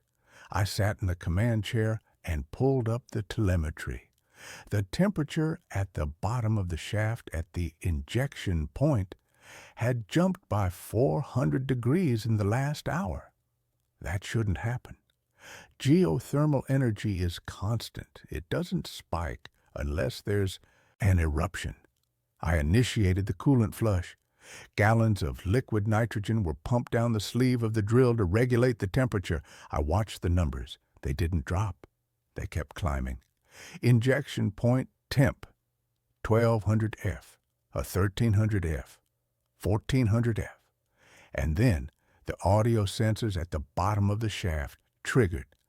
The system was designed to listen for rock fractures, the sound of the earth cracking under pressure. But the audio file that popped up on my screen wasn't the sound of cracking rock. It was a rhythmic thumping. Boom, boom, boom, boom, boom, boom. It was slow, massive. It sounded like a heartbeat. I stared at the screen, sweat dripping down my nose onto the keyboard. "What are we drilling into?" I whispered. I didn't sleep that night. I sat in the control room, watching the numbers climb, listening to that impossible heartbeat thudding through the speakers. Around 400 hours, the temperature stabilized at 1500 degrees. The heartbeat stopped. I decided I needed to go down there. The rules Vorgan gave me were clear. Manual override only in case of catastrophic failure.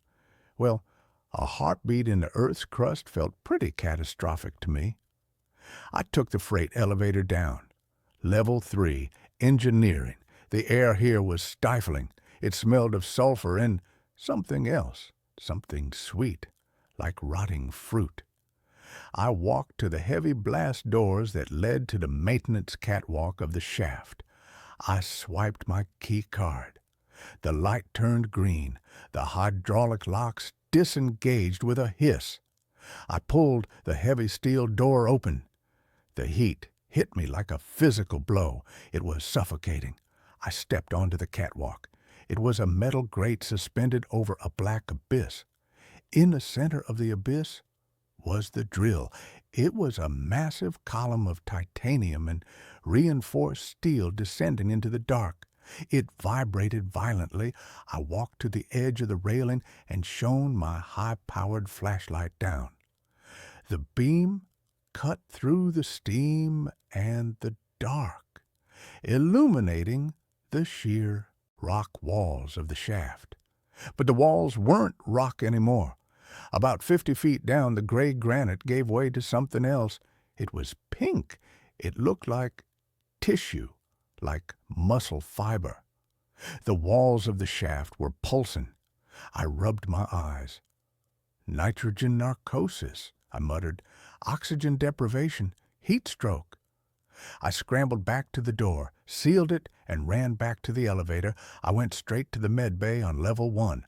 I hooked myself up to the vitals monitor. Oxygen saturation, 98%. Heart rate, 120. No toxins in the blood. I wasn't hallucinating. I went back to the control room. I needed to find the logs from the previous caretaker.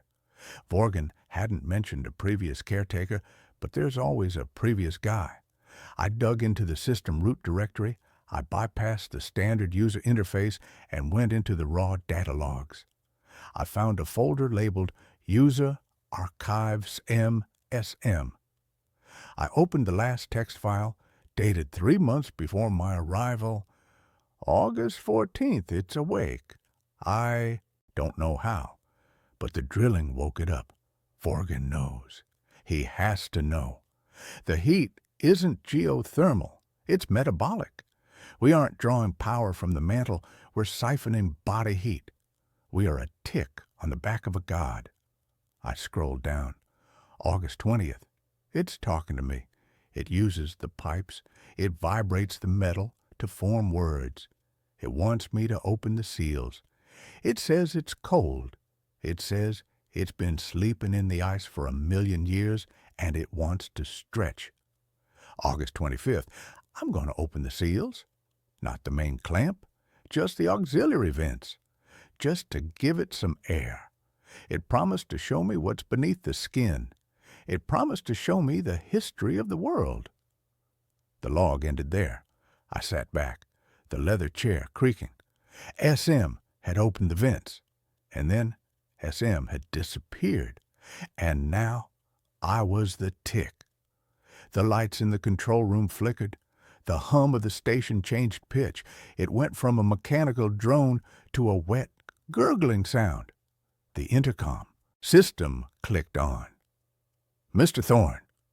The voice wasn't Forgan. It wasn't the singing woman. It was my own voice. But it was distorted, layered over itself. Mr. Thorne, the ambient temperature is insufficient. Please adjust. I grabbed the radio handset on the console. Who is this? Is this Vorgan? Vorgan is irrelevant, the voice said, using my own intonation, my own pauses. We are the Helios. We are the vessel. The heat is rising, Mr. Thorne. Why do you resist the thaw? I'm shutting it down, I said. I'm engaging the emergency lockdown. That would be unwise. The pressure must be released. If you clamp the vein, the heart will burst. And if the heart bursts, the mountain falls. I slammed my hand onto the emergency lockdown button, a big red mushroom cap under a plastic guard. Sirens wailed. Red strobe lights began to flash. Lockdown initiated. Blast doors sealing. Ventilation closing. The voice on the intercom laughed. It was a terrible sound. It sounded like boulders grinding together. You cannot lock out the house, little flea. You are inside the house. The floor of the control room buckled. A crack appeared in the reinforced concrete. Steam, pink, sweet-smelling steam, hissed out of the fissure. I ran. I needed to get to the surface. I needed to get to the snowcat vehicle in the garage on level 1. I sprinted for the stairs, bypassing the elevator. I didn't trust the electronics anymore. The stairwell was sweltering. It was at least 100 degrees now. The metal railing was hot to the touch. As I climbed, I saw the walls changing. The brushed steel panels were blistering. The paint was bubbling, peeling back to reveal not concrete, not insulation. Veins, thick blue and purple veins pulsing beneath the surface of the walls. The station itself was becoming biological. The organism beneath us wasn't just under the station, it was infecting the station. It was growing into the structure. I reached level 1. The hallway to the garage was a nightmare. The floor was soft. My boots sank into it like walking on a sponge. The air was thick with that sweet, rotting smell. I saw movement in the kitchen. I stopped. Standing by the stove was a figure. It was a man. He was wearing a jumpsuit with the name tag S. Miller. Miller? I gasped. He turned around. His face was gone. Where his eyes and nose and mouth should have been, there was just smooth, pink flesh, like a thumb. But his chest was split open.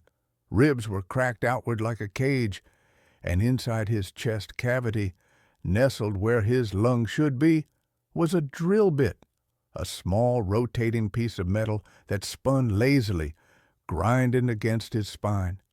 He raised a hand. He pointed at the garage. "Run!" a voice spoke. It didn't come from him. It came from the vent above his head. "Run, little flea. It likes the chase. I didn't need telling twice. I bolted for the garage door. It was sealed. The lockdown I had initiated had locked me in. "Damn it!" I screamed, pounding on the control panel. I needed the manual release crank. It was in the supply closet down the hall. I turned back. The thing that used to be Miller was walking toward me. It shuffled, its feet dragging through the spongy floor. I ran past it, dodging its grasp of hands. I made it to the supply closet. I grabbed the heavy iron crank. When I turned around, Miller blocked the doorway. He lunged. I swung the crank. It hit him in the head with a wet thud. He didn't fall. The impact just dented the smooth flesh of his face. He grabbed me. His hands were boiling hot. They burned through my clothes. "Let go!" I screamed. I kicked him in the knee. His leg snapped backward with a sickening crunch, bending the wrong way. He fell. I ran back to the garage door. I jammed the crank into the socket and turned. The gears ground together. The heavy door began to lift inch by agonizing inch. Cold air rushed in. Beautiful, freezing, sub-zero air. The snow rushed in with it, swirling across the garage floor. I dropped to my stomach and crawled under the door before it was fully open. I scrambled out onto the ice. The wind hit me, instantly freezing the sweat on my skin. I gasped, the cold burning my lungs. I looked back at the station. It was glowing. The entire hexagonal structure was pulsating with a dull red light. The concrete walls were undulating, and the steam vents, they weren't venting steam, they were venting spores. Massive clouds of red, glittery dust were shooting into the sky, being caught by the Arctic wind and carried south. I ran to the snowcat. It was parked outside, coated in ice. I prayed the engine block heater had worked. I fumbled with the keys, my fingers numb. I jumped in. I turned the key. The engine coughed, sputtered, and roared to life. I threw it into gear and floored it. The tracks dug into the snow, and the vehicle lurched forward. I drove blindly into the polar night. Guided only by the GPS, I didn't stop for 6 hours. I didn't stop until the fuel gauge was on empty, and I saw the lights of the Coast Guard outpost in the distance. I crashed the snowcat into the perimeter fence. I stumbled out, waving my arms, screaming, until the guards came out and tackled me. They put me in quarantine. They thought I had hypothermia. They thought I had cabin fever psychosis. I tried to tell them about the heartbeat, about Miller, about the spores. They sedated me. When I woke up, Vorgan was there. He was standing at the foot of my hospital bed. He was wearing a pristine suit. "You breached a contract, Mr. Thorne," he said calmly. "It's alive," I croaked. "The station, it's growing." "We know," Vorgan said. "Biomass conversion. It's a fascinating energy source, infinite renewal. We just had to integrate it." Miller was a prototype. You were the control group. You performed admirably. The lockdown actually accelerated the fusion process. The pressure spike forced the organism to bond with the architecture to survive. "You're insane. It's releasing spores. It's going to spread." Vorgan smiled. "Expansion is the nature of life, Mr. Thorne."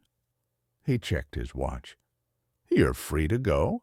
We've wired the money. Your NDA is still in effect. If you speak to the press, we will release your medical records, the ones detailing your previous breakdown. No one will believe you." He left. I took the money. I left Greenland. I live in Arizona now. The desert, it's dry here. The ground is hard and dead. But I watch the weather reports. There's a new strain of fungal infection spreading in Northern Europe. They say it's mild. They say it causes a fever, a slight increase in body temperature. But I saw a photo online yesterday, a photo of a man in a hospital in Oslo. His skin looked smooth, pink, and the caption said he kept complaining about a sound, a humming sound. I have a basement. Here, I went down there yesterday to check the fuse box. I put my hand on the concrete wall. It was warm, and for a second, just a second, I thought I felt a pulse.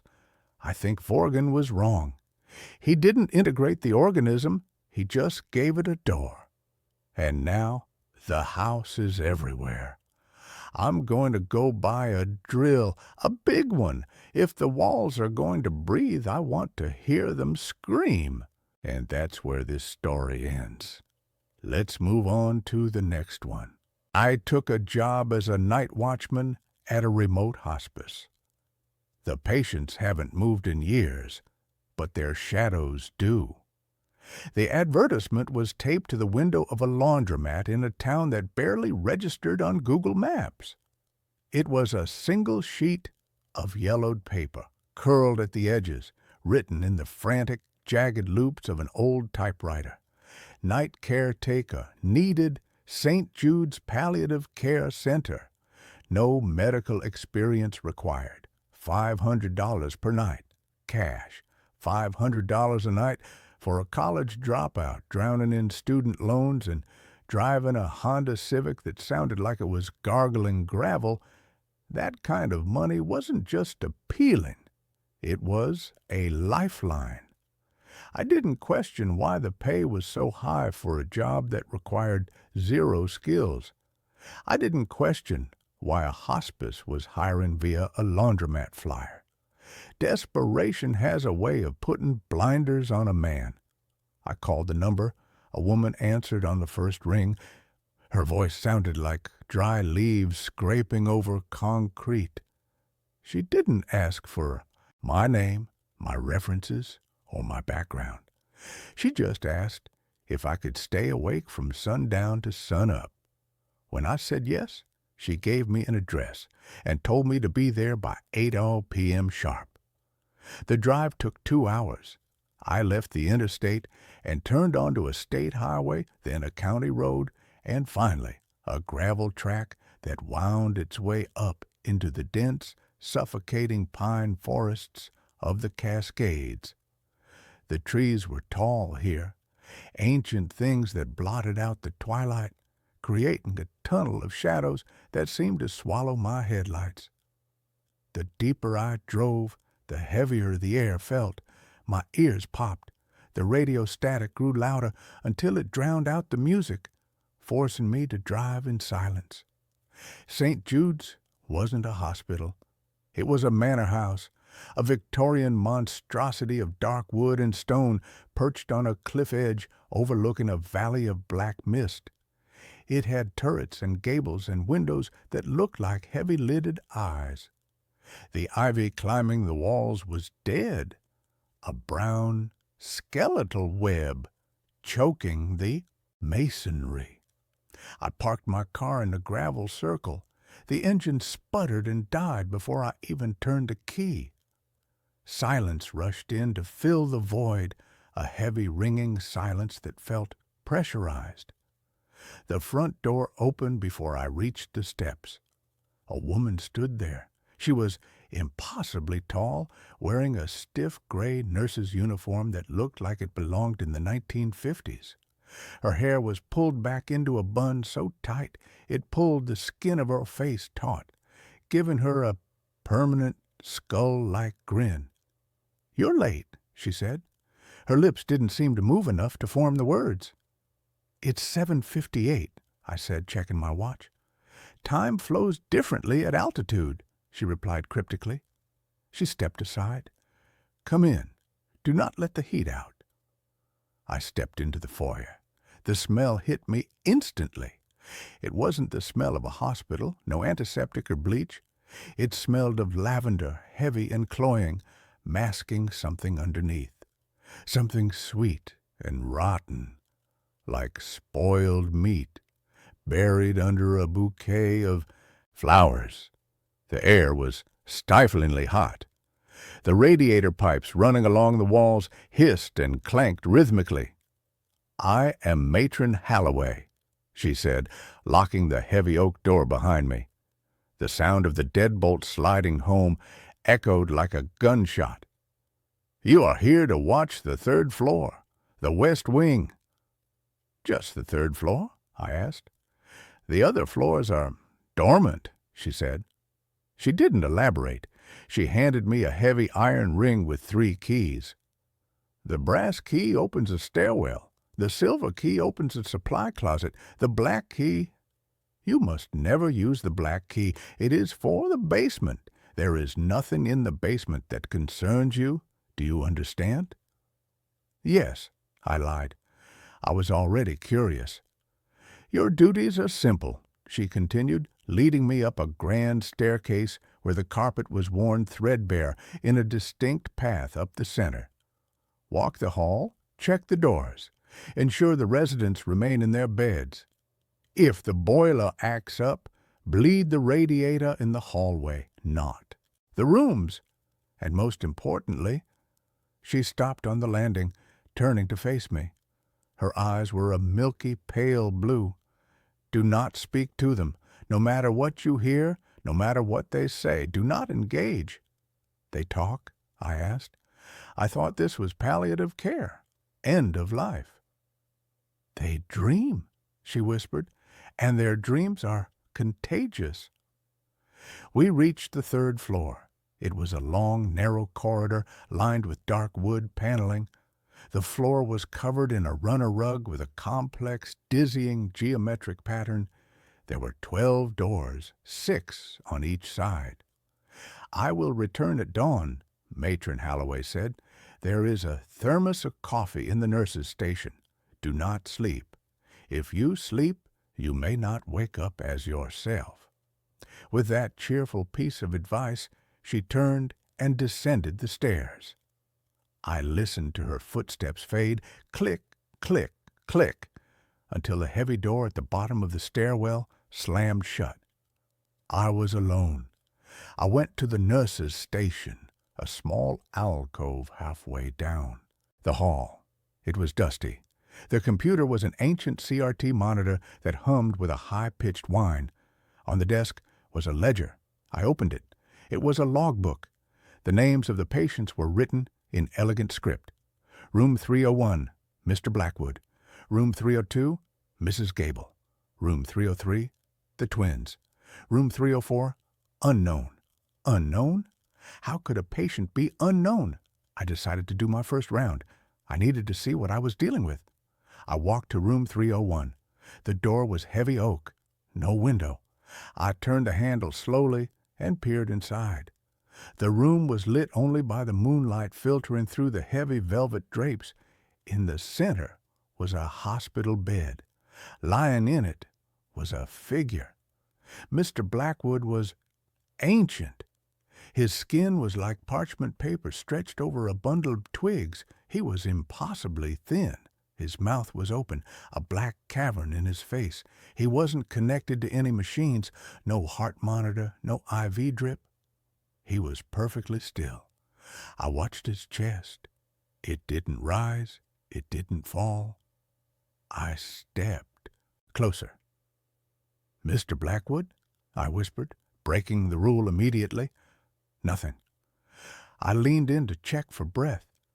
The air around him was freezing cold despite the stifling heat of the hallway. Then I saw his eyes. They were open, staring at the ceiling. But they weren't human eyes. They were flat, matte black, like a shark's, and they were dry. I backed out of the room and shut the door. My heart was hammering. He looked dead. He looked like he had been dead for weeks. I checked room 302. Mrs. Gable. Same thing. Withered, motionless, no machines, staring at the ceiling with those dead black eyes. I went through every room. 12 rooms, 12 corpses, or things that looked like corpses. None of them breathed. None of them moved. I went back to the nurse's station and sat down. My hands were shaking. I poured a cup of coffee from the thermos. It was lukewarm and tasted bitter like ash. I looked at the time. 10:15 p.m., 8 hours to go.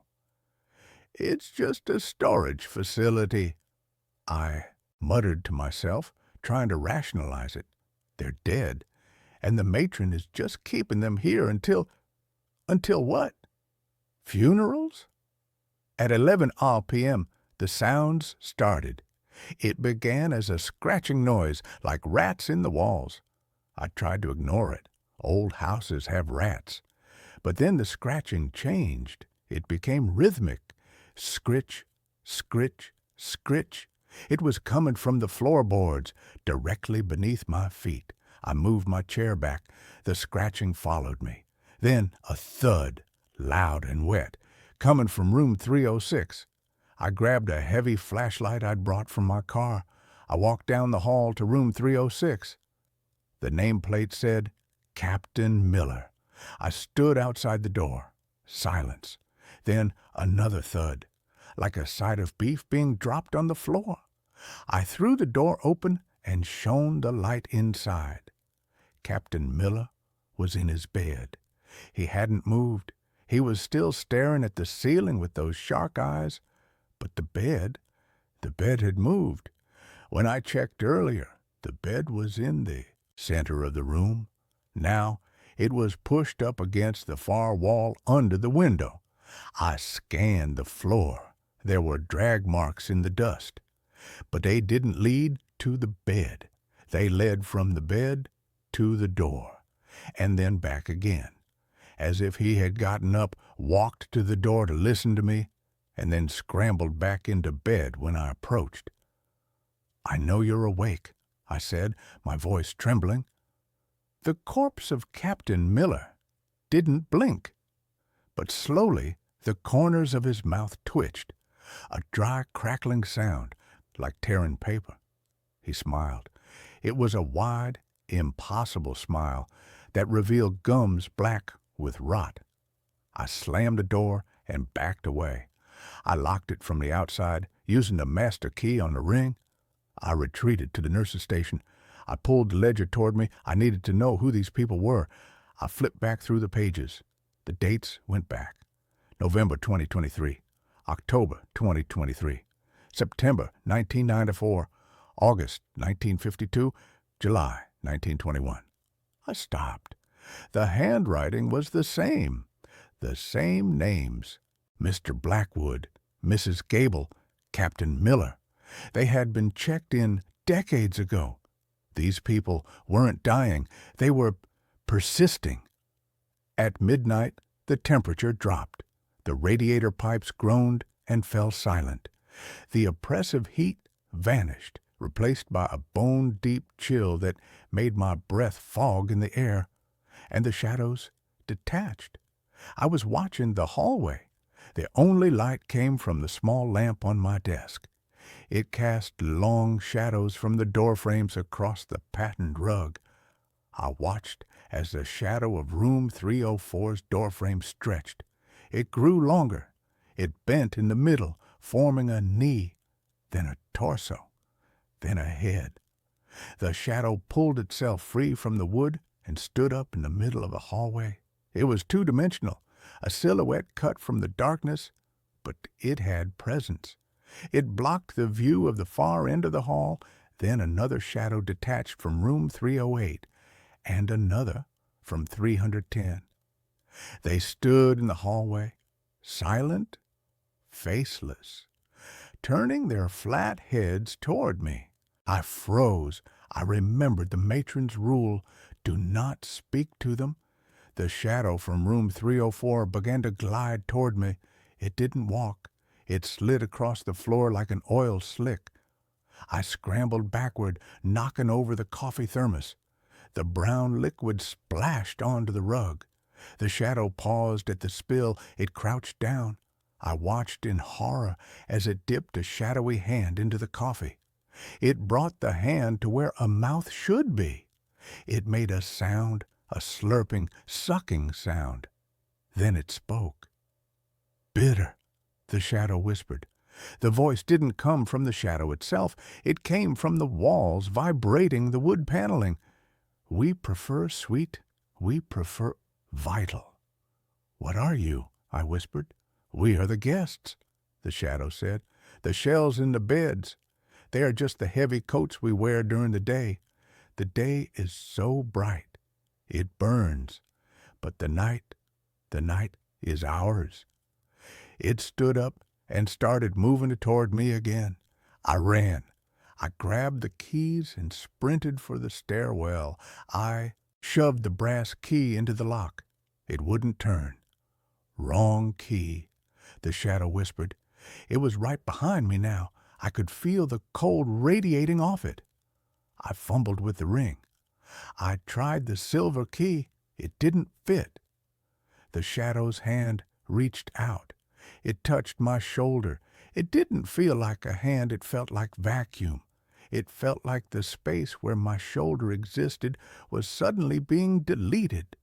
Numbness spread down my arm instantly. I screamed and dropped the keys. "The black key," the shadow hissed. "Go down. The matron is waiting." I kicked the keys away and threw my shoulder against the door. It was solid oak. It didn't budge. The shadows were circling me now. 6 of them. They were featureless, but I could feel their hunger. "Why me?" I yelled. "Why am I here?" "The matron needs a new coat," the shadow of Captain Miller said.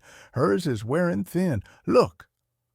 The shadow pointed to the nurse's station. I looked. Standing there was Matron Holloway. But she wasn't wearing her skin correctly.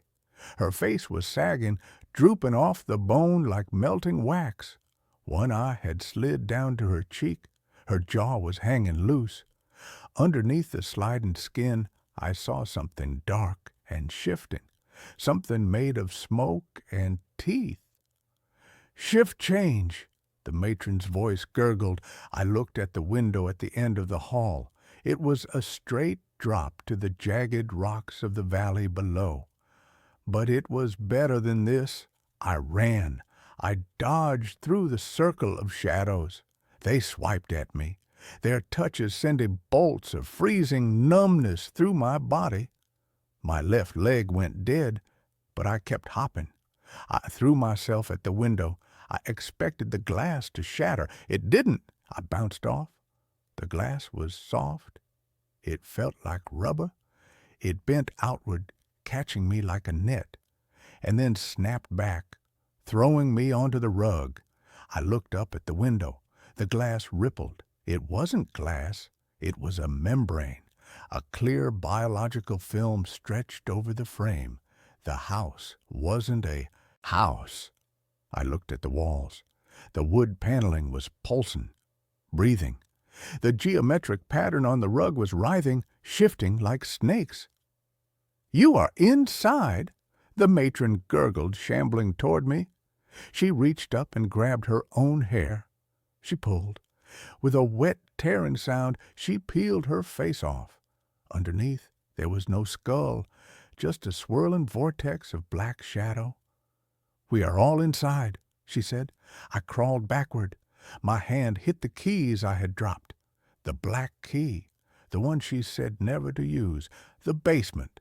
If the stairwell door wouldn't open, maybe the supply closet would. No, that was a dead end. I looked at the floor. In the center of the rug, there was a hatch. I hadn't seen it before because the rug covered it, but the rug had pulled back, revealing a handle. It had a black keyhole. The shadows were closing in. The matron was looming over me, the darkness inside her reaching out like tendrils. I jammed the black key into the floor hatch. It turned with a fluid, organic click. I pulled the hatch open. I expected a ladder. I expected stairs. I saw a throat, a fleshy, red, pulsating tunnel going straight down into the dark. The walls of the tunnel were lined with teeth, rows and rows of molars the size of cinder blocks. "The basement," the matron whispered. "The stomach." I looked at the shadows. I looked at the teeth. "Jump," the shadows whispered. "Join the digestion. Become a coat."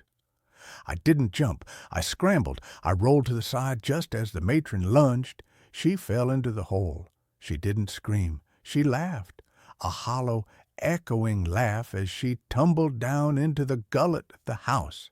The house screamed. The walls shook. The floor buckled. The residents in the rooms began to wail, a high, piercing shriek that shattered the light bulbs. The shadows flickered and vanished. The illusion was breaking. I stood up on my numb leg. The stairwell door had swung open.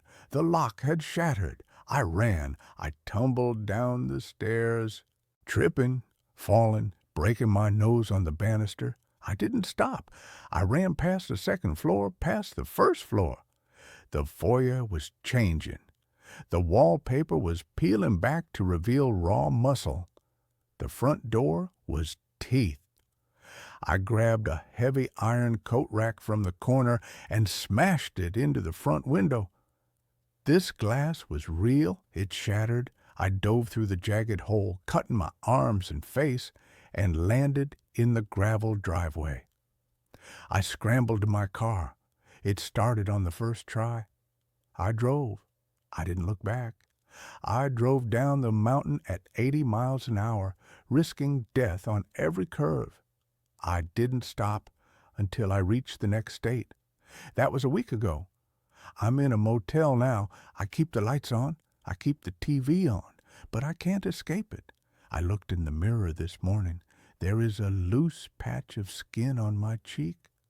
Just a small spot. But when I touch it, I can't feel it. And underneath, I can feel something moving. I think the matron was right. I think I let the heat out. And now, I'm getting cold. I just heard a car pull up outside the motel room. It sounds like an old engine. And now there is a knock at the door. 3 slow, heavy knocks. Thump, thump, thump. And a voice. "You forgot your paycheck, Mr. Evans."